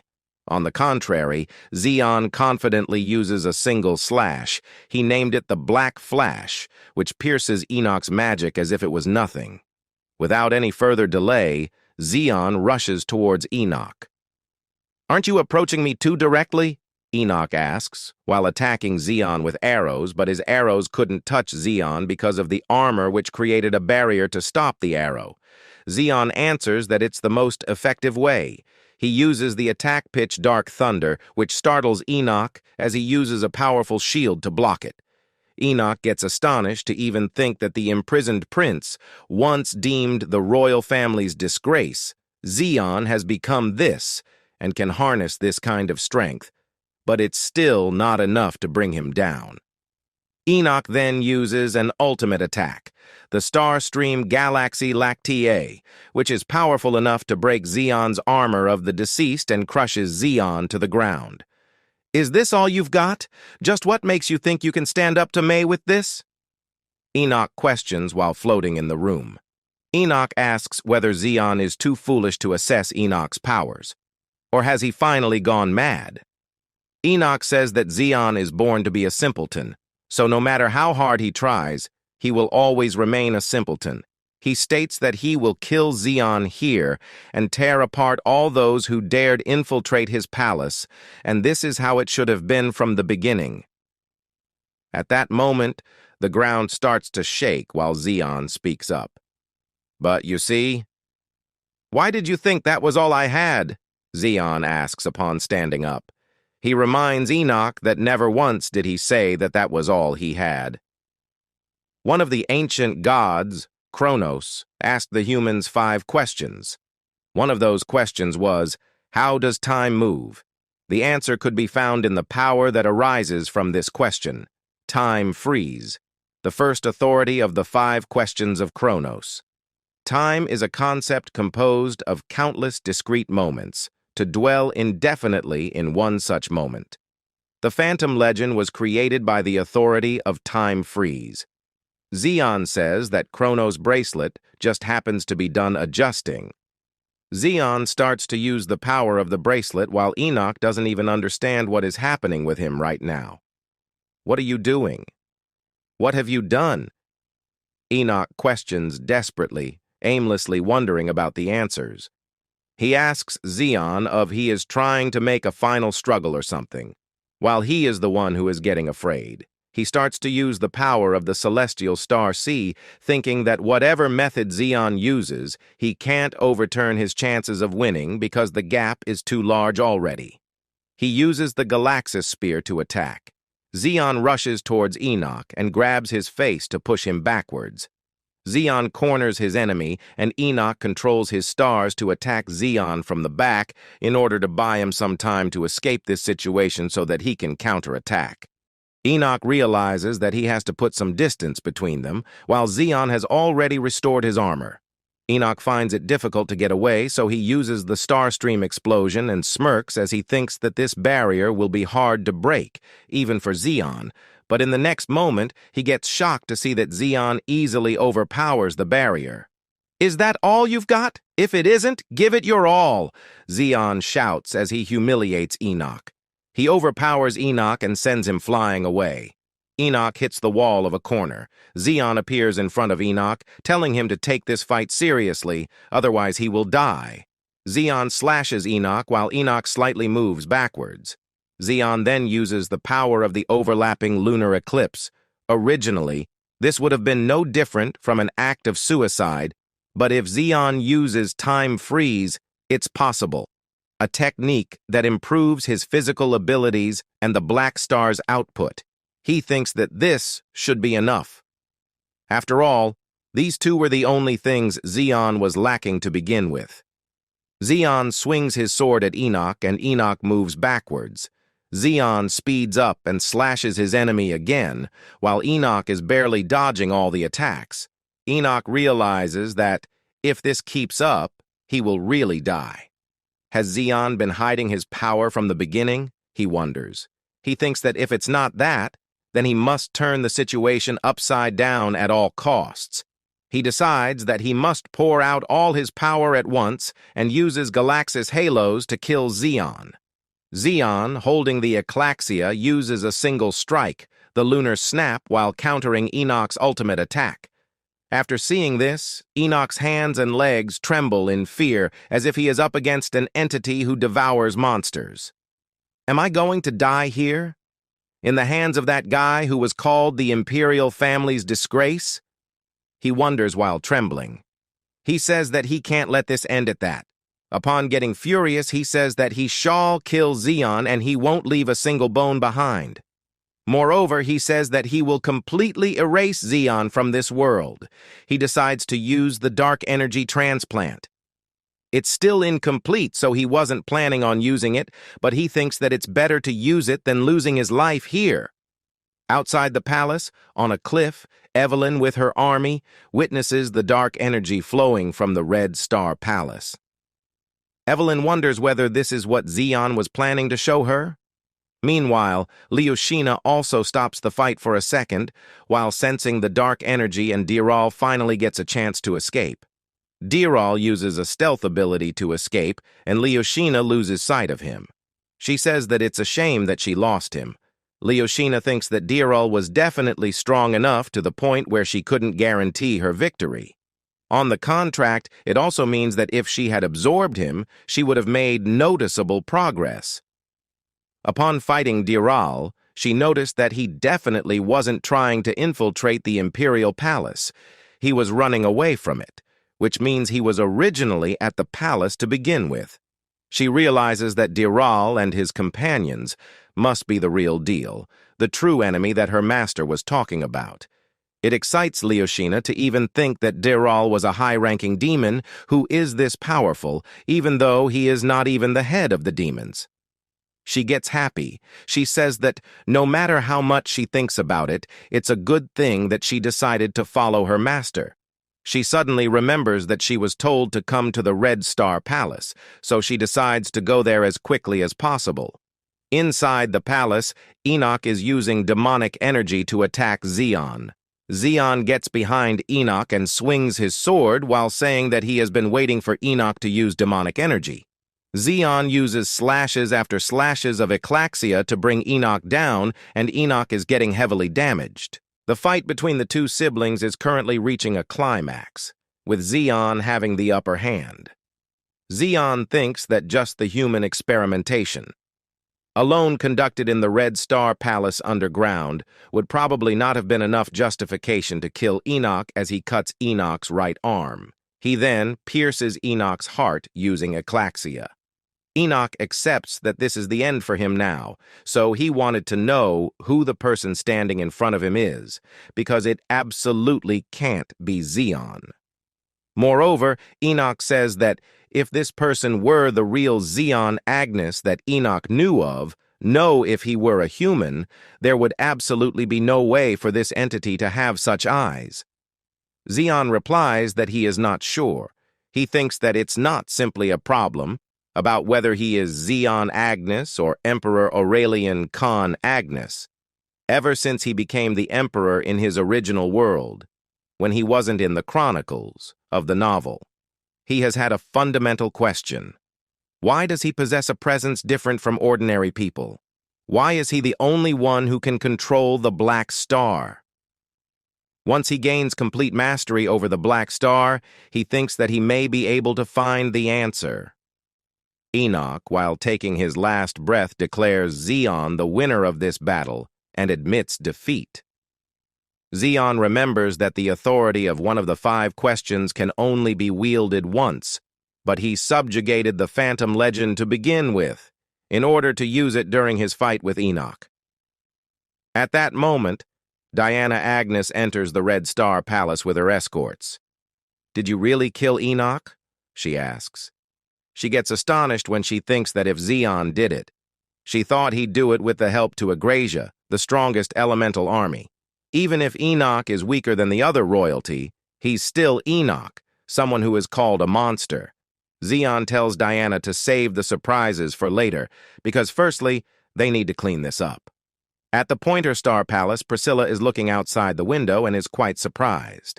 She says that it's her first time seeing so many people rushing somewhere like that. She questions Zeon why isn't he letting any one of them in. Zeon simply replies that it's because he doesn't need them. Zeon thinks that among those on Enoch's side, Thierry from the Eternal Shadows has already won over the useful ones. Those making their way here are just ordinary people who won't be that helpful, so there's no reason for him to meet them. Priscilla stares at Zeon and notices that he definitely looks the same as before, but he feels like a different person, and his vibe is completely different. How does it taste? Surprising, isn't it? She asks while smiling. After she learnt that Imperial Prince Zeon enjoys coffee, she learned how to brew coffee from one of the top 5 baristas in the Empire. Zeon replies that it is indeed surprising. Because of how bad it tastes, teases her till the end. Leosha says that she thinks that it tastes all right, except for the overly strong acidity. Priscilla gets dumbfounded as she thinks that she is foolish for expecting anything as a compliment out of Zeon's mouth. Leosha tries to console Priscilla, who is crying, by saying that her master has quite a picky palate, so it's difficult to please him. Upon noticing Leosha, Priscilla wonders whether there is demon blood flowing through her body. She shouts at Leosha that she doesn't need her evaluation regarding this matter. Priscilla says that there's something that she needs to ask Leosha. "What in the world is your relationship with His Highness since you keep calling him master?" she questions. Leosha replies, while firmly touching Zeon's face by her hand, that her master is everything to her and he even owns her soul. "What?" Priscilla shouts in astonishment, while Zeon gives Leosha signs telling her to back down. Zeon feels that the aftermath from using lunar eclipse last time is still here. He is almost recovered by resting, but the fundamental problem is that the gradual accumulation of damage within his body isn't disappearing. If this were his original body, he would have had no permanent after effects after adequate rest, and if he keeps using lunar eclipse like this body may end up ruined.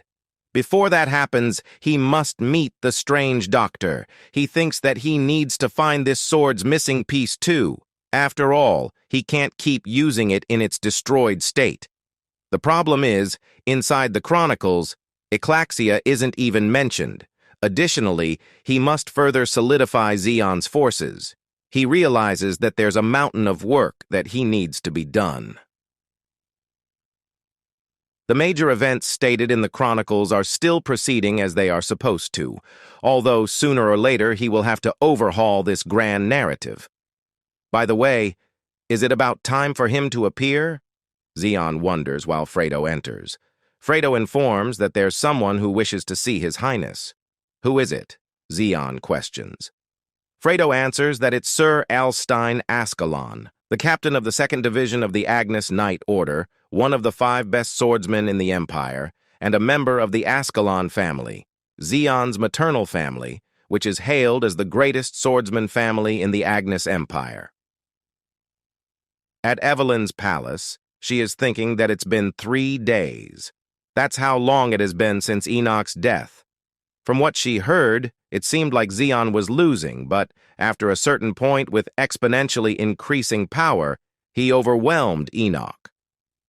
What's more amazing is that, in this situation, instead of opposing it, the forces on Prince Enoch's side, including the Oslima family, seemed to be trying to distance themselves from it desperately.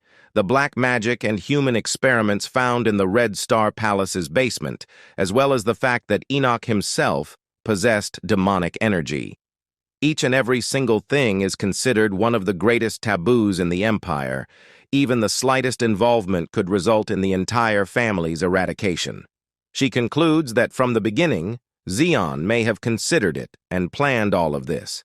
He purposefully advanced the succession ceremony, emptied the Red Star Palace, and took bold actions. Moreover, he's even absorbing Enoch's forces at a speed similar to Diana's. She realizes that she may even need to prepare to compete against Zeon now. At that moment, she is informed that she has a guest. "Who is it?" Evelyn asks. The knight replies that it's the fourth Prince, Uticon.